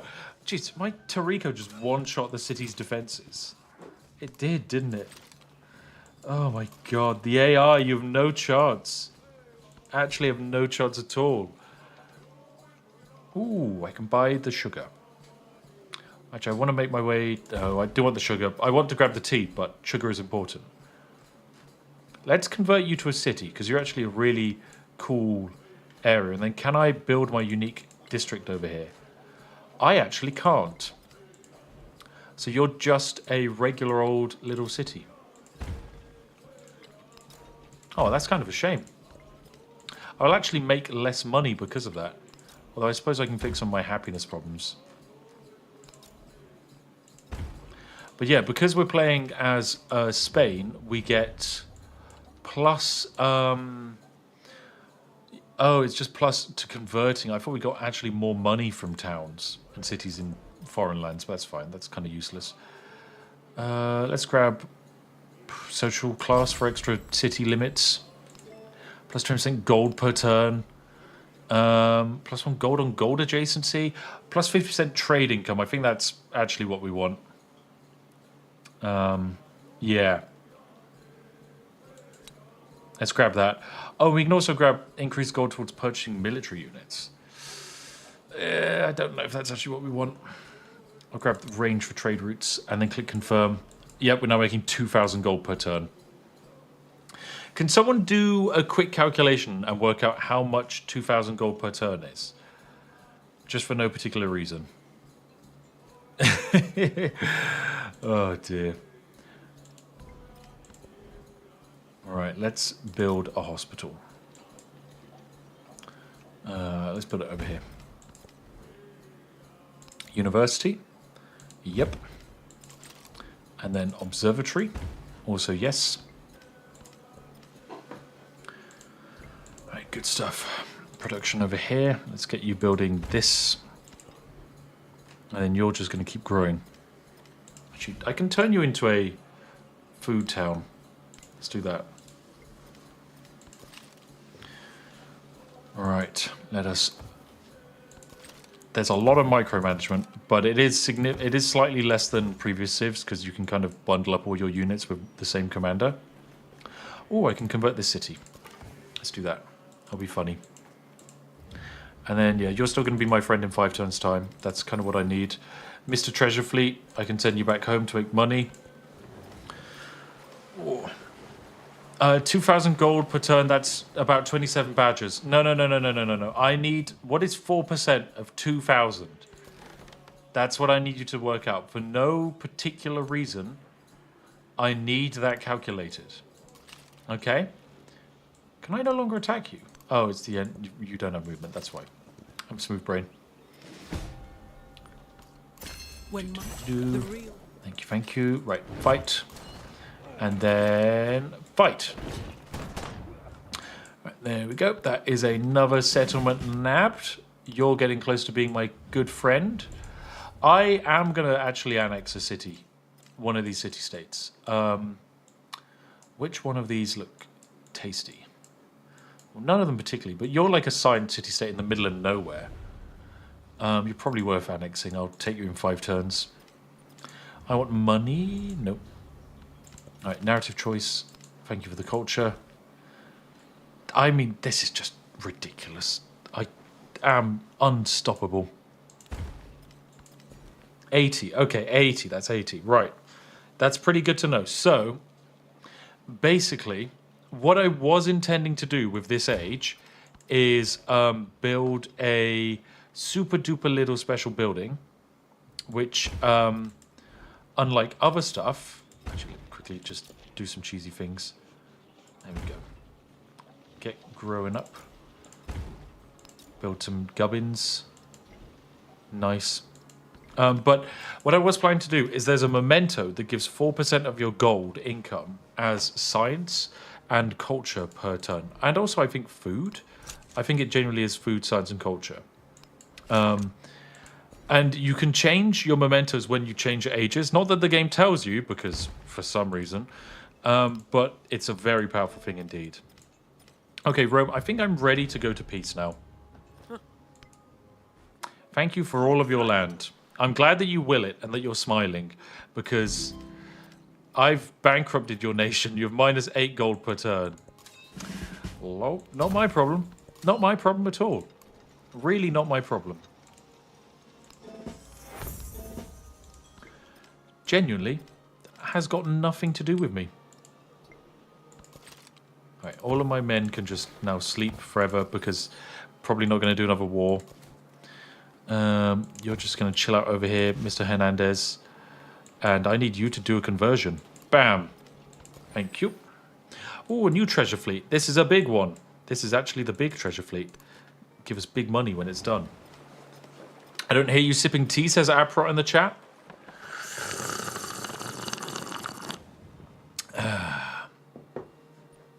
Yes. Ooh, little goodie hut. Oh, new trade route. Of emptiness. Bourbadeur. Let's keep expanding you. Oh, here we go. We've reached future tech. Right, okay. The game is now ending. I need to be careful. I want to hit the end of the military tree. Actually, do I? Is it really that good? Plus 10 production for settlements in distant lands for the first time any player reaches this milestone. 5 age progress points are added for all players. So I'm, of course, going to be the first one because I'm first in everything. But if I get one more settlement in the distant lands, I will gain that very nice bonus. Which I kind of do want to do. That'd be pretty good. Jeez, I'm getting so much happiness per turn as well. It's kind of ridiculous. Endlessly having celebrations. Our peoples. Right, okay, this is the thing I was going to mess about with in Argos, which is our big money-making settlement. So it makes 247 gold per turn, but by building the hidden city, forbidden city, whatever, our medieval walls give us money. So I'm going to pay money to place down medieval walls. And then I should be able to pay money to place down more medieval walls? I might need to cancel that. Okay, no, it will only allow me to buy 1 medieval walls per turn. Fine. More medieval walls. I'm going to have one everywhere, okay? The game can't stop me. Every tile, medieval walls. What about you? Do you want... You can have some kind of happiness thing, I guess. Doesn't matter. Conquistadors, I'm training them. What do you do? Put on a natural wonder in foreign lands and get 200 gold. That's so useless. That's not even good anymore. Like, I'm so late in the age for that to make a meaningful difference. Are you in a different continent? No, you're in the same continent. There's not really much point in me putting a, running out there to try and nab at you. Right. What can I put on you? Dungeon, followed by armorer, followed by happiness, followed by pavilion. Nice. Would you like to hear an unintended feature in World of Warcraft I figured out recently? Yes, I would, chat. That sounds quite fun. I'm always a fan of unintended gameplay features. They make me highly happy. Right. You almost are my friend. You are like 2 turns away now. Can I make you any faster? 6 turns away. There we go. This is what it's all about. Spend 1 turn of diplomacy for a bunch of food and culture. Sure. Okay, shift end turn. I just have to force end my turns, otherwise the game will force me to do research. Oh, an ally is at war. I see that pop up. And I need to choose a city-state bonus. Longbow. Why not? Oh, that's giving me future tech for free. Oh, damn it. Every time I pick a city-state, I get a new future tech. Oh, beans. Once again, the game is going to force my hand and end the age for me. Okay, I need like one more settlement in foreign lands. There's some jade over here. Am I annexing you? I don't have the money for that, but I've 7,000 gold now. My goodness. Right, let me just buy another settler. Buy you. This is good. Okay, we just get you plopped down very quickly. We finish the military tree, get a bunch of production points in foreign land settlements, which will massively make us presumably more money. I should have bought the tea tile. What was I doing? What was I doing? That was a foolish maneuver. I do like that when I build an observatory, it says it only produce 8 science, but of course I have 8 serene, so that's actually plus 16. Okay, allies at war. Isabella is being attacked by my dude down here. Of course he is. Why can't you chill? Why can't you chill? Why must you choose to be violent? So I get a wild card point.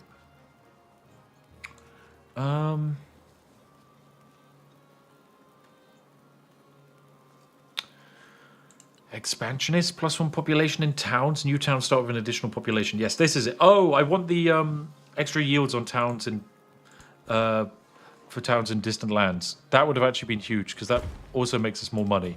But each of my towns now get the opportunity to grow and, of course, grab stuff that makes us more money, which is pretty nice. There we go. Keep expanding the borders. You need to keep going this way.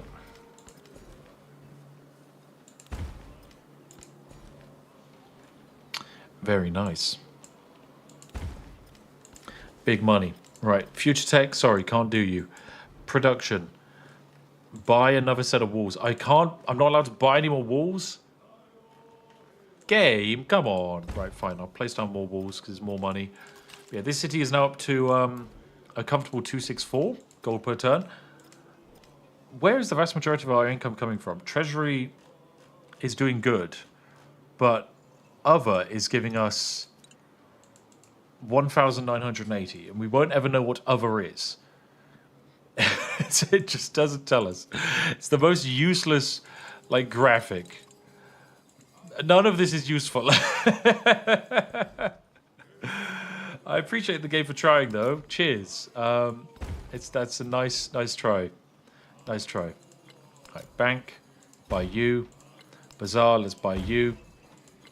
Guildhall, let's buy you. There you go, big monies.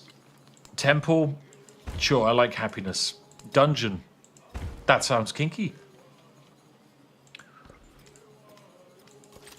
Right, any more relics? No. Right, cool. I should be able just to end my turn. Right, come on. End the turn.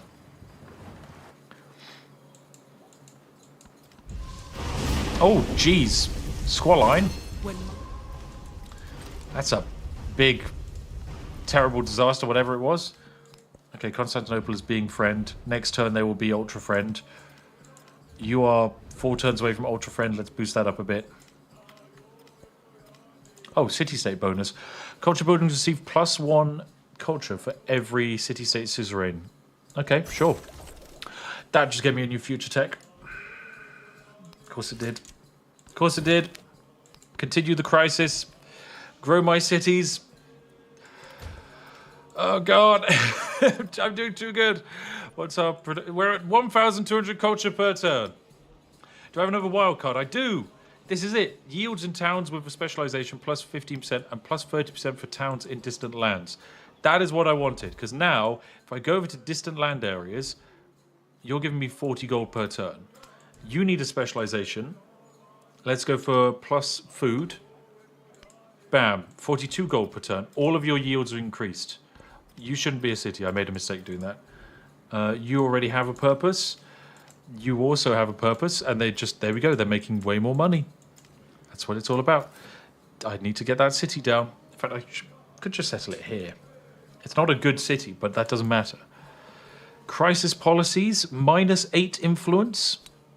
That's not even going to put a dent in me. Doesn't even matter. Town specialization. Money. Good stuff. I'm even at war, but it doesn't matter. It does not matter. I cannot be stopped. AI is screwed by me. Right, here we go. Narrative choice. Thank you. Grow a city. Production. I want the tea. I've improved resources of tea. That's unlocked Japan. I knew it. Tea was the solution. Oh, stone heads. That's giving me another future tech. Oh, so on the next time I get a city-state, that's another future tech. That's the end of the game. So I need to settle this city very quickly. Okay. Choose civic.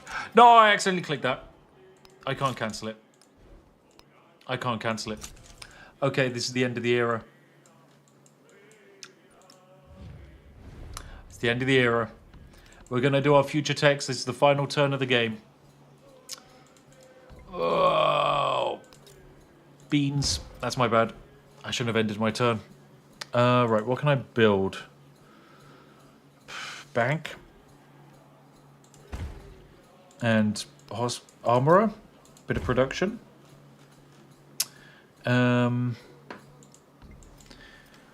Right, I guess there are some, like, unique buildings I can build, like the stone head for extra culture. Or the monastery for extra science. So why not? Go get some more culture in there. Medieval bridge gives 18 gold. What? Oh, because you count as a money building. Oh my god. Oh my... Who put that in the game? 328 gold. Let's move our resources around before the end of the game. Oh, sorry, no, I can't move my resources around because you can only move your resources around when you have access to new resources. AKA not me right now. Oh, dear. Oh, geez, I got a lot of population there. Right, hospital. Bam. Let me see if I can finish any of these city-states off first. So, if you can finish in one turn... There we go. You're going to end next turn. And then, is there any other city-state I haven't befriended? No, that's all of them. Cool. This great person was potentially going to allow me to rob that city-state, but it doesn't matter because all the city-states are going to disappear next turn anyway. All right, here we go. Bam. End of the age, guys. Buy cities. Well, there's no point because they're all just going to be turned back into towns in the next age. Exploration age comes to an end, so we get one... The Spanish saw their instruments... What? I don't get an extra turn? I was expecting one more turn. Oh, well. That's fine. So, we get a bunch of experience and stuff. Lafayette continues. We unlock some bonuses with him. Extra influence and combat strength. We get to transition to the next stage, and this is the final one. Here we go. Oh, well, we're at 3,600 likes. Thanks for pointing it out, chat. That's pretty big. Thank you very much for everyone who liked. That's very nice of you. Oh, I should have done Mughals. Oh, I should have unlocked Mughals. They're plus 75% gold from all sources. Oh, I should have unlocked Mughals. Oh, well. Oopsies. Right. All of these are quite silly. And we can do very silly things with them. I find Japan is pretty bad. French Empire is also pretty bad.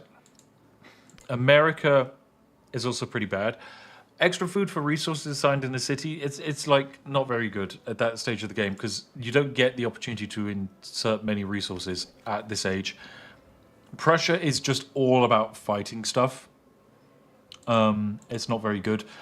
Russia, it's pretty solid because of the like science and culture. It's very strong science and culture civ, and the combination of science and culture basically makes this the strongest science civ in the game. Of course, the expectation is I'm expected to play France, but I'm not going to. Mexico does kind of like interest me, but I think we have to go Russia. just for the big science. And we're going to do something pretty silly.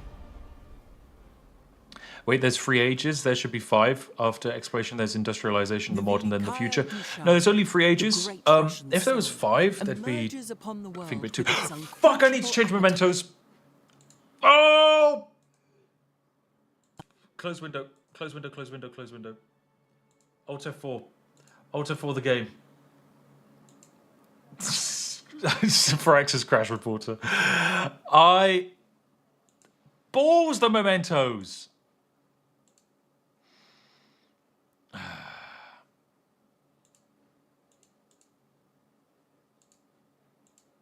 This goddamn game. This goddamn game. I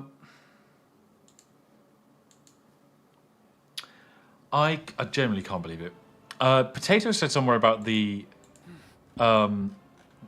save files being hidden somewhere.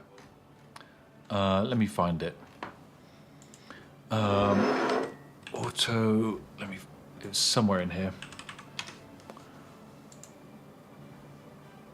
There's actually a backup folder. Okay, here we go. My games, previous, fantastic. Okay, I think I've got it.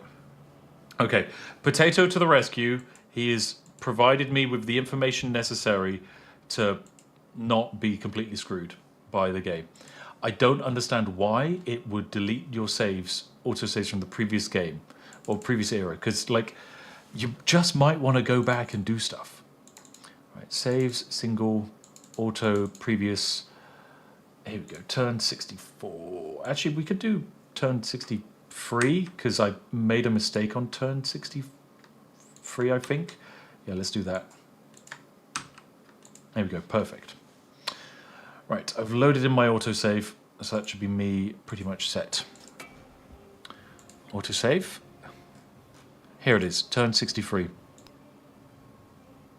Wait, no, that's antiquity. Exploration turn 45. Was that genuinely the final turn? Turn 40. Did I finish exploration in 45 turns? Well, I think you're meant to take 250 turns per age on online speed. Undaunted by the ocean's expanse, Oh well. will follow the song of gold to unknown lands and make them its own.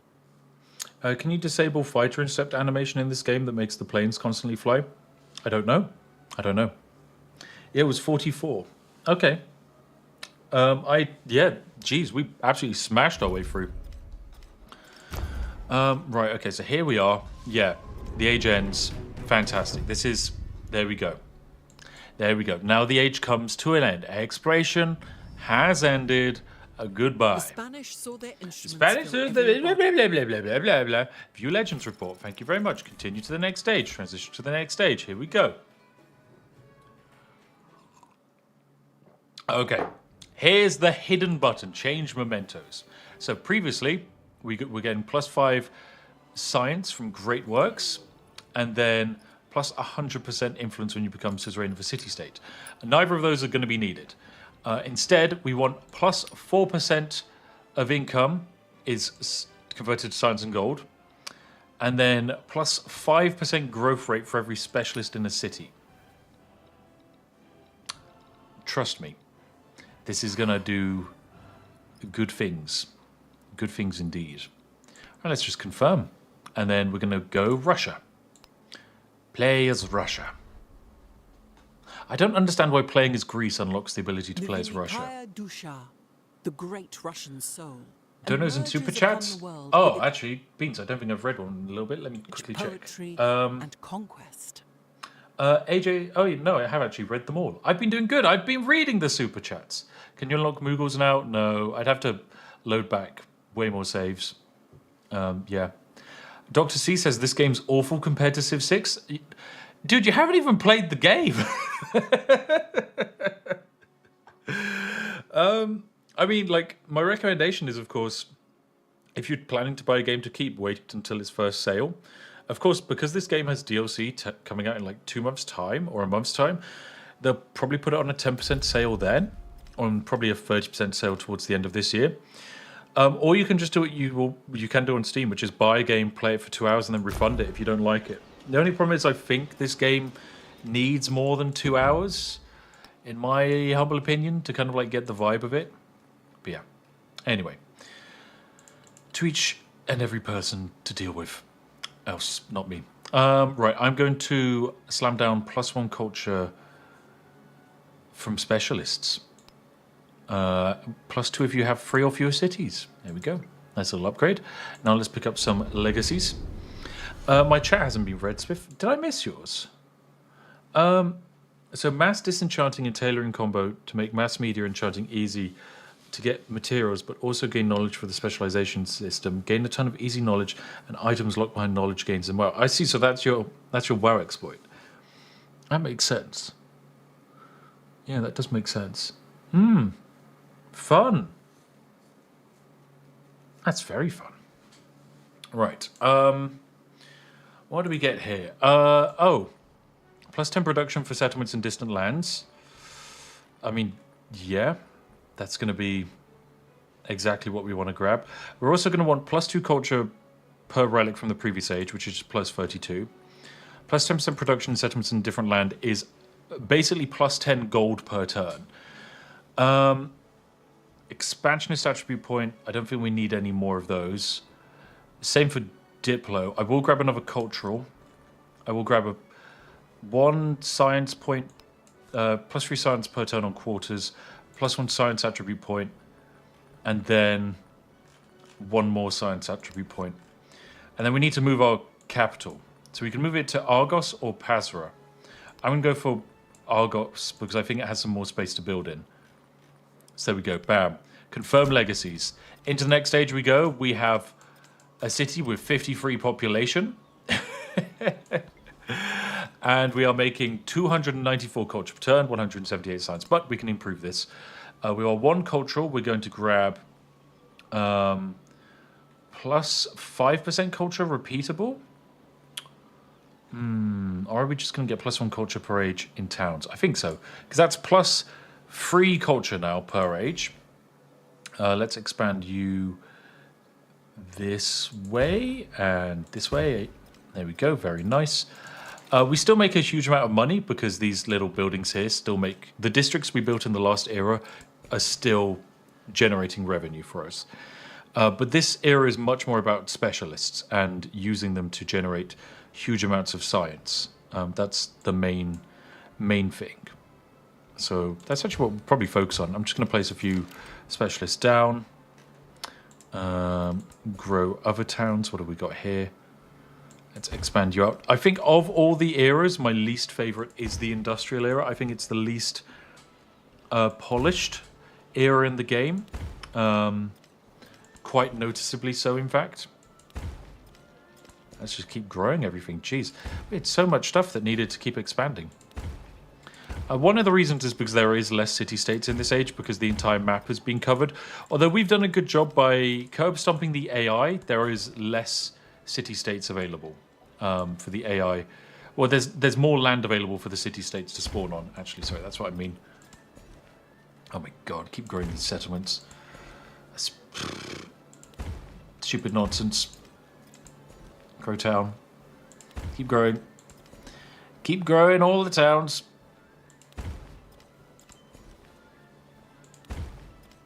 Fantastic. Yeah, I do need... There needs to be some kind of AI to allow you to just automatically place pop, because otherwise it takes way too long. It really doesn't matter if Civ 7 is better than Civ 6 if you're having fun with Civ 6. Yeah, that's kind of like my stance. It doesn't really matter, because if you are having fun with it, you are having fun with it. And that's what video games are about. It's about enjoying your experience and having a lovely time. And I'm sure many of you will. I'm sure many of you won't. Right. This is now why I dislike the game. Camels are gone. Introducing factory goods. To make a factory good, you need to build a railroad and a factory. And then you can put a factory good inside of your factory. It's not very fun, in my humble opinion. Let's just put some stuff in our capital. Plus spices. Yep. guess I can just put a bunch of stuff in here as well.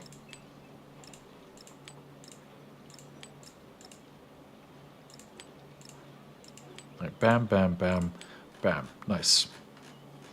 Cool. Let's plop in some other bonuses as well. Luckily, these bonuses in foreign cities are basically just ways to make money for us. There we go. Nice. Cool. Oh, and I need to pick a government. Okay, plus 20% gold per turn would be fun, but I think science and culture is king. And our gold is already getting converted into science, so we don't really need more of it. Let's get plus 3 happiness in all settlements. And, right, this is where we now go into extreme mode, I guess, in breaking the game. Firstly, we want academics because that will let us build Oxford University, which just gives you 2 free technologies. Why wouldn't you just rush that? Then, down the scientific tree, let's get plus 1 science in settlements for each resource assigned to them. And then plus 1 science per age in towns, plus 2 in distant lands. Bam. Thank you very much. So that should take our science up to, yep, nearly 300. The AI is going to not make it. Right, next up, we have Russia. Russia has some civics here that are pretty decent. Various ways of making money, production, science, and culture. The problem is we don't need any of those. They do have this nice mastery, which is plus 1% culture for every city. But we actually want to just rush our way towards political theory, as this unlocks ideologies. And ideologies are great. There's also explorers. We're going to need to get explorers. They're a thing. Anyway, let's just slam in all of our money-making stuff. Initiating endeavors, befriending, and, I don't know, production towards money stuff. All right, let's go. Let's grab a greengrocer and pop you down over here on top of this farm. And let's grow you by putting down the specialist. Lovely. Cool. And then I'm just going to have to make all of my army dudes just go to sleep because I don't need them. I don't need them at all. We are going to cheese this age and we're not even going to fight anyone, okay? I mean, by all means, the AI might try and fight us, but it's unlikely. Instead, I'm going to do open borders. You accepted? You're meant to hate me. What about you? Please reject. There we go. You rejected. You gave me, by having Tekum Se reject, we get 300 gold. What about you? Can I have 300 gold? You accepted. Okay, so by you accepting, I get 150. That's okay. It's not the best. I get some ships here. Don't need ships. Don't need you. Don't need you. What is this? Starvation in my city has caused people to panic and abandon the bank. Stop panicking, you idiots. Look, there's food now. Quit your whining. Wind your neck in.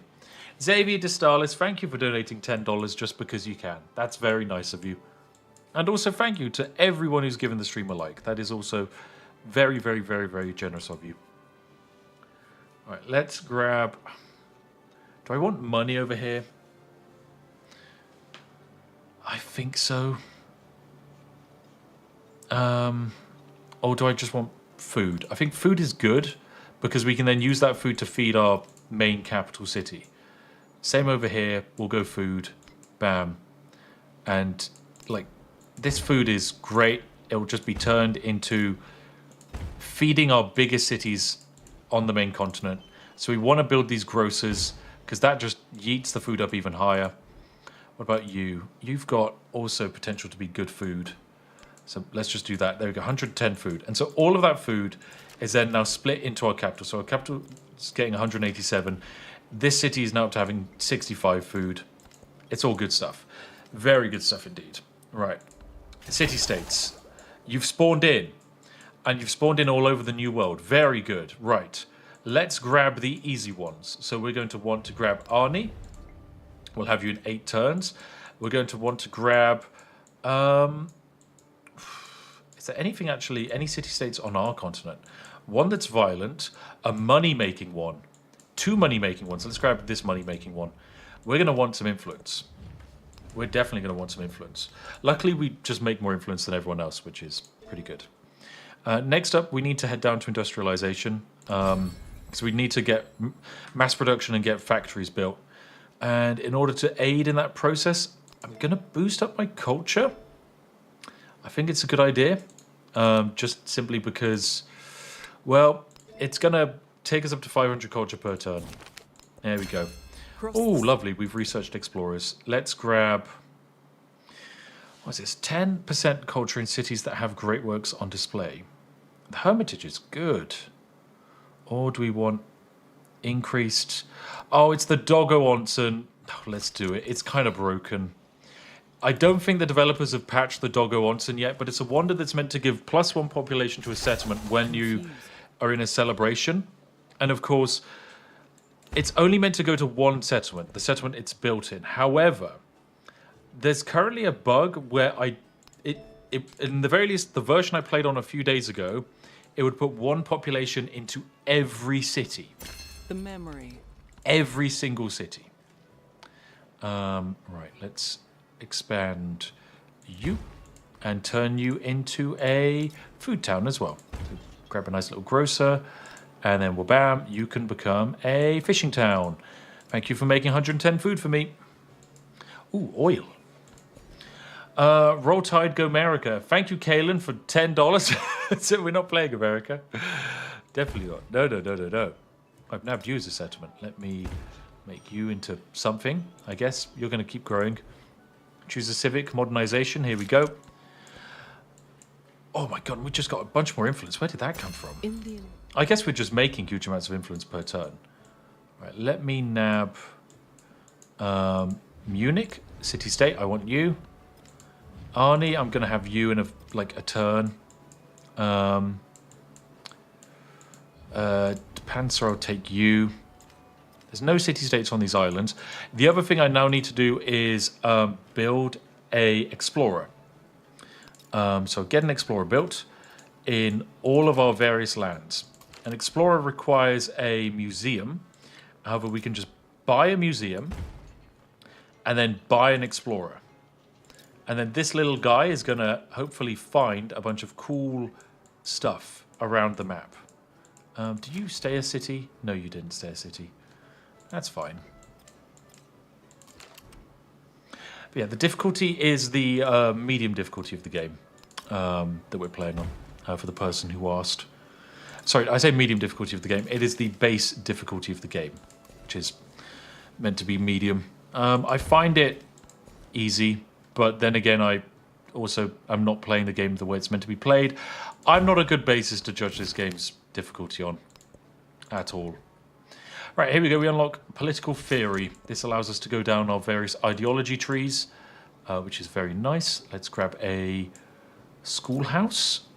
Plop you down on, I think, this tile. Get rid of that building. Make it better. Narrative choice. Plus 500 happiness or an archaeological treasure. Oh, yes, we can get an artifact. Great, let's grab that. Artifacts are good. Pop them in our capital. Speaking of which, I need this bad boy to build the Hermitage. Please, thank you. And then I also need you. Can you build anything? Can you build Oxford University for me? Yes, you can. Build me the uni. Perfect. Good stuff. We're going to get some nice wonders getting built. And then production for you. Town specialization. Food. Town specialization. Also more food. We're just literally converting the world into producing a breadbasket for like a handful of cities. All right, more narrative choice. That's free science. I think that is rail yards unlocked. So now we can go for steam engine into combustion into factory. That's what we're doing. Right, 100 gold there. Monaco. Let's make friends with you. Cultural attribute point from somewhere. I mean, like, we got nothing to put it in. The plus 5% culture repeatable. We just endlessly put it into there and just keep cheesing the culture system. It's fine with me. I'm not going to stop the game. Right. You actually need to research where artifacts are located. So this is the game's version of where you had like archaeologists. Instead, you have explorers who need to be on a continent's museum, and then in that continent's museum, they research the location of the artifacts. And then after researching that, we now know the location of 4 out of 3 of this continent's artifacts. Don't ask why there are 4 out of 3 artifacts on a continent. You will never understand it. So there's 1 up there, there's 1 there, and then there's 2 over here. So we're going to run this explorer this way, and then buy another explorer over here. And then we're also going to need to turn one of these settlements into a city. I'm going to pick you, convert into a city, and then I need you to build a museum here, and then I need you to buy an explorer. So that way we can then discover in this continent where all of the hidden goodies are. It's a lovely balance. Right, next up, more specialists. Specialists, of course, giving us decent yields of culture and happiness and all of that. But most importantly, we're using the specialists. Eventually, we're going to use them to cheese this game's money system. Sorry, not money system, happiness. We're going to have some very big happiness. Right, bam. Good stuff. Town specialization. Let's make you a production city, because then you make 122 gold. All right, you are going to run up here and dig that. You can't do anything because we don't have a city on this continent. So next turn, I'm going to make this settlement a city, and then we will discover where all the artifacts are hidden. The one. All right, bam, grow a town. I could give myself RSI by building the wonder that allows me to endlessly grow my cities every time we're in celebration. That could be pretty funny. But also I would probably lose my mind. Right, let's grab combustion. Yes, now we need to pick our ideology. So we have 3 ideologies. Democracy, which is all about kind of like happiness and culture. And yeah, that's what it does. Then there's fascism, which is about production and gold from specialists. It's very production focused. Then there is communism, which is very science and food focused. So towns gain like a bunch of extra food and things like that. The communism tree sucks. The fascism tree also sucks. Democracy is objectively the most broken thing in the game because it gives +4 happiness from specialists. Now, specialists cost happiness to maintain. However, this completely negates that. So instead, specialists just pay for themselves, which is fantastic. To make this even bigger, I'm going to grab +2 culture from specialists, but 50% happiness maintenance, which is really bad, and then +2 science from specialists, but of course, more food maintenance. That has yeeted our culture up to 634. Very nice indeed. Right, let's boost you up. Yeah, we're going to cheese this quite nicely. Right, let's buy ourselves a railway station as well. We're going to want a factory at some point. What are you up here? You can be a mining town. Why not? Make me some money. Okay, and then you, little explorer, are going to run up here and grab that. And then this explorer is going to go here and discover where the hidden artifacts on this continent are located. So once again, 4 out of 3 on this continent, and they're all located around here. So I'll actually buy myself another explorer in another turn's time. Last I checked, democracies was where most of the serious science research goes. I mean, it depends. I mean, like, this is a different age, kind of. Yeah. This isn't, like, complete modern age. This is technically... This is technically like the industrial age. Go up to 1,000 gold per turn now. Very good. Grab that for even more money. And so our gold, of course, is getting converted into science and culture. And then our science and culture is then being multiplied by having an alliance. Form an alliance with me, please. Thank you. A great little cultural guinea pig. That almost gave us like 100 new yields on culture. Our culture is astronomically flying up through the space of this game. Very, very good indeed. Right, let's grab more of that. And I think Do I want to turn you into a city as well? I kind of want to turn most of these places into cities.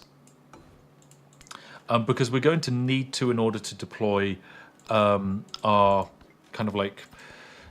we need it in order to get... Actually, I'll grab some food. We need cities in order to place down specialists. Specialists are the most overpowered thing.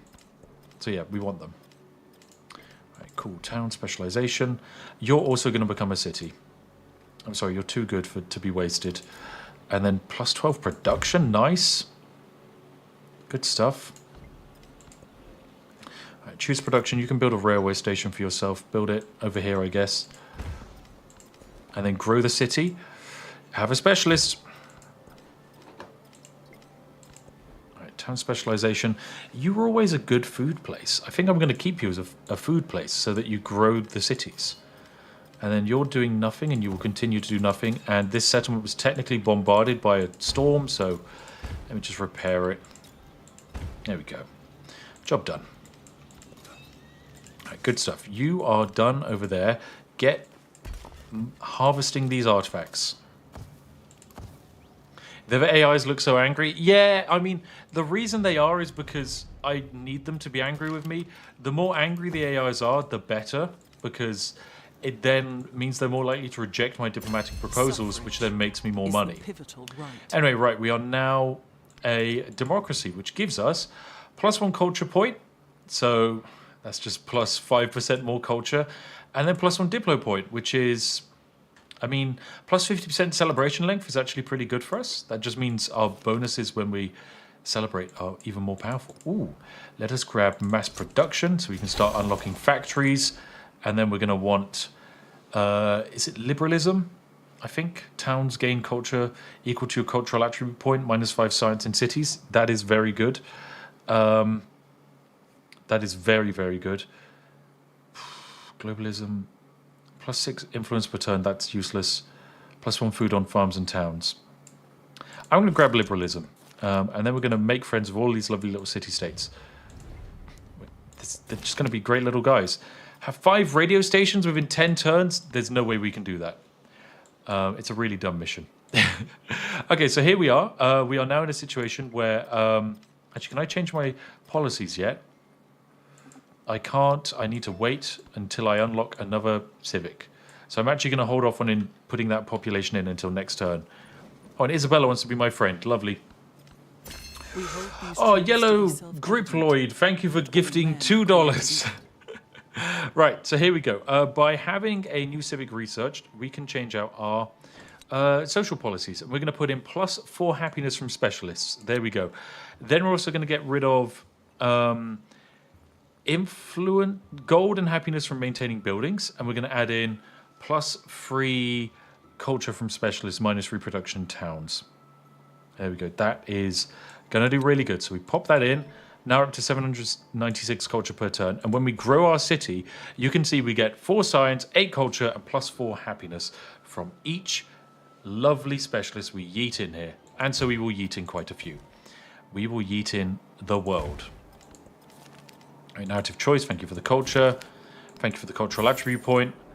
I just have so many of these. Do I want to get +10% culture, well, production towards wonders? No, just +5% culture overall. It's funnier that way. Ooh. Receive a free technology when you become suzerain of a city-state, including this one. I think that's a good idea. That would just be funny. Thank you for 1 scientific attribute point. We're going to slam that into +10% science for every alliance you have. Or do we want to go +1 science on specialists? We're just going to go +10% science. And then we're going to ally with Isabella for an extra +10% science and culture. New city-state bonus, +5% gold for each suzerain we have. Yep, grab that. That's big money. Choose civic. Let's go progressivism. Town specialization. Sparta, you're just a lovely little food town, okay? Don't worry about anything else going on in the world. Build yourself a railway station. Relax. Hang out. Watch me make all the money. All right, now you need to run down here and get harvesting that great work. You don't need to do anything. You don't need to do anything. You don't need to do anything. Neither do you. These are all the free units we got that are kind of useless to us. Right. Military city-state. No one's going to ally you. Someone will try and take you, so I'll nab you first. Good stuff. And you need to start harvesting that. Lovely. Lovely, lovely, lovely. All right, let's get all of these excavators over here. The thing is, we're going to be able to probably excavate all of the great works off of this continent before the AI even gets a chance. And it's purely because, like, I am just faster. Literally just faster. I can research technologies quicker than they can, and that's enough. And we get a bunch of artifacts here. There we go. Artifacts give just +4 culture. However, that will be improved. And let's send you down here to go grab that. Send you down. Oh, you're still actually harvesting your artifact. Ignore me. You run on over here. Grab that. Oh. Spiff is being spiffy for about 5 hours now. Yeah, I know. I've been going for a while. On the chaotic. There we go. Hermitage. The collector's passion. There we go. On the chaos. Hermitage gives us plus 10%. What is it? It's plus 10%. Let me find it quickly. Plus 10% culture in cities that have a great work on display. So basically, we take a great work, plop one in here, plop one in here, and then if we check, that's given us even more culture. Sweet. Let's grab a rail station over here. Let's buy a. Actually, no. I need to keep saving up my money. Actually, no, I don't. What am I doing? What am I doing? I don't need to save up my money. Oh, I was gonna try and farm it off of these open borders. Let's give it a try. Please reject. Thank you for rejecting. That's a bunch of money. Please reject. Thank you for rejecting. That's a bunch of money. Okay, we now have 793. So let's go over here and buy myself a new city. Thank you. Good stuff. Good stuff indeed. All right, now what nightmarish wonders do I want to try and build next? Red Fort. +5 culture and gold for every city-state you're a suzerain of. Yep. Get that bad boy built. Get it built. It's going to be great.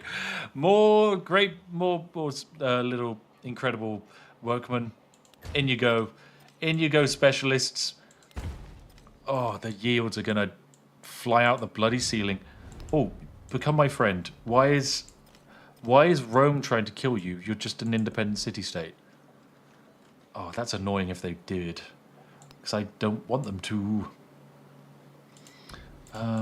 Alright, you need... University or museum. Okay, so we need to give you a museum in a turn's time. In the meantime, you can have a grocer.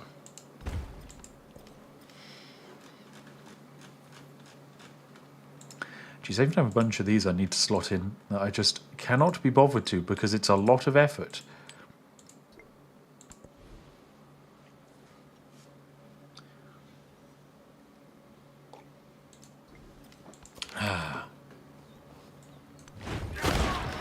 Right, end my lovely turn. Ooh, okay. Did they just get 150 culture? They did. They killed the city-state. Damn it, Rome. I just spent a bunch of influence on that. Oh, that is annoying. That is annoying.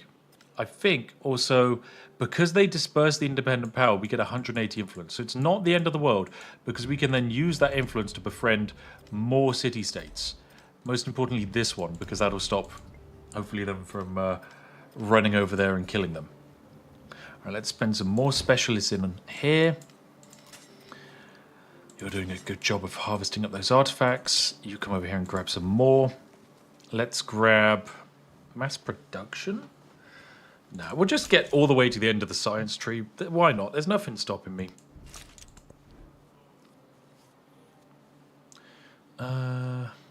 Factory. Here we go. Our first ever factory. Let's build it here, and now I can demonstrate what factories do. So basically, you have this separate spot here, and you can take a resource, like, say, tea, pop it in here, and that's plus 3% science across the entire empire. Pretty good. Pretty good indeed. What do I want you to do next? Let's get Military Academy. And then Grocer as well would be good. And then Museum. And then Schoolhouse. Just get it all built.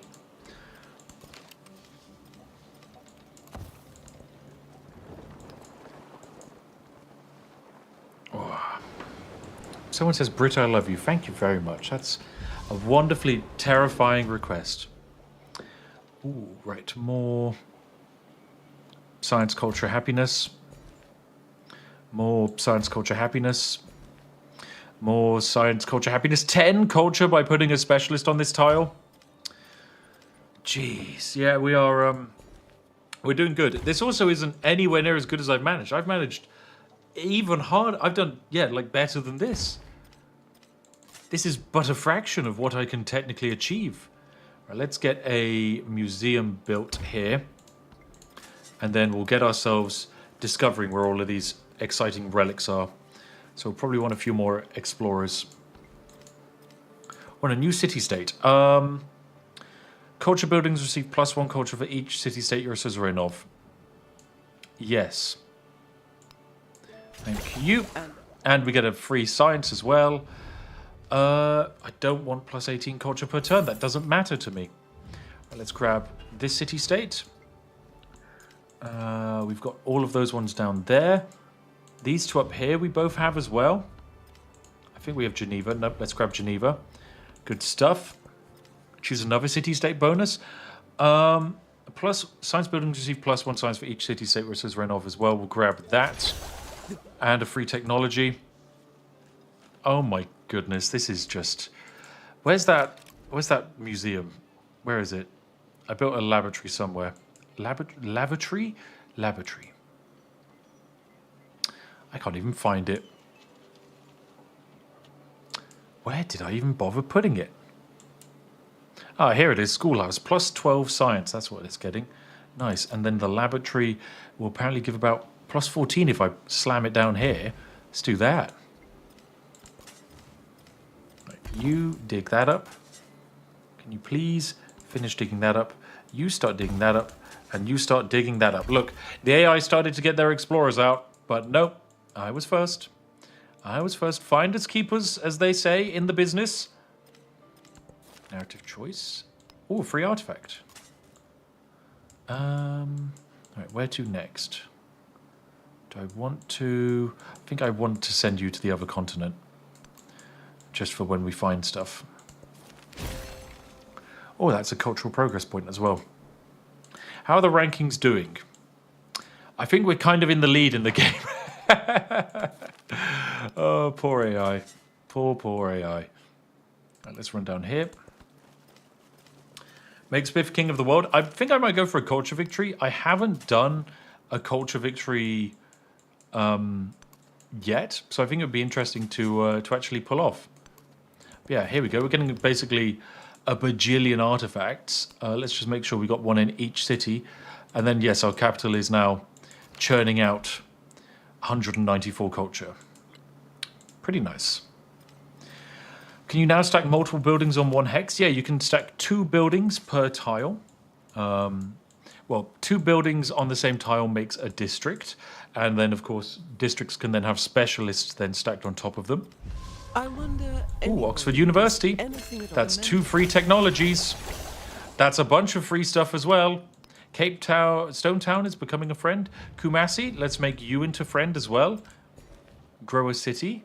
Let's get some specialists over here as well. And discover where the artifacts are hidden on this continent. So there are 4 artifacts hidden over here. Okay. They're all quite a trek away, unfortunately. All right, quick, run over here and grab as many as we can. And then, jeez, where's the university at? Have we already discovered? We're just flying down this tree. Let's grab radio. Then we're going to go flight, which is all about science path. Basically, the way the science path works is you need to complete a special project inside of a city. It's not like just, you don't build a rocket. There's free activities you do. It's like transatlantic flight, something else, and then that's job done. Let's grab one social policy. Thank you. Oh, and a free bunch of culture. Let's grab extra science for no particular reason. And then towns gain culture equal to your cultural attribute points, -5 science in cities, or +2 culture and happiness on displayed great works. Let's just grab towns gain culture. Oh, and we can gain another one.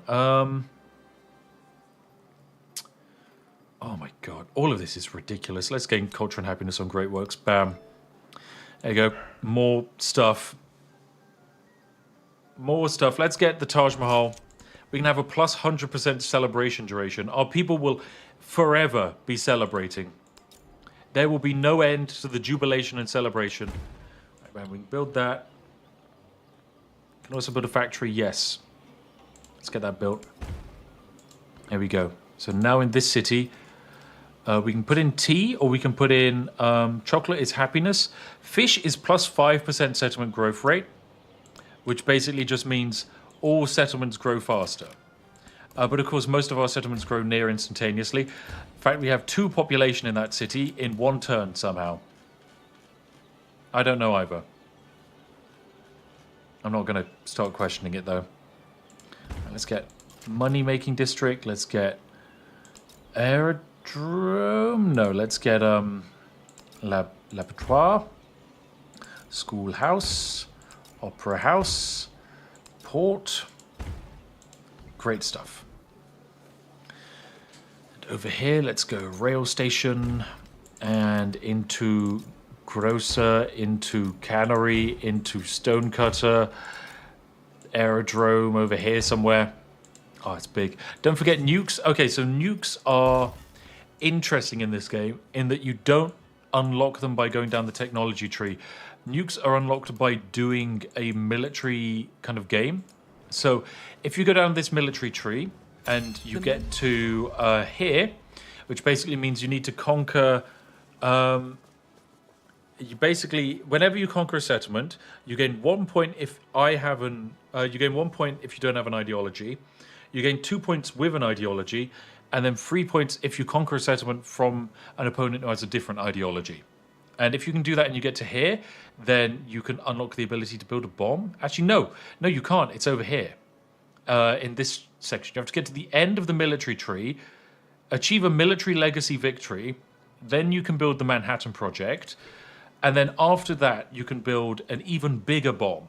And if you build the even bigger bomb, then you get plus... Well, then the game just ends. I think it's called like a thermonuclear device.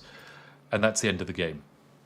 At that point, which is, you know, fine, but kind of weird. Kind of expected more. Right, can I build a university in this place? No, I can build a laboratory. Let me cheek that one out. Nice stuff. Right.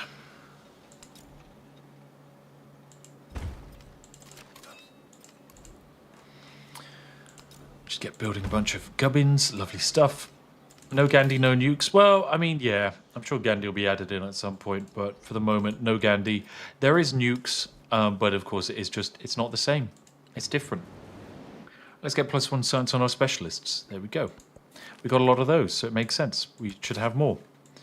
Right, we've gathered every single artifact on our home continent. Now we just have to go over to the other continent of the map. It doesn't take us too long. We feel so you can't nuke your way to domination? No, you kind of get the nuke after doing most of a domination.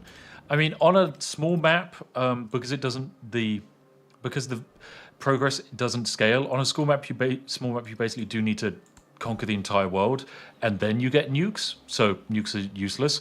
However, on a bigger map, you don't need to. I think it's like knock out and take about 6 cities, and then that's when you're in a situation where you're going to start nuking people. Anyway, I'm just going to blitz my way to the end of the technology tree for a good laugh. Right, here we go. Plus 5% culture for every civilization which you have a trade route with. I haven't even built a single trade route. That's kind of stupid. I should do that. Plus 40 gold for a merchant. Oh, I accidentally built a settler. That was wrong. Oopsies. Can I kill you? No witnesses. Oh no, he died. What a shame. What a shame. Another merchant over here. Let's get a merchant over here as well. Merchants are fine. They just give good bits of money. And they're really cheap for us to buy because we have so much. Although one thing I do notice is that it's harder to maintain a trade route in this age because as soon as the AIs unlock their other ideologies, they just go on like a murder rampage. Like they lose all sense of intelligence and just start pummeling Just everything. as the rain breaks through Oh, cool, a new hill, wonder. we feel- Which one was that? The doy step thing? Who knows what that one does? Right. You need to go to a settlement. Can you go to something close, like this one here? There you go. That's money. A bunch of science from you. Thank you.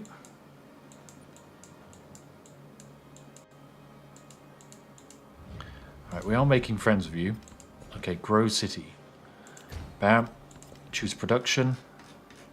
Any more wonders? The Eiffel Tower. +2 culture and happiness. Why not? On all quarters. Sounds fun to me. Put in some more specialists. Right, what wonders am I missing, if any?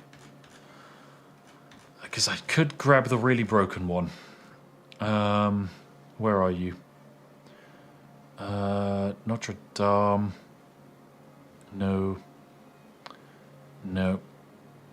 Not World's Fair. World's Fair is the thing you need to build for a cultural victory. You literally just build it, and that's it. Job done. Where are you? Did I already build the thing that gives me +1 pop every time there's a celebration? I must have. Or unless the AI built it, but that like never happens. The AI doesn't do stuff. All right, let me send trader over to you for big money. Let me send trader over to you for big money. And let me send trader over to you for big money. Perfect. Good stuff. Can't wait to play tonight. Yeah, I guess some people are getting their first access to it tonight, right? The people who paid like insane quantities of money. Right. The well, the young. Good progress. Increased population over here. Grow city over here. Grow city over here. Choose city-state bonus. +1 gold on all gold buildings. Why not? That's going to be more money. It's now 1,400 gold per turn, which is of course converted into science. Let's grab armor. I just want to finish this age technically as fast as scientifically possible. And I realize I should be spending more of my money in order to make that happen. So let's buy a factory. And then slot in tea for the extra science. Bam, there we go. In our main city here, we're going to need some production. So I'm going to build a factory as well. Oh, we could smash down the university for that. That is not a good idea. Let us build it on this tile. Create a huge urban district. And then get some food on it as well. And then military academy as well. Slam that down. There we go. Big money. Big factory. St. Petersburg, you can have +5% towards building some wonders. No, we don't want that. We want more tea. There we go. More tea. More good. Now we can slam down more specialists as well. Fantastic.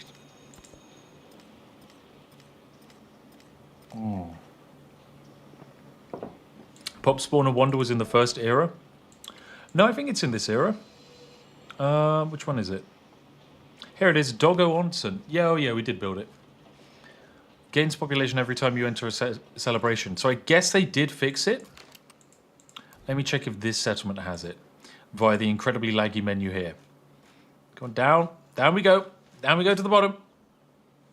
Okay, no Doggo Onsen in this one settlement.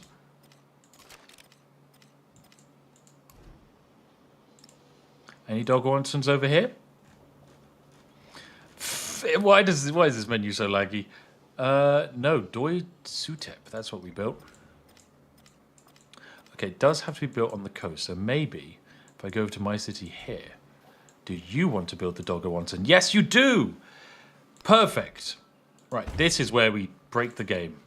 Right, we're going to need ironworks, and we're going to need saw pit, and yeah, we're gonna make a big settlement here of madness. Right, anyway, let's get our merchants in as well for the big money. Explorer, get excavating. There's going to be no relics left on the map by the time we finish what we're doing. The well-being. Right, I could actually do more money, so let me quickly try and open borders, which you can reject. Open borders, which you can reject. Thank you for the money. Thank you for the money. Reconciliation, you accept. Okay, so that gives me more money. And then if I go to Isabella, can I have open markets, local festivities, improved trade routes? Pachacuti, open borders. You reject. Nice, that's more money for me. Frederick, open borders, trade routes. You reject as well. Nice. How about you? Improve trade routes? You accept. Cool. So we just basically magicked 1,000 gold into thin air. Perfect. That's what I like to see. Right. Now with our big money, we can improve this settlement even more. Plus 8 production thanks to this aerodrome. Let's get the rail state. This place has 540 food per turn. It is just absurd. So basically this place grows in a population every single turn of the game. And there's nothing you could do to stop it. Start 4 diplomatic sanctions and get a diplo point. Oh, let's do it. Hinder finances, hinder public morale. Do I get money when I do that as well? I swear I got money when I just denounced him. If I did, that's really funny. Oh, sanctions are the best. Right, Explorer, you need to get to over here.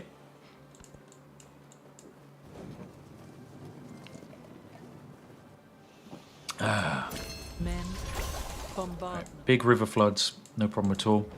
Kamasi, chill out and be my friend, okay? Let's speed up that progress. Let's keep expanding you so that you keep getting huge. St. Petersburg, you're going to be ginormous as a settlement. Meanwhile, over here, I need that wonder built even faster. So let's grab plus 4 production from this bad boy. Plus 2 production from this bad boy. Plus 4 production from this. Rail station, why not? Let's get you built. And then with the railway station built, that now allows us to build the port, which now allows us to build the factory, but it's not going to let us build the factory until next turn. I think, if I remember correctly. Right, more specialists in this city.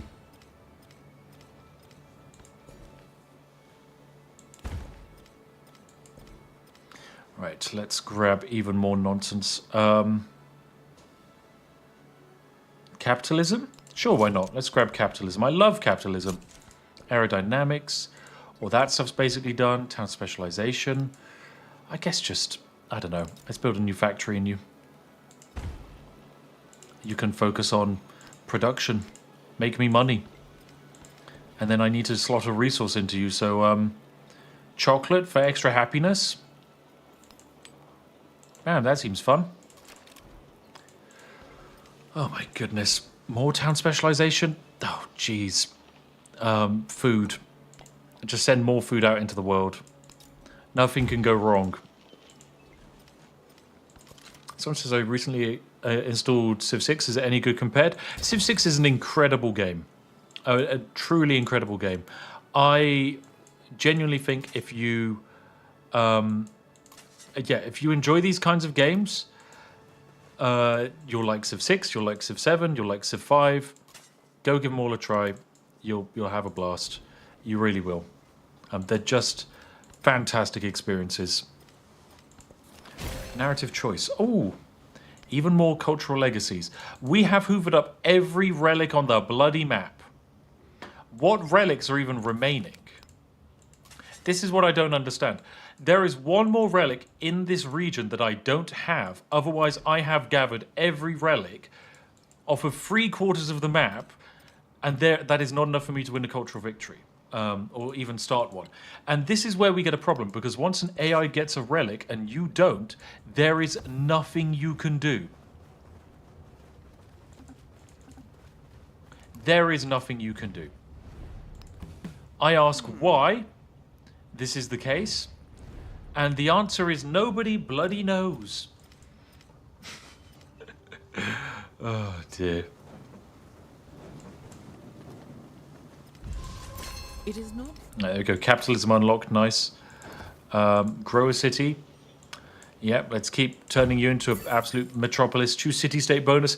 Here we go. Plus 5% science for every city-state versus Rainov. Grab that. Now let's check out. Yep. 1,000 science. Good stuff. Table of ranks or capitalism 2 electric boogaloo. I mean, we could just finish this. We just need militarism and then we're on future civics. Jeez. Can't be stopped. Right, choose celebration. Let's grab culture. It'll yeet us even higher. And then grab towns gain happiness equal to your diplomatic stuff, or +6 culture and gold for each suzerain we have. Sure, why not? Why not? Bam. More culture. My goodness, what a crazy nightmare I've constructed. Yeah, so there's literally no artifacts over here for me to get anymore. I've just scoured the entire continent. And I think I need to build another... I'd have to settle another city and build another university over here in order to find out where the other artifacts live. So that's where we're at. We can no longer find any more artifacts. Frederick has joined communism. Okay, that means he's going to start hating me. Fortunately for him, doesn't matter. I am too powerful. Right, keep growing. Let's get rocketry. Choose a civic. Oh, there we go. Future civic. Getting a wildcard attribute point. Let's build an aerodrome over here. Grow another city. Okay, capital. Almost done with your wonder. Good stuff. That's what I like to see. Let's get another laboratory. Any more wonders I want? Not really. Lord Scimitar says, are you suggesting that you aren't able to misappropriate cultural relics in this game? Correct. The only way you can get cultural relics in this game is via the classical art of that's mine, I found it first. And if you found it first, it's yours. If you didn't, it's not. And you can't change that. There's nothing you can do. That doesn't really make sense, in my humble opinion. Maybe you disagree. That's fine. Let's make a nice urban district over there. Get a nice modern bridge over here. Let's get a radio station. Swanky. And just grow the city. With more nonsense. All right, let's set up a trade route. Good stuff. Right, if I go over to my if I were to go over to my capital now, I think I would be able to do a couple of supreme projects, right? No, I still haven't unlocked any. Okay, that's fine. Probably a turn or two away from that. Culture from you, thank you very much. Narrative choice, culture from you, thank you very much. Let's grow more of this city. Grow more of this city. Grow more of this city. It's just stupid. What is this? Partisans. Plus combat strength against other civilizations with a different ideology. That's all. All of this is useless. We've finished the game. None of that is meaningful at all. None of it is meaningful. Right. Our explorers are also now useless. They can't do anything. I can set up a trade route with you for big fat stacks of money. Like, that was literally over 100 gold per turn we just secured from that trade route. Traders are so good. And then, of course, we just turn that into more money.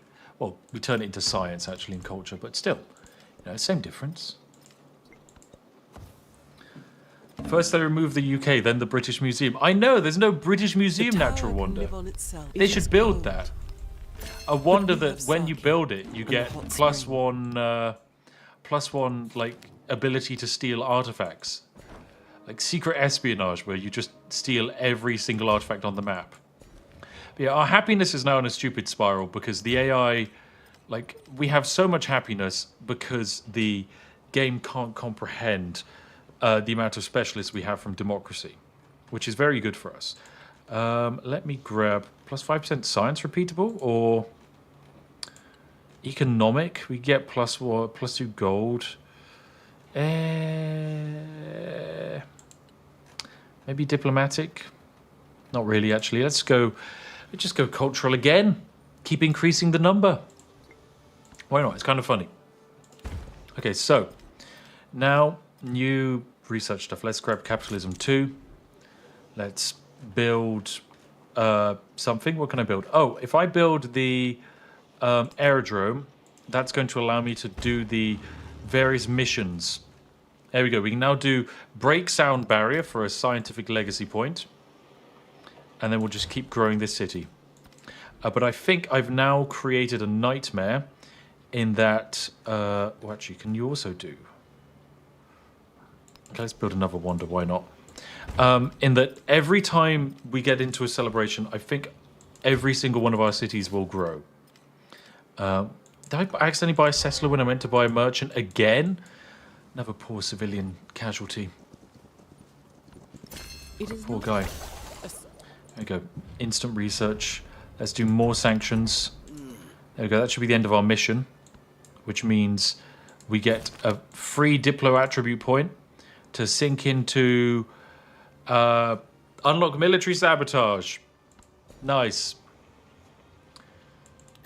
Spend more population. Oh my god. When is our next celebration? Because this is when we're going to find out. 3 turns. Okay, 3 more turns. Let's grab aerodynamics 2. Let's grab serfdom 2. We build or buy a launch pad. Let's just buy a launch pad. Sod it. We can use this to go to space. In fact, we can launch satellite. This will be literally the end of the game. If we were to launch satellite and also do the other flight. 2 more population in this city. Oh dear, let's buy another launch pad. More numbers. More numbers. I'm also playing deliberately, incredibly inefficiently. You can do so much more than what I'm doing. Men accept. We've grabbed serfdom.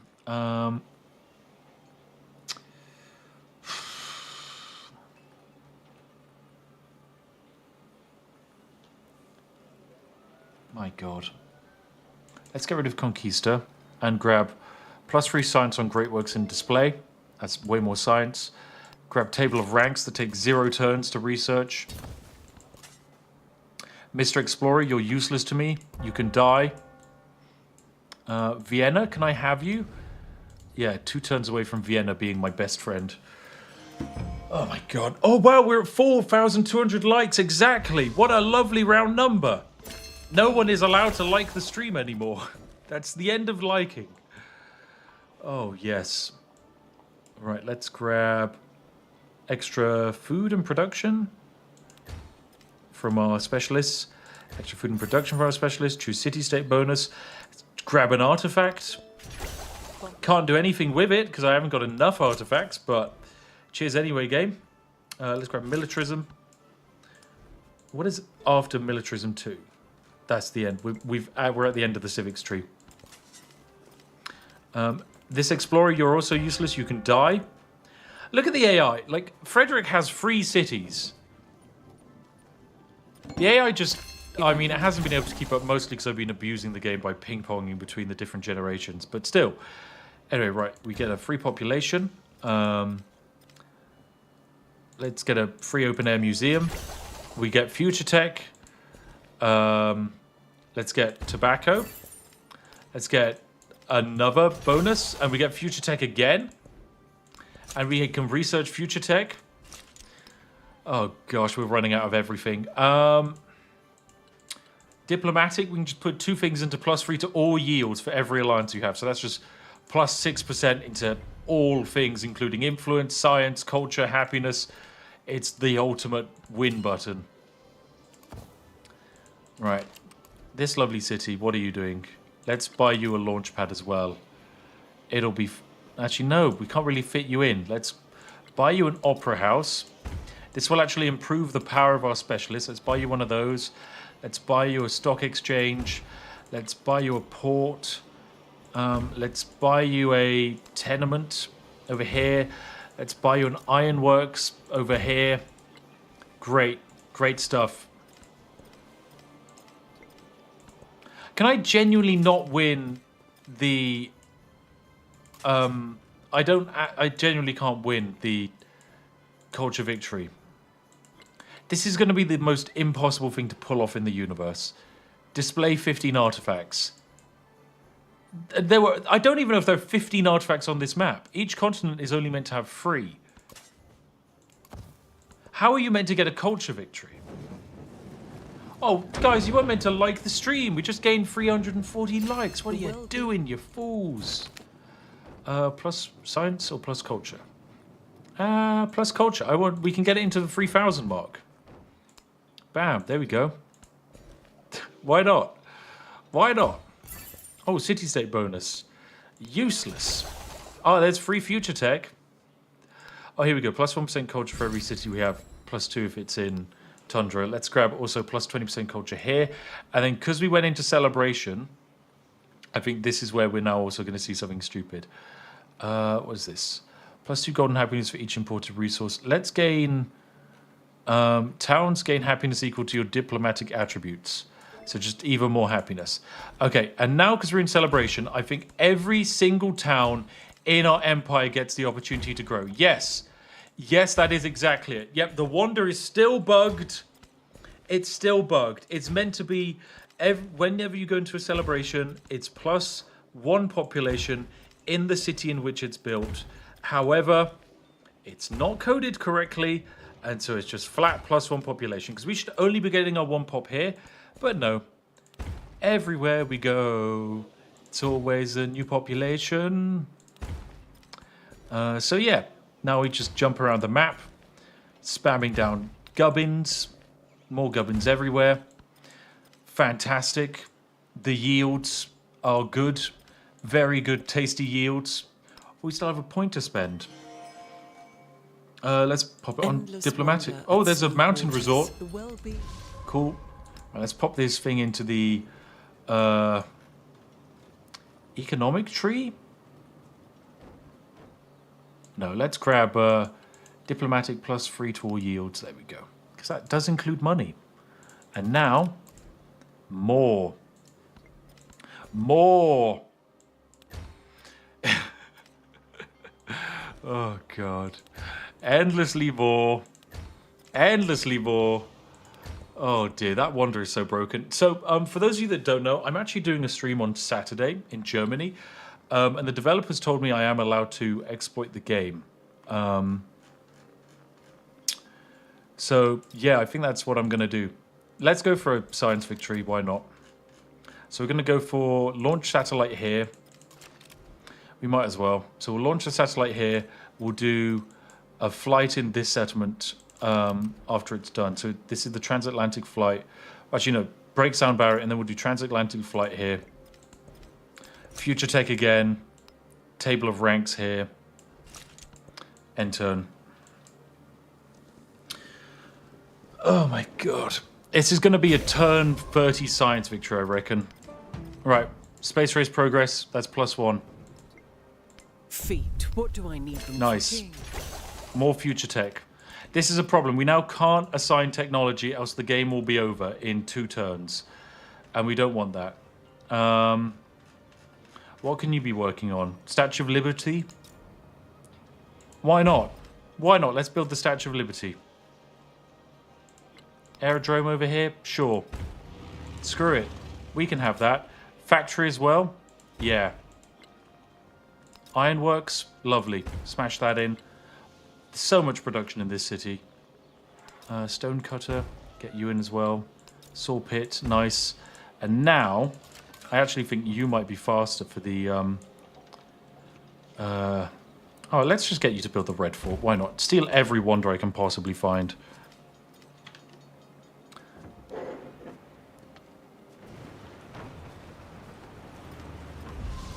But yeah, I think for the multiplayer event, I might go for a specialist build. And just play like super tall with a stupid, like, a very low amount of cities.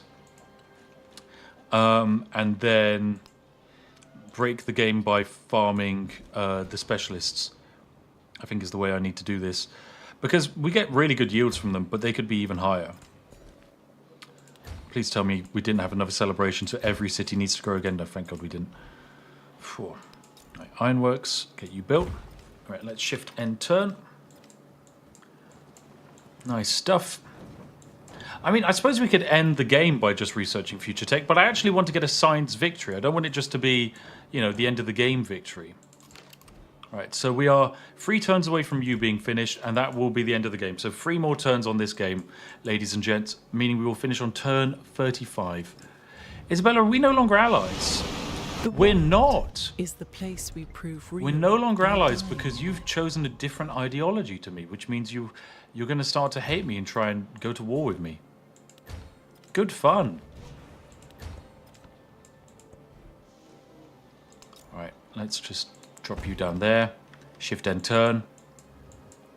Ladies and gents, we're pulling close now.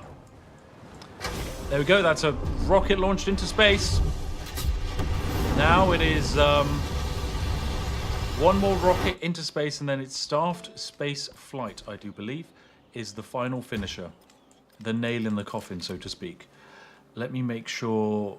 Yeah, I don't think there's anything else we can put into this settlement to make it happen faster. So let's just grow our cities.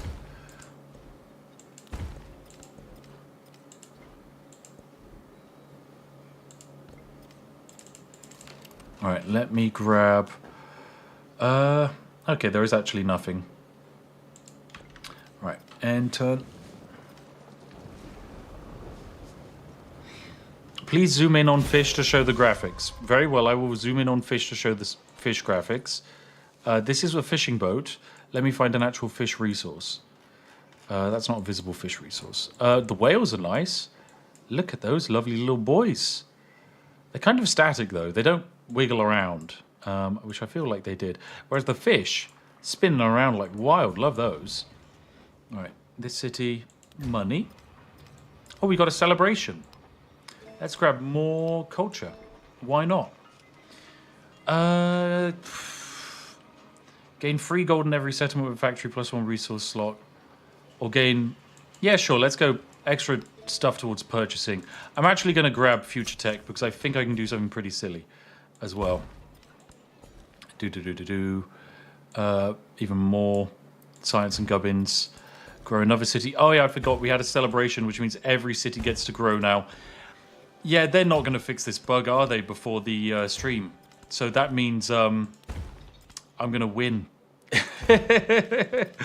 I need to schedule the stream actually after this because it's I can raid this stream into my other stream, which means we'll have a very special event on Saturday. All right, there we go. Drop in all of the good stuff.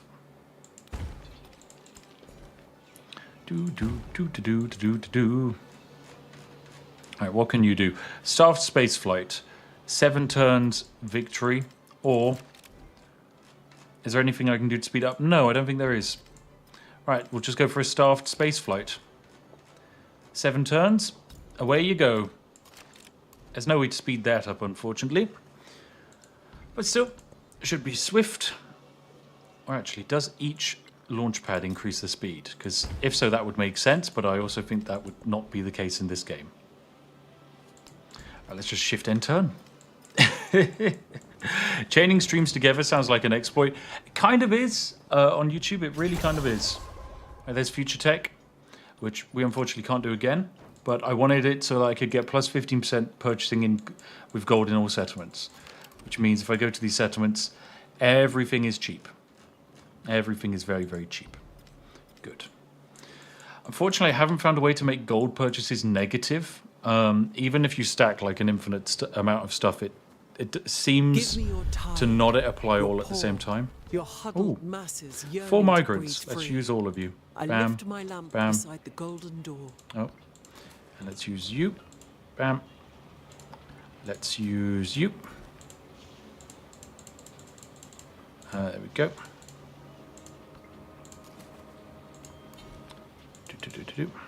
Nice.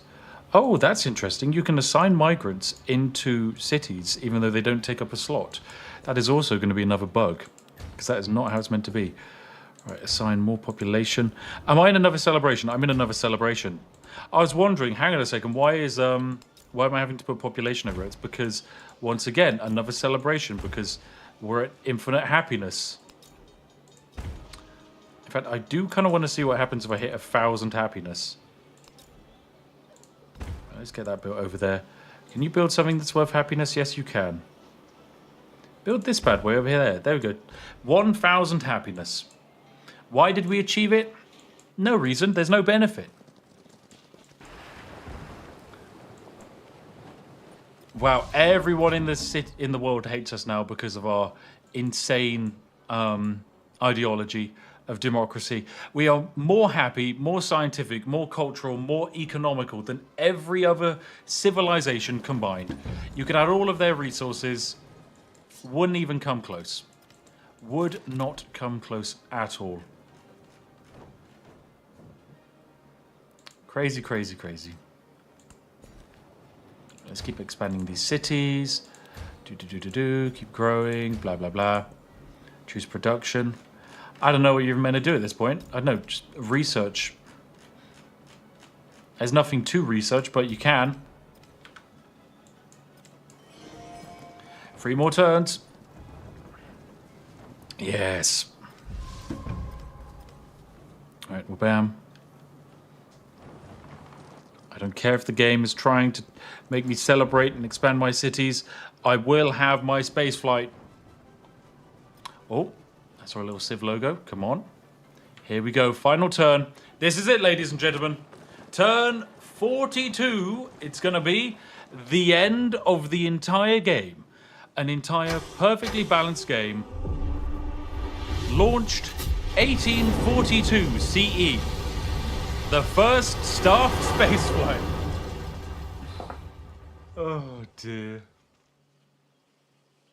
That's very funny. That's the end of it. Woo!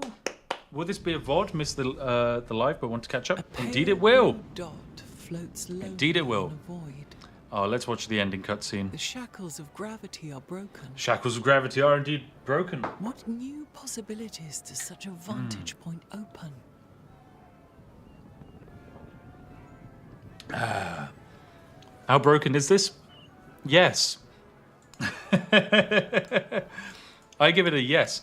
The cutscene doesn't appear to be ending. Oh, I have to press escape. And I get jump scared by a low resolution picture of myself. Cool. So, age rankings. We did everything. Legacies. We did everything. I don't know why it gives you legacy reward. Oh, I guess that's for the overall score stuff. And we can click view legends report, so we get some experience. There we go. That is the end of the game. That is the end of the game. There's no graph. There's no replay cinematic. There's no just one more turn. That's the game over. That's Civ. We did it. That was one entire game of Civilization. Now, we have another huge Civilization video coming out next week before the 11th. That is going to be our big Civ video. It's over an hour long. At least that's what it's looking like. It's going to be huge. We cover so many exploits, break the game even harder than that. There's no graph, there's no map, I know. Yeah, you got to load an autosave if you want to look at the map. I think if this game had like an extra month in the oven or an extra 2 months in the oven, all of those features would be in the game. Probably the reason they're not is because the game is having to do a simultaneous launch on all consoles, which means it had to be ready earlier. Although they have started working on patches, like patch 1.0.1 is apparently out, which improves the UI, and apparently that's what I'm playing on, but the UI hadn't changed and there were still bugs in the game, so I don't know. Right, we're going to create a new stream, and then we're going to raid into that stream, and that stream is going to be what we are messing about with this this weekend. The Spiffing Brit versus 4 Pro Civ 7 players. Civilization 7 esports is perfectly balanced. There we go. That can be the name of the stream. Wabam. I don't even have a thumbnail for it yet, but I'm sure I can use a placeholder one. We'll go for that temporarily until actually I think, oh, incredible. I actually do have a thumbnail. The wonderful, masterful editor Joe Hickson has created a thumbnail for me in my time of need, and it looks fantastic. Right, let me plop down all the gubbins for it. Civilization 7, wabam, rights management, it needs an asset title. Nice stuff, and we'll just not have any mid-roll ads at all for that, include live chat. Good stuff, fantastic. Right, that is going to be this Saturday's stream, so I actually need to probably schedule it. I think we're probably going to be starting around about midday if I had to guess, so I'm going to slam down a like a 12 p.m. start. I reckon it might be earlier, so I might need to move the start of that stream time sooner. And then what we're going to do is we're going to raid from this chat into the next one. Yeah. What I recommend you do is once you're in the next one, give that a like, set a reminder by pushing the set reminder button, and I would recommend hopping onto the incredible, well, there's a bunch of other streamers currently live playing the glorious Civilization 7. I think there's Quill18 is live. Ursa Ryan is unfortunately not live because he's not well. Potato McWhiskey is probably still live. Bose is live. He's an American creator, although I think he's just on Twitch. These are all pretty snazzy peeps, and I would recommend checking them out. But yes, I'll now end this stream. You'll go raid into the other stream, and we'll hopefully have a lovely time. So I will see each and every one of you in the next one. Have a glorious day. Goodbye for now. Bye, bye, bye, bye, bye. Bye, bye.